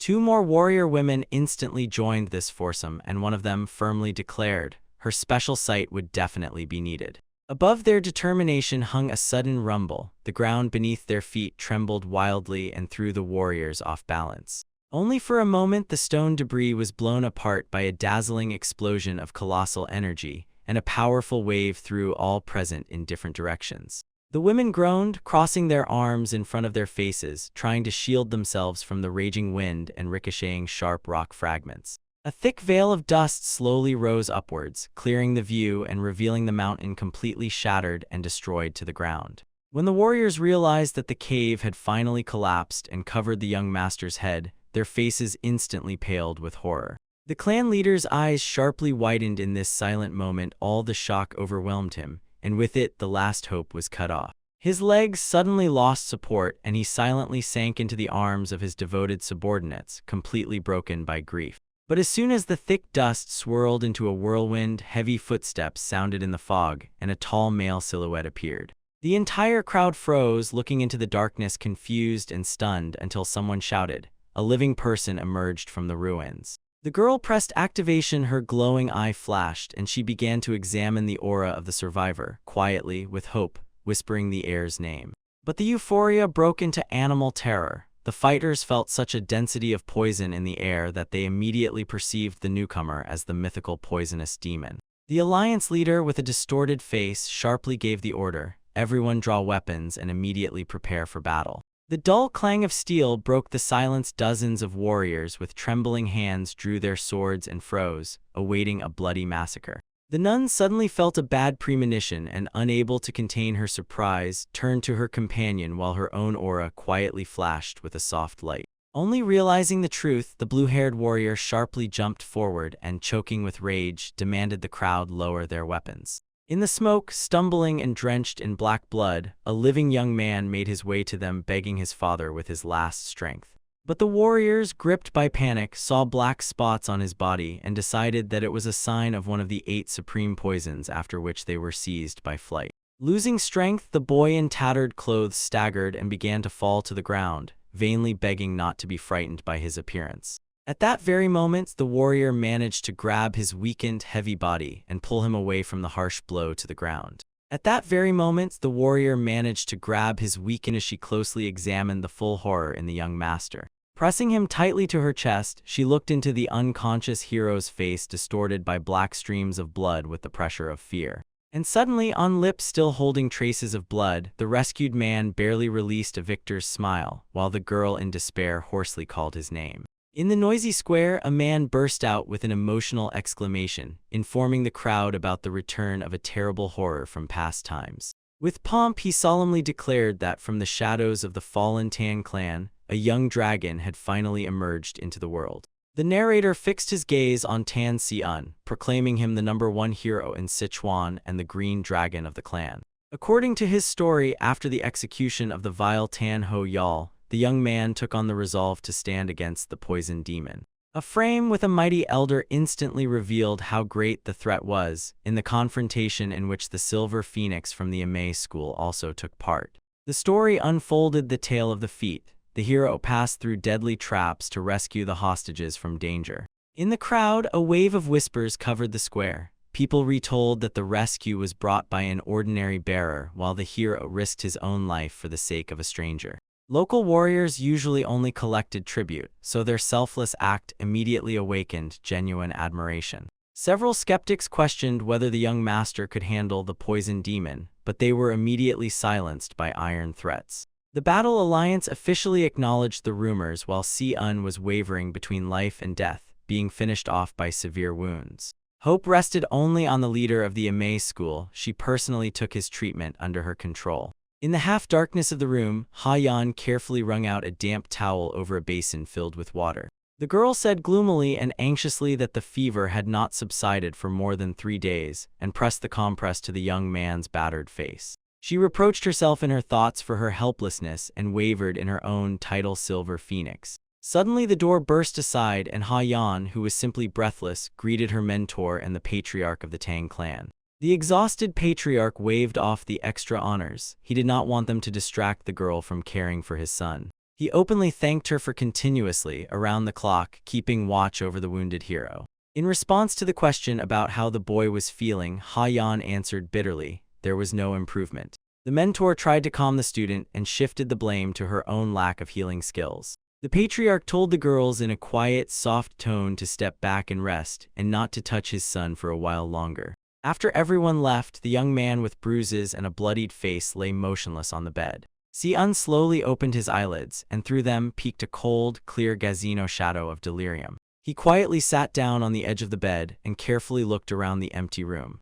The young man admitted to himself he had to resort to feigned mortal wounds because otherwise he could not explain why his strength grew so rapidly after the fight with the demon. Before him, in memories, floated a bloody severed leg lying in the middle of the night forest. The demonic old man, with a sinister smile and a bloodied face, asked his student in an icy tone how he felt. The boy was exhausted. He sank motionless to the ground right before the terrible enemy, acknowledging his defeat. The student trembled with fear for his family and justified himself as if he had no other path left except betrayal. The old man sharply stopped his winning, lashed out with a glance, and released from under his straw hat a sinister, cutting light. He mutely reminded, the demonic sword burned not just enemies, it took many more innocent lives. The poison demon focused attention on the fact that this weapon is a true power forged by the victorious student. With demonstrative contempt, the old man called him a true participant of the bloody cult. The boy's face twisted with pain and rage after those cruel words. In the thicket of the dark forest, he clenched his teeth and reluctantly admitted, the demon was absolutely right. Returning to reality, Si-un coldly cut off, saying he would not forgive the old man. Mixing poison into the strike, he hit the demon so hard that he carved out precious moments for himself to recover. Seeing himself in the mirror, his own portrait, the young man felt how sharply he needed to become even stronger. His gaze suddenly flared with determination. He decided to surpass the poison demon and someday destroy the bloodiest demon himself. Suddenly, he felt the long-awaited moment growing near, the very moment from his master. Si-un abruptly climbed back into bed and feigned stillness, as if unconscious, while voices buzzed outside the door, refusing to give the treasure to the stranger.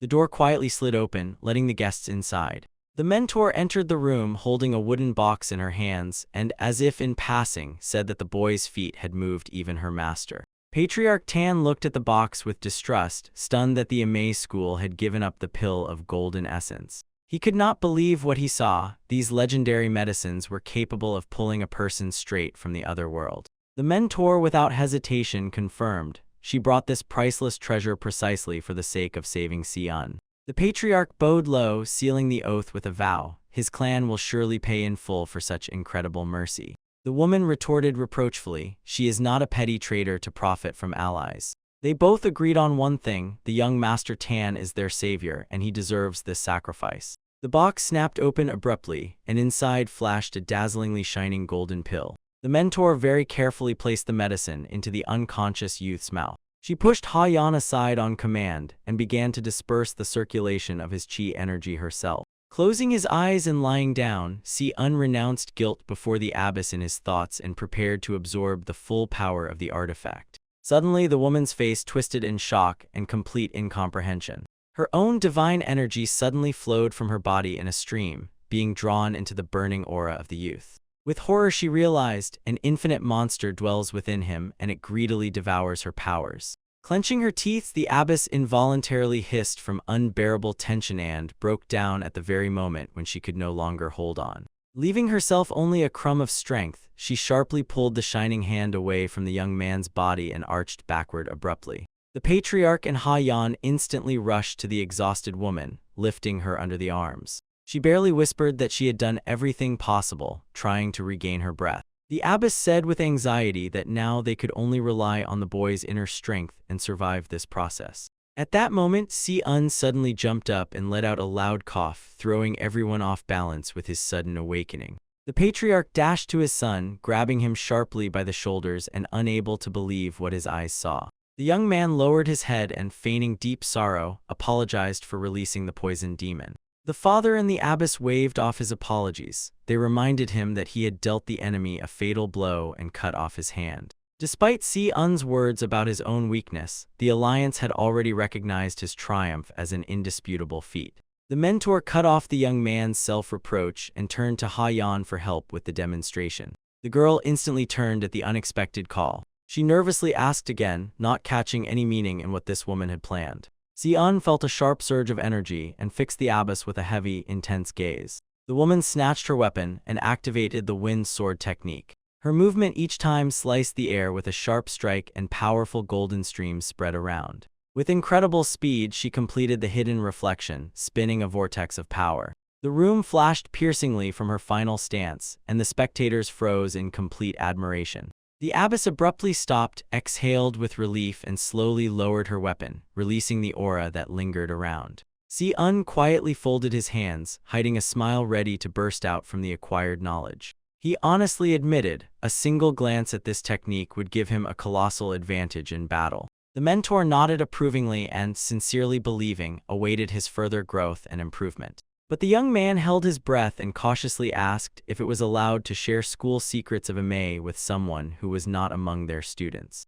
The woman barely suppressed a cough, then spoke in a tone that promised a secret. In everything that exists in this world, there is a hidden reason. She unexpectedly made a proposal for Si-un to go with her to an appointment with the divine doctor, and this immediately threw him off balance, causing surprise. The abbess smiled slyly and savored the interlocutor's confusion. Ha-yan heard her words. She planned to ask her own master to take the boy as an apprentice, and this message threw Ha-yan off track. The girl paused for a moment, then blushed. Her eyes opened wide as if stunned by the proposal she heard. A heavy, tense silence hung in the room while everyone digested the unexpected statement. Si-un awkwardly ran his fingers over his cheek, and cold drops of sweat appeared on his forehead, facing the inevitable prospect. A vivid memory surfaced in his mind about the closed women's sanctuary. The Ame school was considered precisely the place where men were strictly forbidden entry. The abbess of the Ame sect smiled softly and warmly, emphasizing that the young man had finally spoken as befits his age.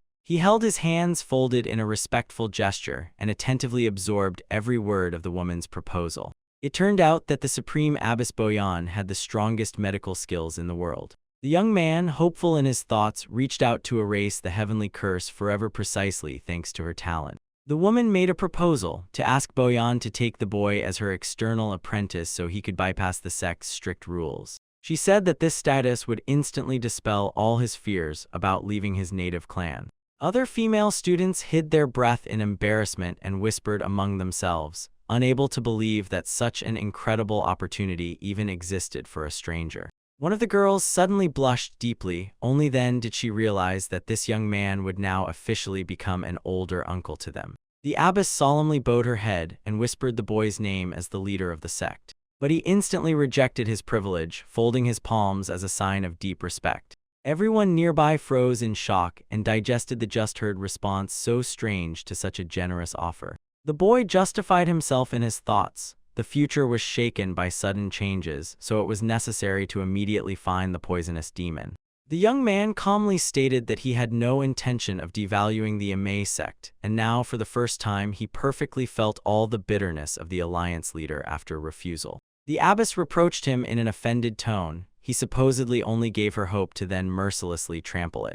All eyes sharply turned to the adult man. He silently stood nearby and accompanied the boy. The senior warrior in his thoughts could not recover from how the alliance leader and the divine healer, both, directly begged the young man to join them as an apprentice. With a strong sense of pride, he fixed his gaze on his companion, and he was amazed by the rapid speed with which he was spiritually growing. While silence rolled through the gloomy night forest, a lone raven maliciously and attentively watched the gruesome slaughter. Against the backdrop of scattered bodies and pools of blood rose the figure of a ruthless warrior. The sword demon deputy leader of the bloody cult disdainfully glanced over the battlefield and said, "A mass slaughter is just an everyday hassle for him." From the boiling bloody lake suddenly emerged a muscular elder, the poisonous demon, who fiercely demanded to know why he had come. The swordsman spoke dully and coldly. His body finally felt true lightness. The elder, with an open sneer, offered the guest a grim proposal to sew his severed arms back on. The face of the sword demon instantly twisted with furious rage. He drew his blade and swore to cut out the tongue of that insolent old man. The poisonous demon grinned maniacally, and in that grimace it was clear that the swordsman had come not for polite talks. The guest fixed him with a gaze and bluntly asked if it was the bloody demon who had given the order to wipe everything out. The face of the poisonous demon instantly tensed as soon as his secret was revealed. Wasting no time, the sword demon sprang from his place and launched an attack, as if foretelling the enemy a swift and painful death.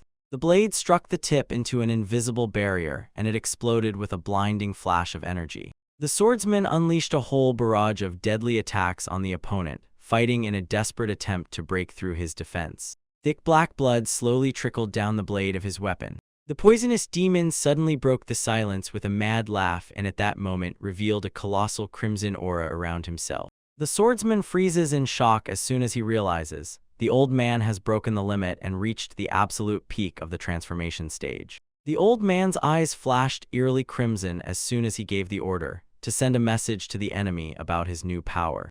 A bloody glow framed the figure, and the poisonous demon, having triumphed, loudly declared the conquest of the legendary spirit tower of Yan. Seeing how uneven the forces turned out to be, the sword demon retreated cautiously and prepared for an instant escape. Calling the opponent a sleepwalker, he sharply turned and rushed away from the bloody lake. Behind his back, a powerful strike thundered. The old man broke the resistance and released a destructive wave of crimson energy. The poisonous demon continued to tear the silence with maniacal laughter, savoring his indisputable triumph. He confidently declared that his brilliant victory was inevitable and absolutely obvious. Stroking his beard, the elder silently admitted to himself he would never dare to kill his most precious student with his own hands. Above the boiling lake of blood, the monster rose up and promised that their meeting with the protégé would be swift. Later, everything moved to a quiet night city, where in the darkness shadows another bloody conspiracy was already ripening. A mysterious figure in a dark cloak approached the brightly lit, luxurious residence. The stranger, without hesitation, stepped over the threshold of the clan leader's room, clutching a heavy, bloodied sack in his hand. He, without any hesitation, threw the bundle on the table and, opening it, showed the severed head of the next victim. The maid fearfully covered her mouth with her palm, and the mercenary, unhurriedly, threw a belated apology for the sudden and brazen intrusion. The young man sat straight at the table and waved his hand, as if the brought head he caught by accident, as if he just destroyed it on the way. The killer took a sip of tea and, disdainfully brushing off, rejected the owner's words that the execution was too complicated. Suddenly he, with obvious disgust, spat out the drink right before the eyes of the stunned clan leader. The boy irritably said, "Why is the tea so bitter?" and immediately assumed that they were trying to poison him. Fixing his gaze on the frightened excuses of the owner, he immediately threw a blunt statement. He hates bitterness and silently expected a completely different, better taste from the elite variety. Pushing anger deep inside, the mercenary with a predatory smile immediately gave the order, "Bring him the sweets of the Tan clan." As soon as the frightened maid rushed off and fled, the clan leader sharply turned back to the main goal of their secret meeting. Throwing his leg on the table, the young man gave the order with a defiant smile to name the next target. The old man snorted with satisfaction, and his assessment of the interlocutor's cynical frankness flared up without any doubt. He spread out the highest-ranked contract on the table, firmly demanding cruel revenge for his mutilated son. With an angry, twisted face distorted by rage, the client gave the order, "Bring the head of the direct heir of the Tan clan, Tan Si-woon." The killer slowly fixed his gaze on the flickering lantern, as if measuring every point of the proposed deal. With a restrained, cold smile, he suddenly rejected this extremely profitable assignment. The clan leader, beside himself, burst into a scream, trying somehow to justify the terrible deeds of his heir. The young man sharply cut off his speech and coldly said, "This bastard truly deserved death." The silence of their tense conversation was suddenly torn by a piercing female scream of horror coming from the residence corridor. A furious young man with a bloodied sword burst into the hall like a whirlwind and turned out to be the very son of the client, who joyfully broke the silence with frantic cries about the murder of Tan Si-woon. As he delivered another cruel blow to the invisible victim, his sinister shadow was predatory reflected on the paper doors. Bursting into the room, the deranged man immediately caught sight of the mercenary and, like a madman, maniacally shouted that he had finally caught the demon who was hiding. Mouth clenched with saliva and white, rolled-back eyes burning with only one thing to tear the enemy to pieces. The madman rushed forward without hesitation and, raising his weapon high, swung for the decisive blow. The mercenary only wearily exhaled through his teeth and accepted this deadly incident as a mundane, petty annoyance. With an instant turn, he effortlessly dodged the blade to the side and forcibly pressed the attacker to the floor, knocking out the weapon. Firmly pressing the enemy, the killer coldly and with interest fixed his gaze on his face distorted by madness. He carefully examined the state of the defeated and only then fully realized the mental destruction could no longer be reversed. The young man pushed away the knocked-out sword, let the body remain on the carpet, and suddenly declared he had changed his mind. Turning to the stunned clan leader, he calmly and cold-bloodedly agreed to carry out the bloody order. Stabbing the blade into the table with all his strength, the mercenary hoarsely and sharply jerked his subordinate, immediately collect an astronomical sum of money. His gaze suddenly hardened, his eyes narrowed as he admitted that he had a personal interest in this matter. The young man was enveloped in a threatening emerald aura, and uncontrolled outrage surged in waves in his head.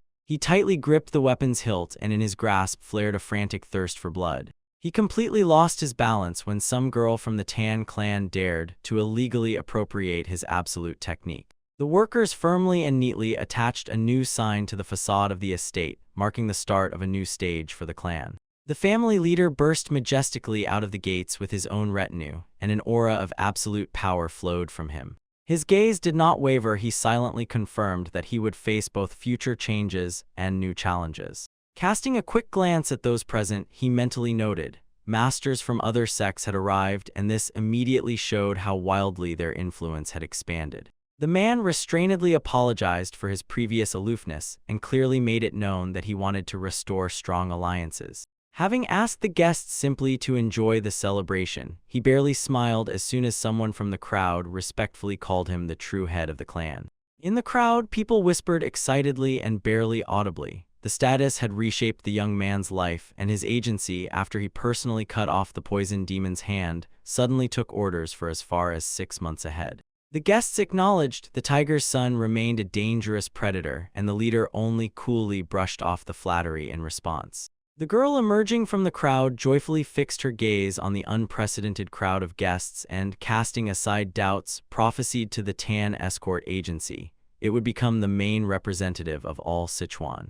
The elder women nodded with firm confidence. Under the leadership of the young clan master, an era of unprecedented prosperity was inevitable. The murmur of the crowd grew wave after wave, filling the square with a sense of complete triumph and universal recognition. While the leader stood still, people were already approaching him with requests for his hand, praising the best candidates for such a loud party. Yet the hero's real problems were hidden far from festive banquets and empty social conversations. Far from the noise, Si-un firmly held his course through the dense forest, step by step leading his exhausted companion. The weakened woman gasped for air, exhaled heavily, and barely audibly called his name, trying to keep up with the frantic pace. She begged him to slow down a little, and the young man responded with sincere, confused misunderstanding. Squatting down, she reproached him. She had been hearing the promise of a quick arrival for a whole hour, while he confidently overcame mountain obstacles. Si-un looked back, gently eased the tension with a smile, and promised that this time they were really almost at the goal.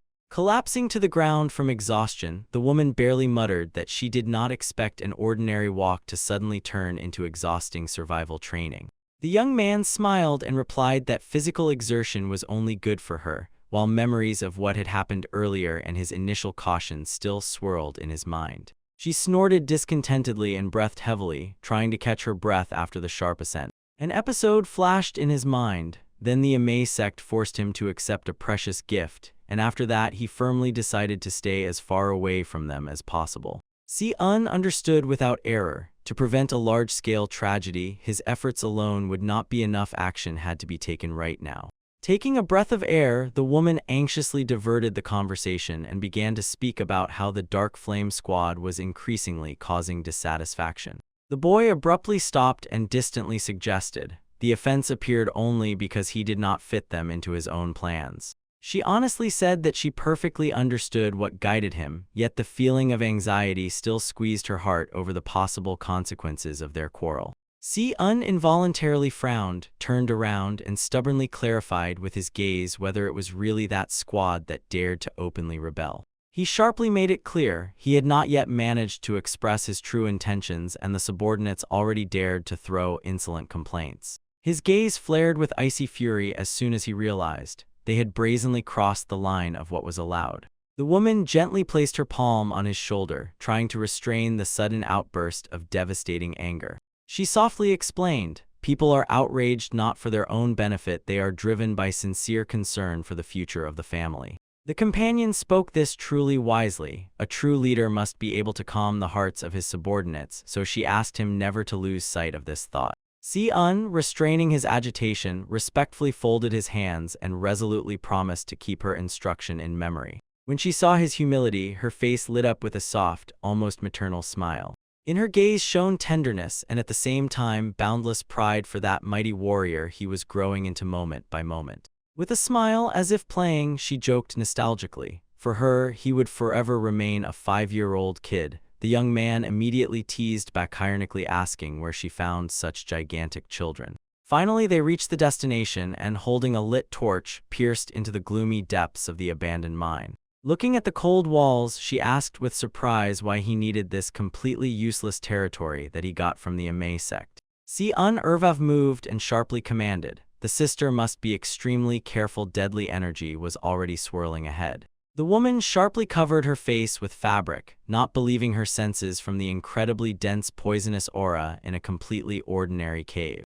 Frightened, she immediately asked to retreat, but the young man commanded her in an authoritative tone to immediately start the circulation of the poisoned heart formula. He detailed the deadly technique to the smallest detail. Instead of the standard meridian protection, she had to activate the acupuncture destruction point to absorb the poison directly into herself. Si-un ordered to gather true energy into one channel and mix it with poison, then run that deadly mix throughout the whole body. Catching her panic reaction, he fixed his gaze directly into her eyes and loudly, without hesitation, ordered her to trust him. The woman froze in place and fixed her gaze on his confident figurine. Then memories suddenly overwhelmed her, throwing her thoughts far into the past. Before her eyes flashed a scene from childhood. She stood furious and choking with tears, then pushed her little brother away, uttered words of hatred at him. Mother quietly scolded her and, unfolding the explanation, said that Si-un is very seriously ill, so she must behave like an understanding older sister.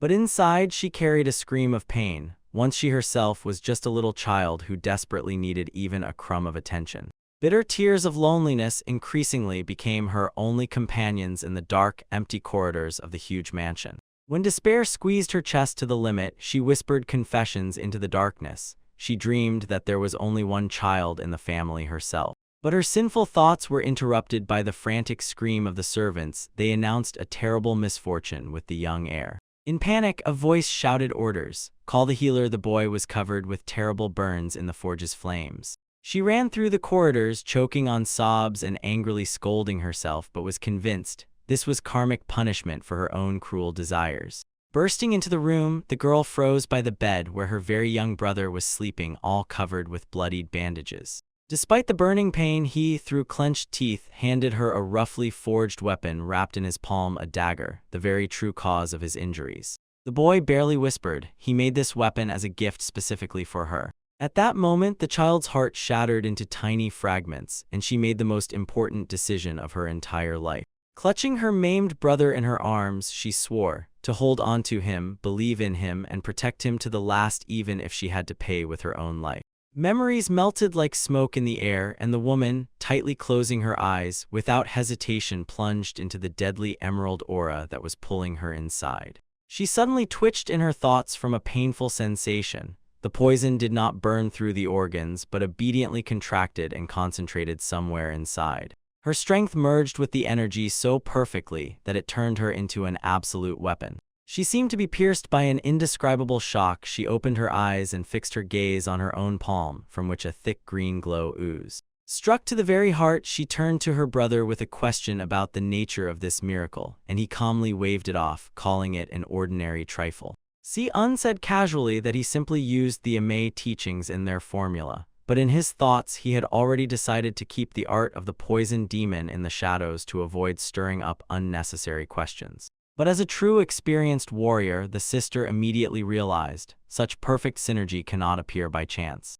The young man did not let her recover and led her further into the cave, convincing her that if the poison penetrated even deeper, it would bring an indisputable result. Step by step, holding behind him, she looked at him with trembling reverence. She was paralyzed by the shock of the thought that her brother had crafted not just a combat system, but a higher, perfect combat technique. She wondered if he had the true talent of a grandmaster. After absorbing the deadly poison, his condition now seemed as if he had swallowed a healing century-old ginseng. The power of this new technique, which she mentally named the Poison Cloud Formula, continuously flowed into her danshan as pure energy. The mechanism worked truly insanely. One half of the poison turned into a weapon, and the other half took the form of vital energy, paving the way to absolute power. Suddenly, Si-un stopped in place and sharply fixed his gaze on the woman. The emerald aura around her had already exploded to full strength.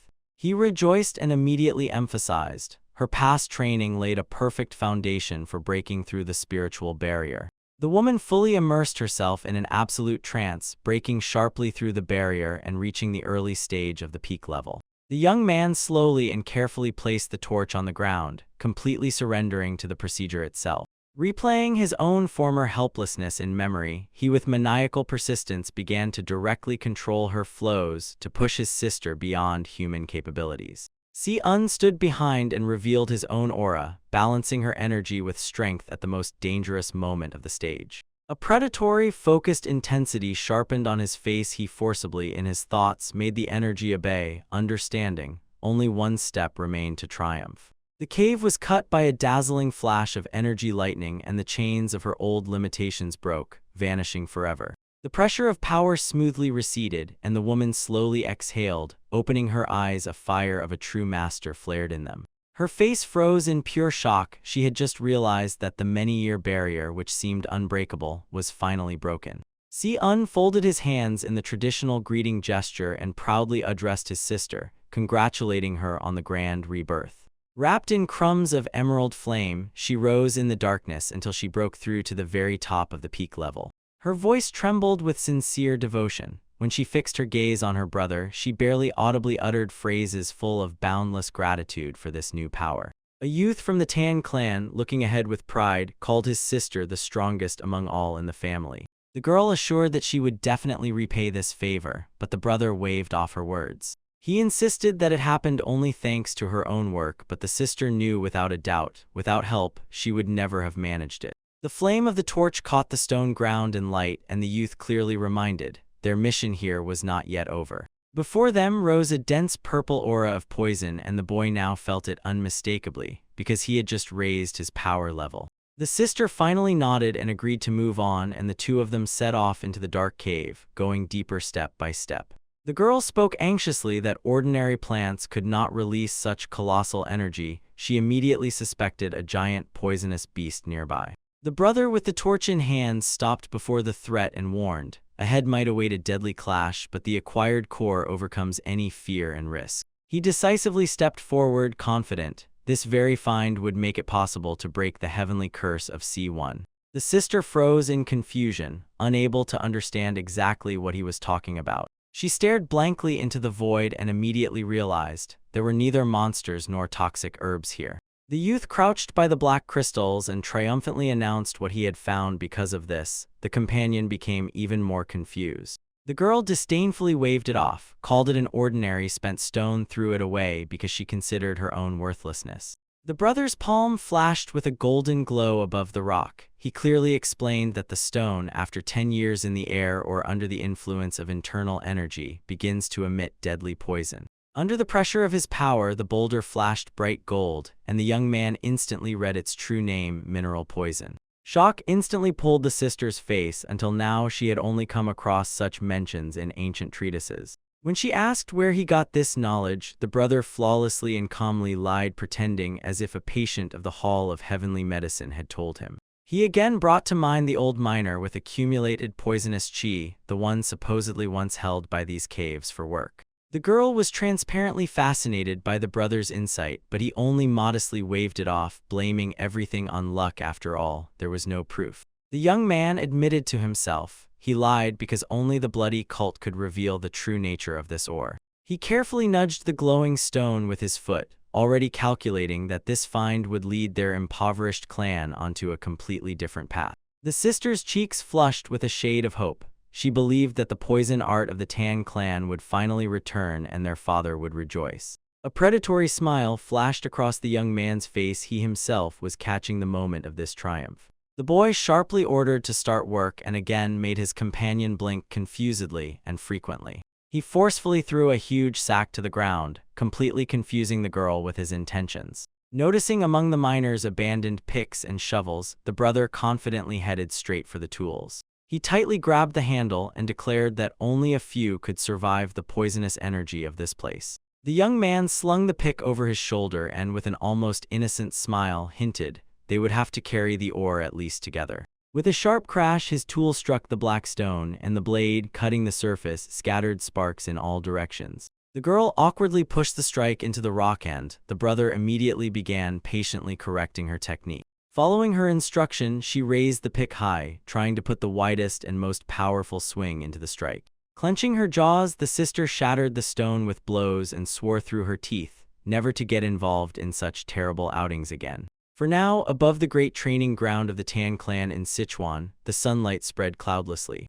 Two warriors in sparring locked together fiercely and sharply crossing swords, and one of them irritably hesitated whether it was worth wasting strength on this. The grim elder fighter with a scar on his cheek sharply asked if they would ever have even a chance to become participants in a real fight. He burst out in outrage. Hiring a strategist instead of guards means that the entire Dark Flame squad becomes completely useless. The red-haired warrior approached him closely and sharply cut off. The young leader's distrust is absolutely justified. The youth disdainfully retorted that their own inability to stop the killer had prompted such disgraceful behavior. The veteran sharply fixed his gaze on the newcomer and roughly waved an order, "Keep your tongue behind your teeth." But the redhead only snorted with laughter. He called the elders whining, pathetic excuses of a loser, saying that he had failed to hold the defense and botched the ambush. Tension exploded in a moment. The young warrior brazenly repeated the same words directly to the veteran's face, accusing him of thinking like a loser.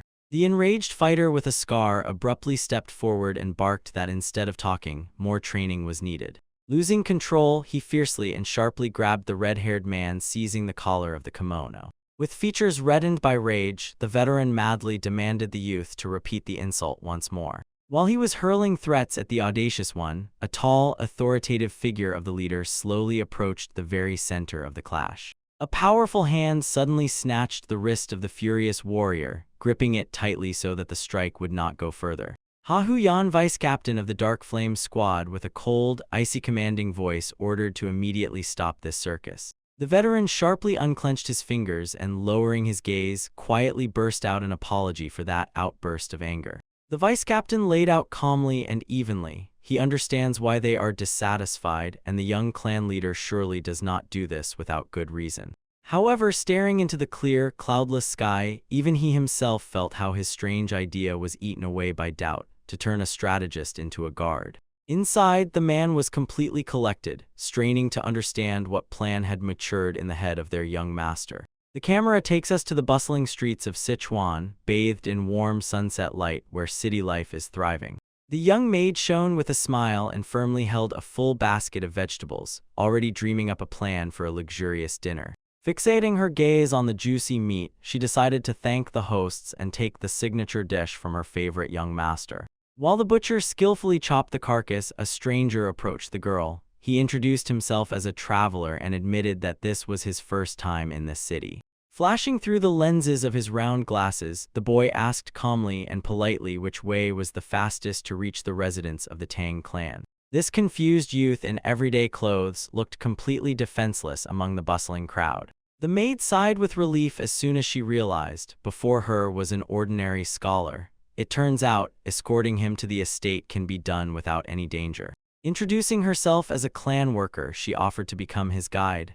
The traveler immediately agreed, and his joy was unmistakable. Their path stretched along a forest trail, soft, picturesque, bathed in the golden rays of the evening sun. They confidently walked on solid ground, breaking away from the noisy city and leaving it far behind. The boy did not let silence hang throughout the entire road. He hotly and without pauses dispelled thoughts about the tragic fate of the strategist who miscalculated and wrongly chose the Lord. Waving his hands, he showered the listeners with historical names, reveling in memories of corrupt ministers and depicting the miserable ends of loyal servants. The girl silently moved ahead, suppressing her irritation at this unbearable loudmouth with all her might. While the young man started again the long song about the cursed masters, the maid froze and seriously considered fleeing into the forest in her mind, as if that could be the only salvation. Suddenly, the walk was interrupted by someone's heavy leather boot. It stepped menacingly on the path right in front of them. The gaze fixed on the young leader of the Tan clan, the girl immediately recognized him and called out joyfully. Her eyes instantly widened with surprise as soon as she saw the terrible condition her masters were in. The disheartened sister barely stood on her feet, while the brother, with an awkward smile, carried a dirty sack with ore on his shoulders. To the frightened exclamations of the maid, the exhausted girl responded only with a sharp wave. She no longer had the strength to explain all those adventures. The clan leader instantly froze the stranger in glasses who approached without invitation, immediately pressed him with his gaze, and began scrutinizing his face. The scholar enchantedly murmured about dark eyes, perfect eyebrows, and prominent cheekbones, and these words made the young man freeze in complete astonishment. Analyzing the shape of the jaw and forehead, the boy solemnly declared, "This face seems to have been created precisely to command an entire court of officials." The lenses of his glasses exploded with the flame of fanaticism, and he burst out with a wild, exclamatory statement saying that before him stood the true face of the supreme ruler. The maid awkwardly interrupted the conversation, anxiously apologized for the strange scene, and explained that she had brought this prophet precisely to their residence. The young man immediately knelt down, folded his palms low, and with sincere humility proclaimed that from this moment he would bear personal protection for the young leader. The Ertan fixed him with an icy, immovable gaze and accepted this statement with cold calm. In memory emerged the majestic figure of the strategist. He holds the threads of fate on the global map of the world, for in all lands he was known as the greatest mentor of the Celestial Empire. Before the clan leader bowed low the instructor of 1,000 eyes himself, the legendary strategist Yo-sun. Only novices remained on the training ground, their fighting spirit completely collapsed after the captain disappeared. The senior warrior with long hair silently watched this disorder, and one question kept spinning in his head.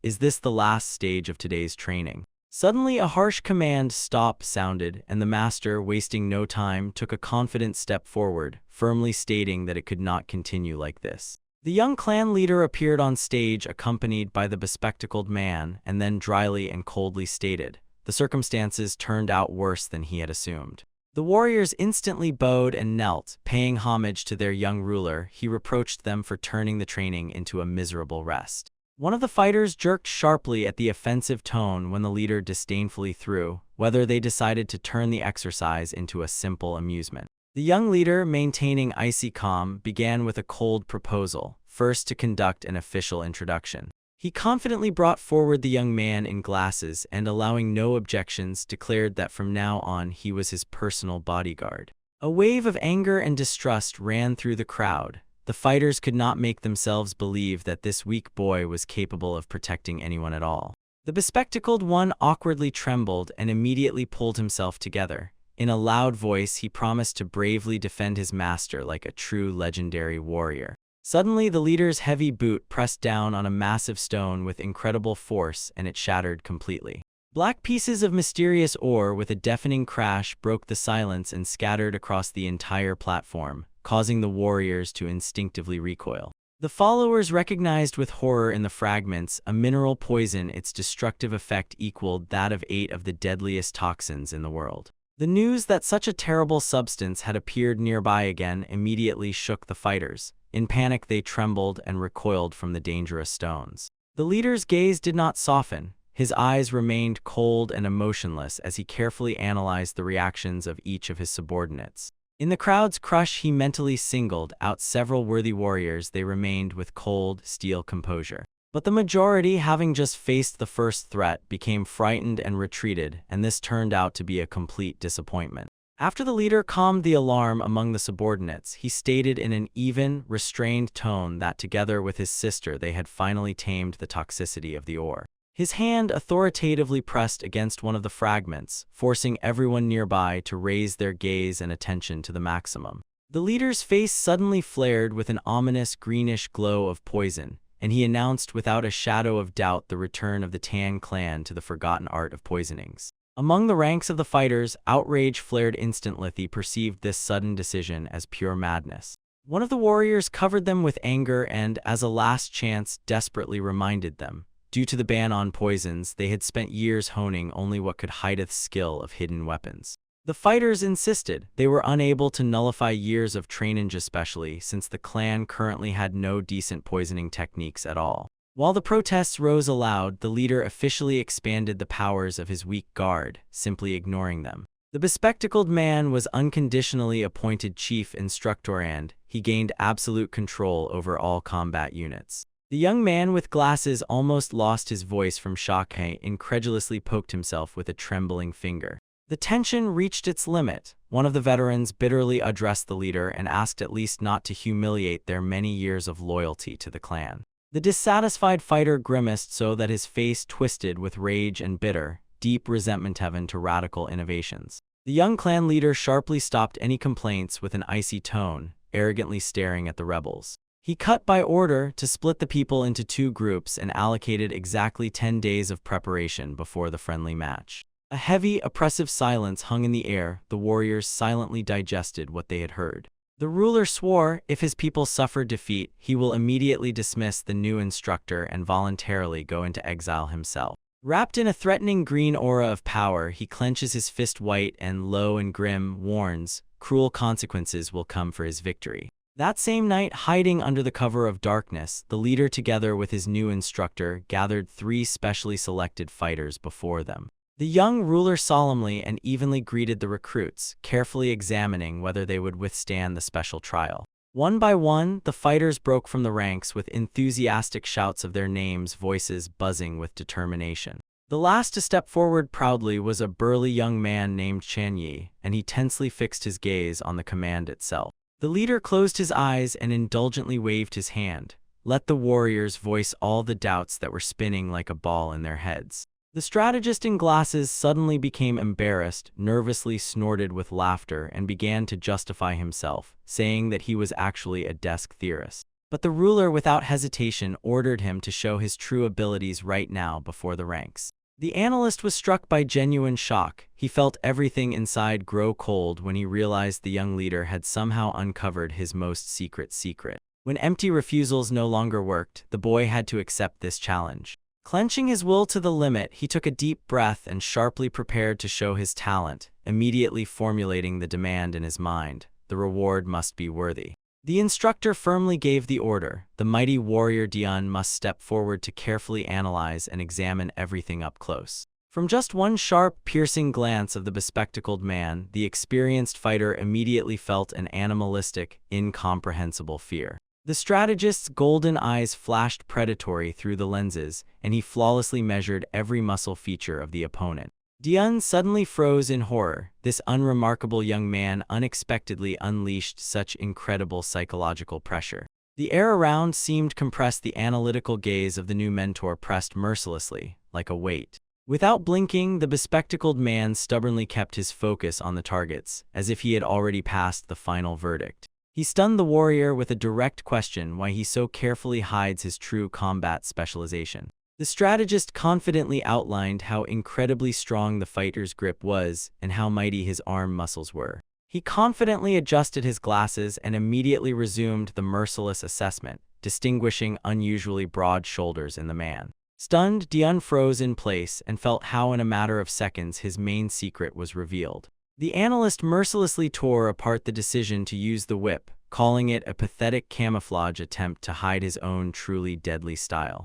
The bespectacled man, sharply and emotionally waving his hands, precisely conveyed the same unique feeling of the wind and how a warrior sees the world incredibly broadly. The voice struck like thunder. The power of this fighter grew from the boundless steppes, and he himself was a native, a brilliant archer. The young leader watched the unfolding scene with obvious delight, and every second finally confirmed his instructor was truly phenomenally talented. In his thoughts, he bowed before the mastery of the legendary mentor of 1,000 gazes, the one who can see through everyone. In his past life, this brilliant teacher raised countless unparalleled masters during the bloody war with the cult. His divine gift gave him the ability to instantly reveal even the most intricate combat techniques and just as quickly select a flawless counter to each of them. Despite the fact that this strategist had previously died tragically due to a lord's wrong choice, now his fate had to sharply take a completely different path. Totally exposed, Dian humiliatingly dropped to one knee and, trembling, begged the young leader to forgive him for the lie. The warrior, through bitterness, reluctantly admitted he hid his true origin only because he was afraid that upon joining the elite Dark Flame squad he would be rejected. The ruler accepted this sincere confession with silence and stern quiet, giving no sign of feelings on his stone face. The leader sharply turned around without saying a word and quickly moved forward. The fighters remained in unbearable tension. The The strategist awkwardly and shyly began to apologize to the warrior for cruelly exposing his painful secret to the world. But Dian's gaze trembled with sadness only because from the very start he had personally chosen the wrong path of deception. With a heavy rumble right in front of the stunned fighter, a luxurious bow and a quiver filled with arrows suddenly fell. The leader, who sharply turned and grabbed the weapon firmly and without hesitation, declared, "To bring true mastery to precision, the right tool is needed." The stunned fighter, tears welling in his eyes, uncertainly asked again, "Is the ruler really ready to close his eyes to his origin from the steppes?" The leader only raised an eyebrow in surprise and immediately made it clear, the warrior's past means nothing to him. Approaching very close, the young ruler locked eyes with the fighter and asked only one the most important question about which clan he belonged to. From the leader surged a wave of pure, untamed power, while his hand firmly gripped the weapon and awaited an answer. The air was thickly saturated with sparks of emotional tension as the warrior pondered the grand scale of trust placed upon him. Dian burst out in a piercing cry. Through tears of loyalty, he declared himself a true and lifelong son of the Tan clan. A barely noticeable but genuinely warm smile slid across the leader's lips, and he gladly confirmed to himself, "Such loyalty is the only thing that truly matters." The protagonist cut off the order to break down the martial arts of the three subordinates into components and build a completely different foundation for them. He challenged Yo Sanievi, and he, flushed deeply with a blush, confidently agreed to take on the task. The scientist was responsible for the theoretical foundation, while the protagonist focused on refining the poison techniques. Three fighters stood straight as if cast from a mold, and their faces blazed with unwavering determination, readiness to face any hellish trials. The warning that from now on they would not see sleep shook the subordinates even more. One of them shouted that he would sleep only after death. Feeling satisfaction from their fanaticism, the hero ordered immediate preparation for training, and the squad immediately erupted in a loud chorus of complete obedience. Darkness descended on the luxurious residence, but only in one window flickered a warm, lonely light.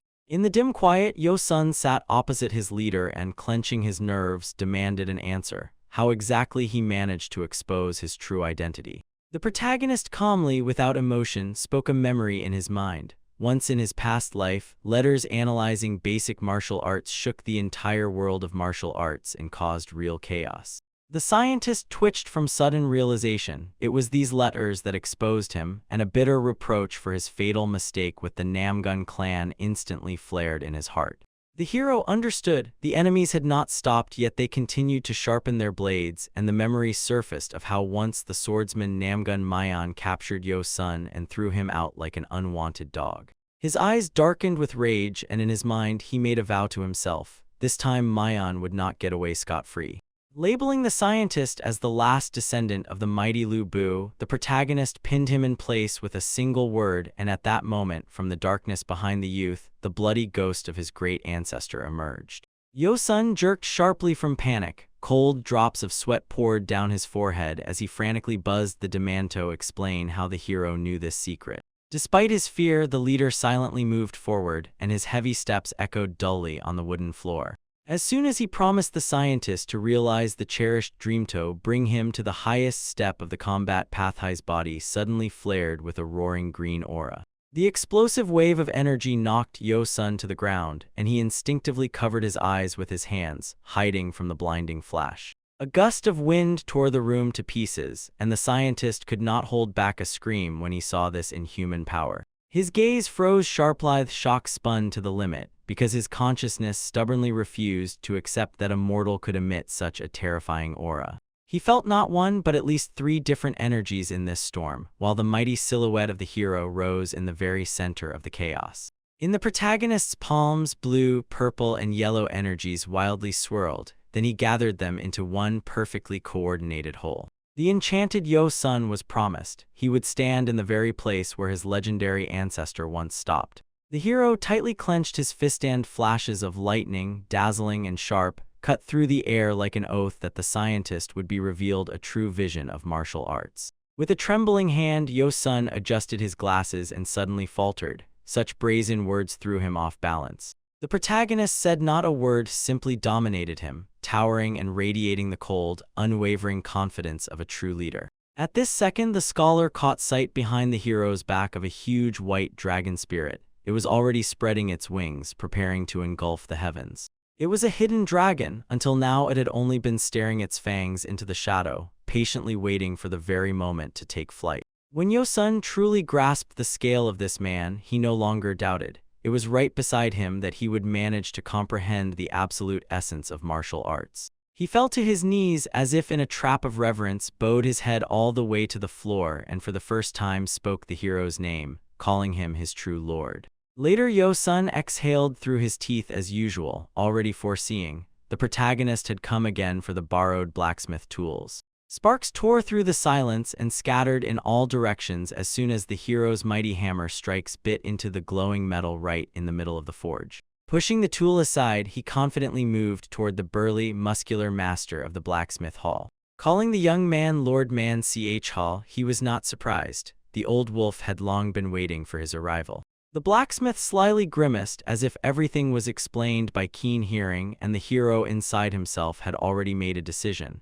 It was time to lure this veteran to his side. A painful flash appeared before his eyes. The broken man Ch Hall kneeling beside a bloodied woman. This was exactly what pushed him to leave the Tan clan. When the young man again remembered his new subordinate, the old blacksmith only cut off a dry, emotionless yes. But as soon as the hero said that this was not enough, his gaze hardened like ice. The Tan clan still remained divided, although Tan Ho Yali is already dead. A warning that in such a state they would not escape the inevitable catastrophe caused a sharp shudder in Man Ch Hall. He even twitched from surprise. The protagonist's face did not flinch, but his eyes burned with fanatical faith that he would not stray from the chosen path.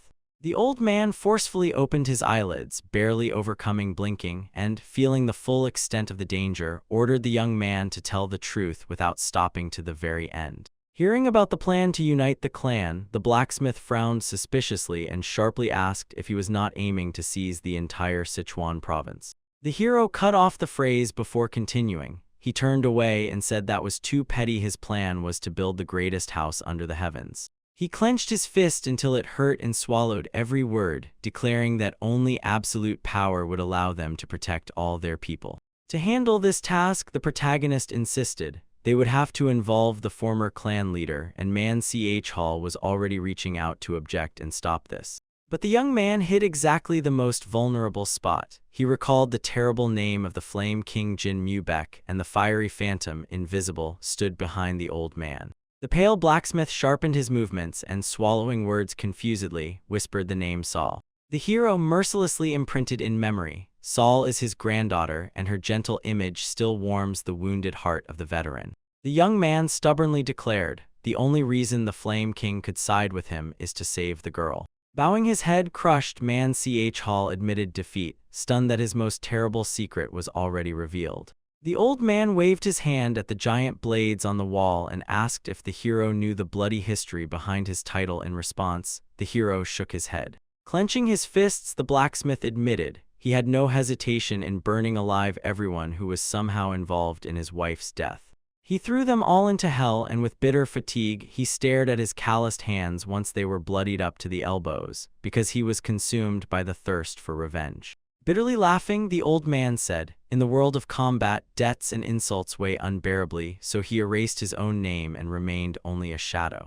Kneeling before the forge's flame, Man Ch Hall bowed his head and called the hero his savior because he defended the only meaning of his life. With eyes wet from tears, the veteran swore an oath. He would carry out any order to repay that incredible mercy. The protagonist clenched his hand, feeling a thought pounding in his head.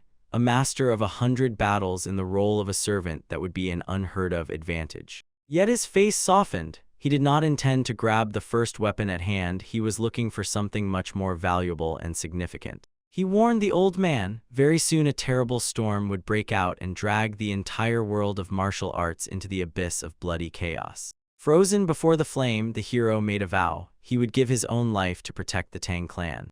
An astonished Man Ch Hall burst out asking the reasons, and the protagonist said without unnecessary words that Saul also belonged to the Tang family, so he did exactly what he had to do. He sharply turned to the veteran and stubbornly cut off. There would be no debts left between them. The young leader, extending his hand, addressed the old man with a request. to lend him his own strength only for the protection of their shared family. Man Ch Hall's gaze sharply widened, and all his inner ice disappeared without a trace. It simply melted from these sincere words.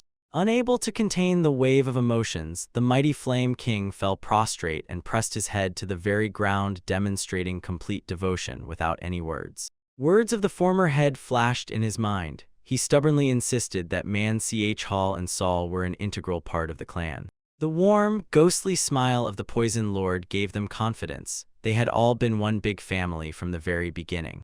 When the veteran, hardened by blows, opened his eyes again, tears burst from them. He gathered himself with trembling and whispered the name of his late lord. The majestic ghost of the Poison Lord silently appeared behind the protagonist and proudly fixed his gaze on him, watching closely over his worthy successor. A golden glow covered the hero, who stood motionless like a living likeness of the unbreakable strength of the former leader. The master and his new lord remained standing in the very heart of the forge, united by a single mission.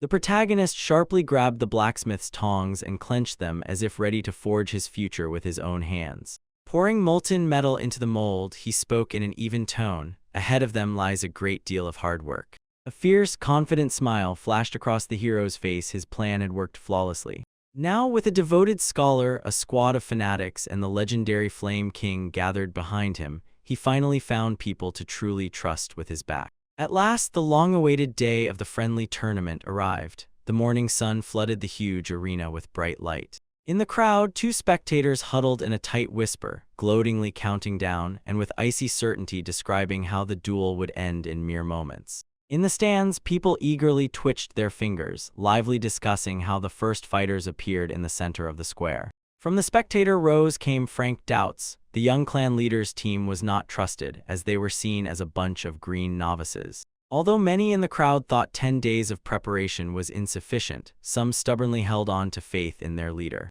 Someone confidently tapped on the stone slabs, and the feet moved without hesitation straight to where the battle was unfolding. While everything continued, the clan leader solemnly rode into the arena accompanied by a respectful escort. He turned to those present and, barely yielding to nostalgia, let slip a phrase about how the clan had not gathered in such full strength for a long time. The man smiled kindly and made a gesture inviting. Cast aside worries and immerse yourself in the spectacle with all your heart. As soon as he spoke his words, the stands erupted with a piercing, uncontrollable roar of impatient spectators. The young clan leader carefully observed the scale, and a satisfied smile lit up his face. The tension in the air was rapidly increasing, and an invisible wave rolled through the arena, squeezing everyone present. The judge decisively stepped forward and read the rules in a harsh tone. Fighting was allowed only with blunt weapons, and any strikes to vital points immediately resulted in instant disqualification. He also unequivocally emphasized, only representatives of the vanguard from each team would work on the field.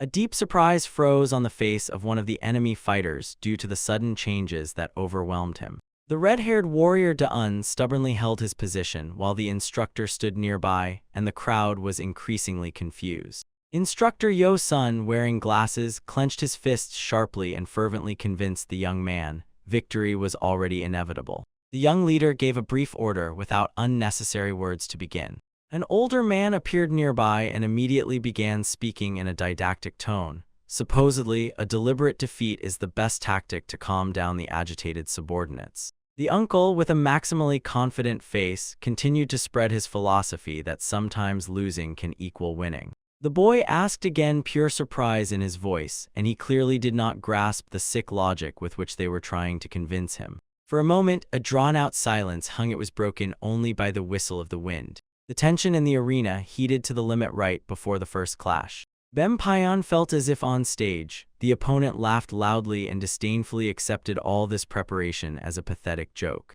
As soon as the distribution of training equipment started, he confidently grabbed the wooden sword. But his mocking gaze suddenly fixed on the strange choice of the opponent. Un held the bow with iron-clenched fingers, and this openly threw the spectators off track, because they expected his usual whip again. Among the people, the experienced warrior, glancing at the crowd, skeptically remarked that this weapon would not allow continuous transition from defense to attack. After disdainful remarks about the futility of the archer in close combat, a loud signal sounded, starting the duel. Bempayan arrogantly said, as if he held no personal malice in his heart and aimed for a quick finish. But De-un stubbornly ignored him, only quietly muttering to himself, measuring the trajectory and slowly drawing the bowstring. Such blatant ignoring made the swordsman grit his teeth and grind them in blind rage. Bempayan's foot struck the stone slab with incredible force and sharply pushed off it. He dashed into the attack like lightning, aiming to end the fight with one devastating blow. His dark silhouette stretched in space and disappeared against the background of a rush accelerating to incredible speed. Un did not blink an eye, cold-bloodedly prepared to take the enemy's blow. The red-haired youth sharply jerked the bow in his hands and used it as a close combat weapon. Previously, the Black Eagle's arrow technique merged into a furious barrage of fire, but now it showed its true purpose: a single, deadly shot. Memories pulled out the moment. Control over energy worked so that this stance returned its original, truly terrifying power. The youth flawlessly draws the weapon, gathering all his explosive aura in one precise movement. The released shockwave tears off the stone covering of the arena. It shatters into small fragments. De-un himself froze in shock. The destructive force suddenly overwhelmed him, and he instantly realized that the skill had reached a new level. This was only possible because Yo-sun underwent hellish training. In the recent past, the young leader gave the instructor the order: infiltrate the Dark Flower base and prepare countermeasures. Yo-sun nearly fainted in panic. He was afraid that a crowd of 20 enemies would capture him. But he received the most indifferent advice: at the slightest failure, just break away from the spot and run with all your might. Returning to the harsh reality, the arrow flew with incredible speed and struck directly into the stunned Bempayan. The swordsman barely managed to swing his weapon upward, and at the last moment instinct urged him to intercept the strike to prevent death from occurring. The unbearable force of the blow struck mercilessly and threw him backward, tearing a hoarse groan from his chest. In the stands, the uncle froze, stunned. De-un had quietly advanced all the way to the first-class level. Bempayan snarled fiercely, refusing to swallow this shameful humiliation. With a crash, his body rolled across the ground, raising a thick cloud of dust. Driven by pride for the elite unit, he gripped the ground with incredible tension, forcing the fall to stop. With a loud roar, the swordsman sprang from his place and plunged into attack again, stubbornly pushing back the pain. But De-un played ahead in a split second. He closed in to strike from behind. Bempayan miraculously intercepted the attack, instinctively deflecting it with his foot. A fierce duel of quick strikes flared up in the arena up close, at the edge of distance, where every contact decides everything. The swordsman finally spotted a weak spot in the opponent's defense and struck sharply. The blow landed right on his weapon. The dull thud of the step echoed in the silence, and Bempayan firmly pressed into the stone floor. Barely catching the dreamed-of advantage in hand-to-hand combat, he unleashed a whole hail of devastating blows on the red-haired one. The uncle eagerly sprang sharply from his seat, firmly convinced that his favorite was about to achieve a quick victory. The young clan head still sat motionless, and not a single emotion flickered in his gaze, pure coldness and indifference. The fist struck De-un with all its might right in the jaw, and bloody splashes shot out. But the history of battles always proved one thing: when a warrior blindly relies on his own advantage, his decisions irrevocably dull and become senselessly blunt. And this tiny second of triumph immediately became the best target for the final trap. Un sharply thrust his hand forward and lightning-fast reproduced the trajectory of an arrow in motion. Bempayan mockingly twitched his voice and ordered him to surrender, completely ignoring the danger, as if bare hands were only capable of laughter. But in a moment, his pupils sharply narrowed. Paralyzing fear pierced him from head to toe. He caught a belated understanding. The opponent's hand concealed a deadly secret. Consciousness in despair firmly memorized the blunt projectile that the enemy tightly gripped in his fist. A terrible blow flew straight into the face and split the space with a dreadful crack. The red-haired victor proudly rose above the fallen opponent, breathing heavily and wiping blood from his lips. Bempayan's body lay powerless on the slab. Saliva streamed from his mouth after a deep knockout. The judge, exhausted and pale from the shock, read the summary of the first match in a trembling voice. The arena exploded with wild screams, and the crowd unleashed a storm of congratulations for the absolute victory of the warrior holding the young leader's shoulders. The uncle turned completely pale, squeezed into the chair, and flatly refused to accept the crushing defeat. But the young leader twisted his lips into a predatory smile, and he already knew perfectly well the real bloody spectacle was about to ignite. The red-haired youth confidently clenched his fists and, talking with a comrade in glasses, discussed the next opponent. burning with excitement for the fight. Watching their triumph intently, the dark-haired leader concluded to himself, this fighting spirit would allow him to squeeze even more from his subordinates. The gray-haired judge clenched his hand in a gesture and announced a 15-minute break for regrouping before the next battle. Meanwhile, the captain of the Dark Flower Squad stood gloomily in the arena, listening to the confused questions of his deputy as if the latter was searching for answers on how to act next. The leader wearily closed his eyelids, exhaled heavily, and tried to maintain balance in this critical moment. He admitted the enemy's sudden surge of strength confused them, but their devastating defeat had a completely different, much more significant reason. At this moment, the red-haired fighter heavily sank onto the stone floor, completely exhausted after having drained himself with every strike. The young clan leader suddenly moved towards the weakened warrior with a confident stride, and the opponents involuntarily gathered in tense readiness. With an emerald glow, the leader extended his hands to the youth's shoulders and enveloped him in a dense aura of healing energy. A powerful impulse of the technique passed through the fighter's body in a fraction of a second, and bright flashes revived and restored the broken channels. The red-haired man tightly closed his eyes, felt a pulse of strength within himself, and in his thoughts involuntarily admired the flawless medical skills of his commander. The judge sharply intervened in the course of the competition. He raised his hand and immediately stopped the process, then coldly warned that such assistance violated the tournament rules. But the young leader only shrugged indifferently in response, countering. He did not give the fighter any new energy, only returned his state to the starting point. The judge failed to find convincing arguments, sharply turned around, and abruptly threw a question to the captain of the Dark Flower about the essence of the incident. Sweat slid down the veteran's exhausted face, and he bitterly admitted that at the very start of the tournament, he had an absolute advantage in number and strength. He knew for sure now any of their complaints would turn the elite squad into an object of ridicule in front of the entire crowd. So the captain calmly agreed to continue the clash only when the opponent's basic strength was restored. A new strike started the second round. The restored red-haired warrior fiercely drew the string of his bow. The air above the arena trembled increasingly until the tension became palpable before the inevitable clash. The body of the Dark Flower fighter sank to the ground without resistance, and this moment marked another lightning victory of the young leader. The red-haired one burst into the fight and merged into a furious storm of blows, every move breaking the opponent, and enemies fell one after another amid loud shouts. The face of the enemy fighter twisted in shock and tore away his belief in his own ability. The young leader's swordsman unleashed a torrent of fierce attacks on the opponent, who in despair clung to the massive shield. A strong blow with wooden weapon turned the shield bearer and threw him out of the arena, bringing the team an indisputable victory. The railing warrior broke into the thick of the battle and showered the opponents with rapid stick attacks, making them anxious and lose order from such a sudden shift of power all in just 10 days. The opponent, with a broken face, sank to his knees, clearly confirming another victory of the young leader and his subordinates. While the Dark Flower kept her gaze on this nightmare, the captain suddenly realized the skill of the entire enemy squad had risen to incredible heights. The arena instantly filled with clouds of smoke after the fall of another defeated, and the score stubbornly climbed to 9 consecutive victories, leaving the captain with only 8 fighters. A noise erupted in the crowd. The spectators could not understand how the same mediocre warriors suddenly grew to the level of absolute elite, all under the guidance of the new mentor. The gaze of the Dark Flower commander sharply narrowed as a grim realization pierced him. Their complete defeat was now irreversible. The young man in glasses smiled broadly, and joyfully his face shone with sincere delight at how flawlessly they had learned to silently block all enemy techniques.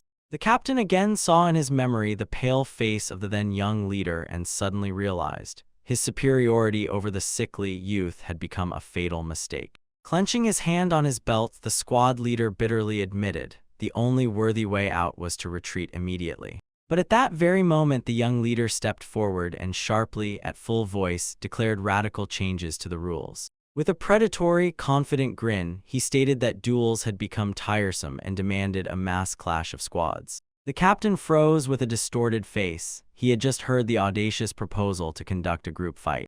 Among the spectators, a wave of muffled whispers rolled again, and the leader of the Dark Flower, squinting tensely, pondered whether the boy was trying, even in this way, to stand firm and leave them at least crumbs of honor. But as soon as the captain caught the young leader's superior and cold smile, he immediately dismissed these naive thoughts. The gray-haired judge sharply waved his hand and officially gave the countdown to the final group confrontation. The commander sharply tugged the warriors on the order. No pauses, not a second without vigilance. He sensed the enemy's treachery in advance. On the stone arena, two teams lined up, and each of their gazes fixed on the opponent as if burning right through them. The judge sharply waved his hand, and the final order broke the silence before the start of the fight. The face of Captain Darkflower twisted with rage, and he shouted at the top of his voice to deploy the deadly formation, Black Arrow. His fighters immediately sprang from their places and flew into the attack, closing in a battle wedge and trying to crush the enemy's defensive line.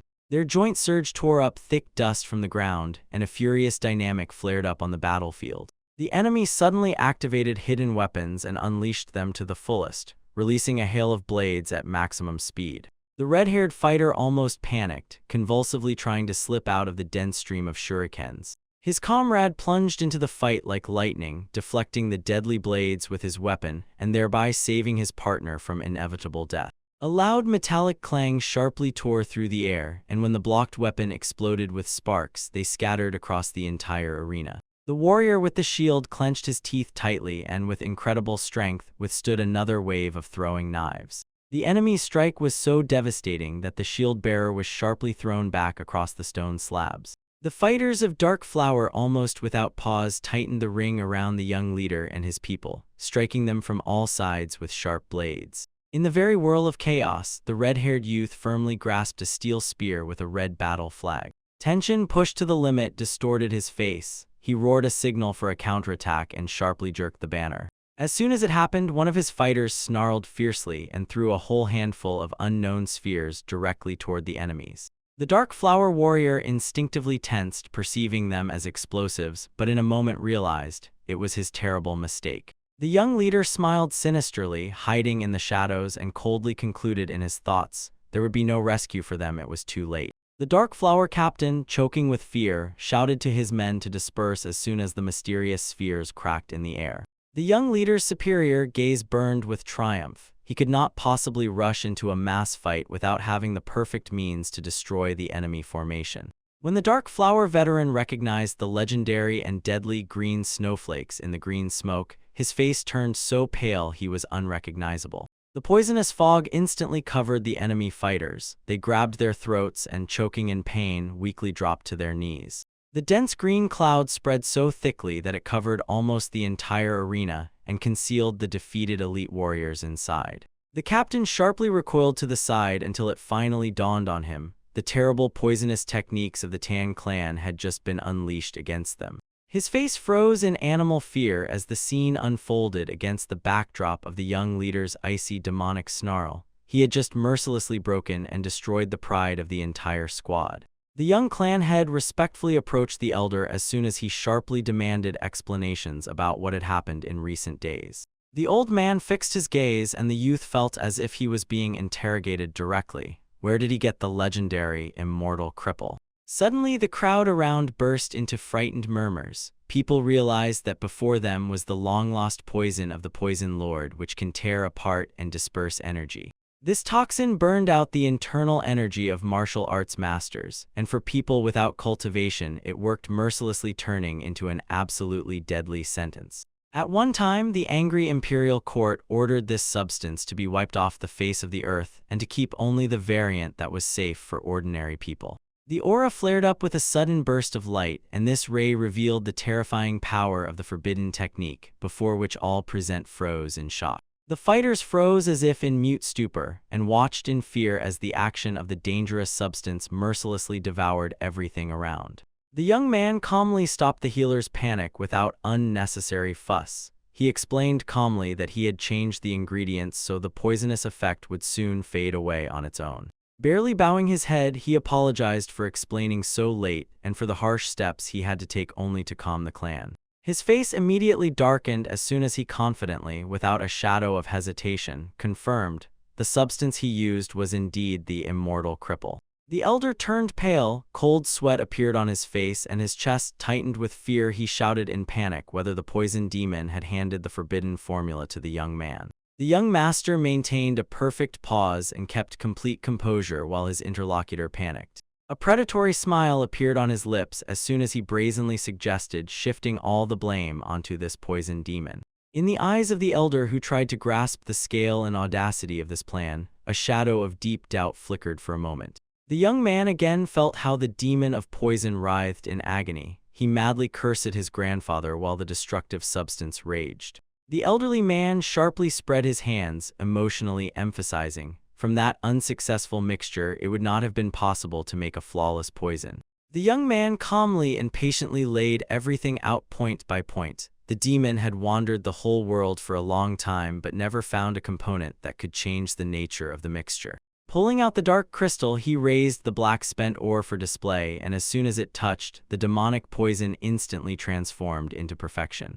At that very moment, the boy finally realized the substance processed by the ore was the legendary immortal cripple, the very one his grandfather had spoken about. The courtyard was torn by excited shouts. The fighters immediately understood that this power would restore their title as the most powerful clan of Sichuan. The faces of the warriors flared with mad hope and a predatory desire to regain lost power. From the shock of the blow, the elder's eye twitched convulsively as soon as he realized the gigantic scale of the power now in the boy's hands. Suddenly, one of the fighters sank to his knees, breaking the silence with loud pleas for any punishment for daring to question the leadership's intentions. The young man fixed him with a cold, scrutinizing gaze, and the crowd involuntarily froze, holding their breath under the thickening tension. In the courtyard, the air seemed to thicken and press on the chest as everyone awaited the verdict for the one deemed guilty. The young leader's eyes flashed sharply and dangerously as he firmly and without hesitation declared, "Such audacity entails inevitable and severe punishment." A young man in glasses named Yo Sun smiled radiantly and reported that he had already gathered everything needed for the next step.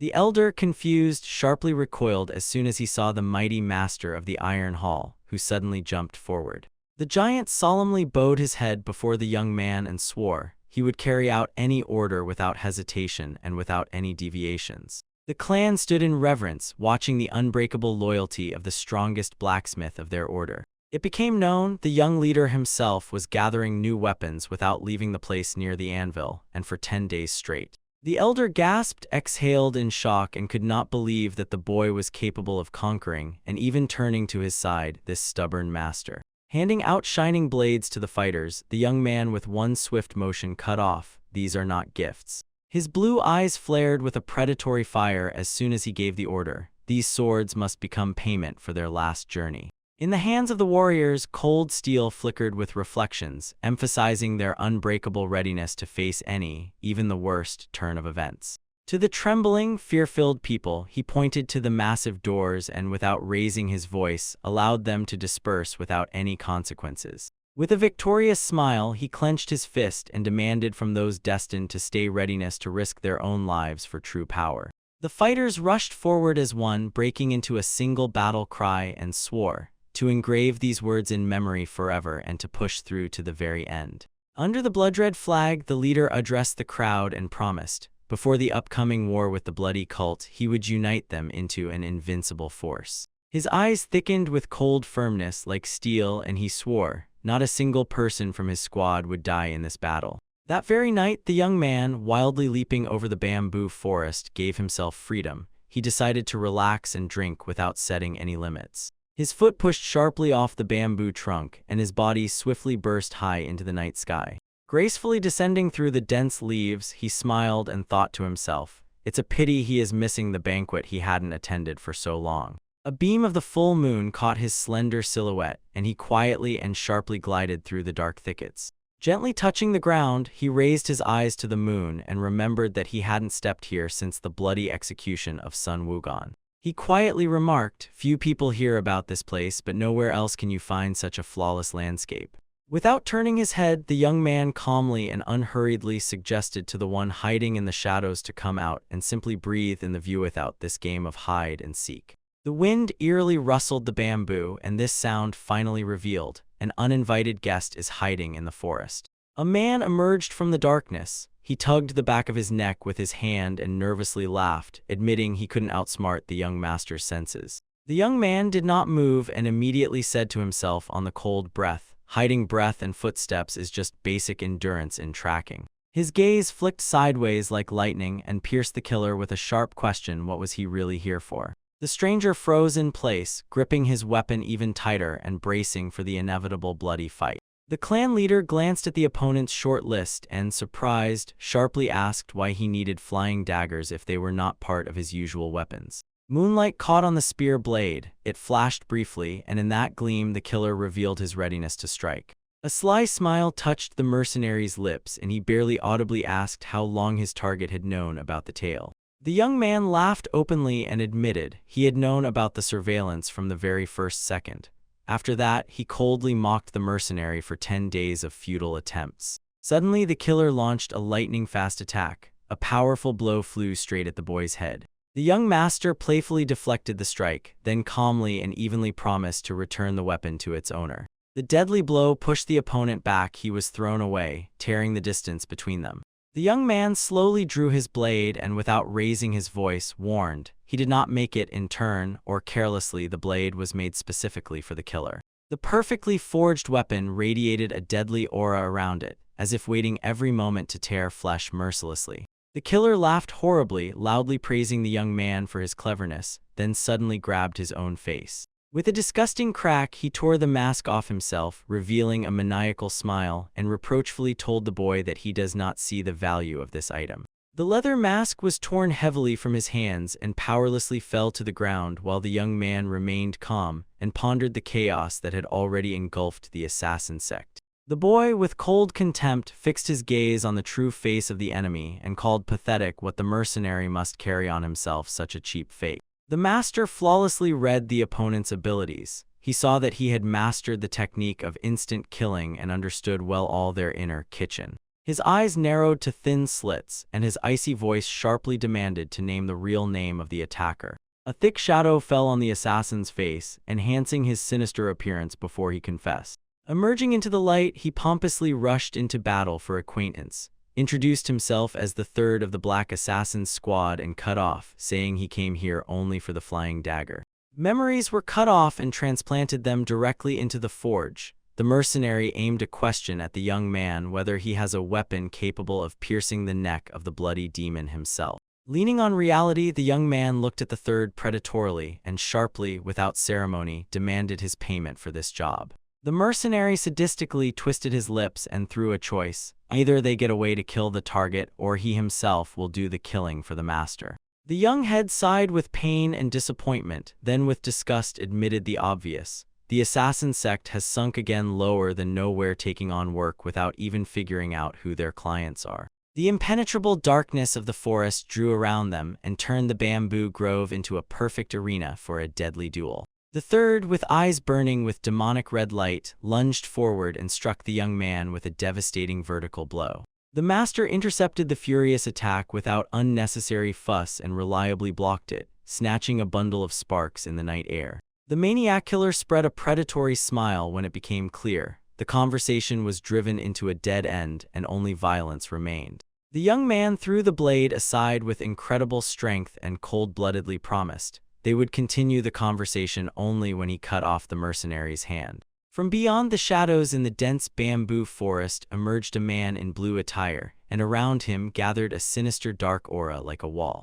Noticing the opponent, he met his gaze without trembling and greeted him as if he had long been an old friend. A sharp, energetic flash tore through the darkness, but the warrior instantly twisted and flawlessly dodged the attack. A dark-haired attacker jumped on him from above, his blade cut through the air, leaving only a shadow and a blurred silhouette. The master instantly plunged into a counterattack and with a powerful swing of his sword knocked the opponent off his feet, throwing him to the ground. When their auras collided with each other, the earth trembled from the shockwave and washed away the bamboo forest to complete ruin. From the fragments of giant stalks rained down, they tore off onto the battlefield and illuminated how devastating the warrior's actions were. It was precisely his impeccable physique, a gift he received from the heavens, that explained the incredible strength that led him to full mastery of martial arts. The bloody demon himself acknowledged his combat talent. This killer never failed a single mission throughout his career. He effortlessly absorbs the skills of his victims and step by step walks away carrying another body on his shoulders. Suddenly, an apocalyptic explosion from the devastating clash of the supreme flame and the tempered fire interrupted his thoughts. The attacker suddenly realized that before him was stolen equipment from the palace of the Son of the Southern Sea, so he sprang forward to close the distance. The fight escalated into a crazy aerial clash among falling trees. People fought blindly. The long-haired warrior sharply leapt forward, abruptly extended his hand to grab, and swung his wide-waist blade. As soon as their weapons met, the space was torn apart by another fiery flash. The enemy whipped the fiery whip and boldly declared, "The opponent is now too weak to defeat the tempered fire." The master, without exposing himself to a strike, easily pushed off the trunk and vanished into the night shadows. He smoothly touched the ground right in the middle of the chaotic flames, his face remaining coldly impassive. The attacker sinisterly stretched his lips into a smile, confident. His imitation could never match his true mastery. With this thought, he poured all his fury into a vertical lunge and tried to pierce the enemy through. The blade hovered just millimeters from the victim's eye, and at that very moment the attacker was gripped by powerless horror. He suddenly realized how incomparably great the difference in strength was. The long-haired man with one precise movement deflected the deadly sword strike and completely destroyed the opponent's confidence. The latter did not have time to recover. He had already firmly, tightly grabbed the weaponsmith's wrist. When he forced the opponent to stare into his eyes, his hand flared with a foreign flame. He pressed until the last, probing the secret of the last strike technique. The attacker froze in place and with fear fixed his gaze on the distorted face of his former comrade. Panic was revealed in his eyes when he realized the flame no longer obeyed him. The victor mockingly asked whether the opponent had ever truly believed in his own victory, spreading the space around with the power of his colossal energy. Snapping out of defeat, the enemy clenched his teeth and sharply recoiled backward, trying to break free from the very pursuit. Panic overwhelmed his consciousness. A single thought pulsed in his head: to escape as quickly as possible. But the body suddenly twitched and froze. It was pulled by strong, invisible threads. He tried to destroy them with his aura and, raising his voice to an irritated tone, called these bonds pathetic. But the fire did not move anything and the fugitive froze in place. Absolute shock flared again on his face. With horror he realized, through thin threads flows with all its might the devastating, ice-bright energy of yin. The blue glow of the inner core envelops him, and the warrior, maintaining cold-bloodedness, tersely advises his opponent not to waste strength. The enraged captive hissed through his teeth, "He will not let that man drag him along to the grave." The master sharply jerked the threads, and the victim involuntarily pulled closer to him. A dagger hung in the air, and from it came a sense of inevitable finale. A cold, emotionless voice cut off, "This duel will stop only when one of them dies." He, feeling that there was no choice left, grinned wildly, as if he had driven himself into a dead end. The dagger suddenly froze a moment before his face, not flying an inch further. The long-haired one proposed to take up weapons only if the other was truly ready to fight to the death. The dark-haired one cautiously caught the blade, carefully trying to piece together the opponent's plan. The master said directly, "He knows what exactly the enemy desires: to fight only under conditions that equalize all chances to the smallest detail." He drew his sword and, pressing the blade to the light, declared with unwavering confidence, "Today they will put the final dots and definitively determine who among them is the true heir of the assassin sect." The attacker frowned as if he had been told nonsense, and declared these words outright nonsense. The long-haired man sharply showed the cards. This was a duel called Breaker of Bonds, a traditional trial of their sect. At this news, the blood in the veins of the confused fighter froze. The rules held them in tight clamps. The bodies were bound, and until someone broke and surrendered, they would relentlessly torture each other, inflicting wounds. A nervous laugh burst from his chest, and just then he understood the true meaning of these bonds. But the master slowly raised his weapon and commanded to stop these pitiful attempts at deception. The opponent had no choice left. He closed the shining sword like a flash and took a fighting stance. The aura of the long-haired man sharply intensified as he whispered. He had never held the true truth in his hands. Suddenly a memory of peaceful times flashed in his mind. The smell and clink of filled wine and the question of a former comrade about what he regretted most. That man wiped his lips and swallowed bitterly. He had failed to recognize the traitors in the sect in time. He furiously pounded his fist on the table, squeezing himself with regret. His strength does not allow him to personally blow to dust those who took his brother. The long-haired man sat opposite and silently sipped tea while he was asked if he was ready to help with revenge. Pouring another bowl, the elder sighed heavily and said that the apprentice was too powerless then. He smiled warmly, almost fatherly, and pressed the advice to stay in the shadows and not waste life. The warm smile looked genuine when he said that it was enough just to sit and enjoy the wine, letting go of the pain. The memory was interrupted at the moment. He raised the cup and addressed his dear friend. Now these words sounded like the most terrible curse on the eve of a deadly duel.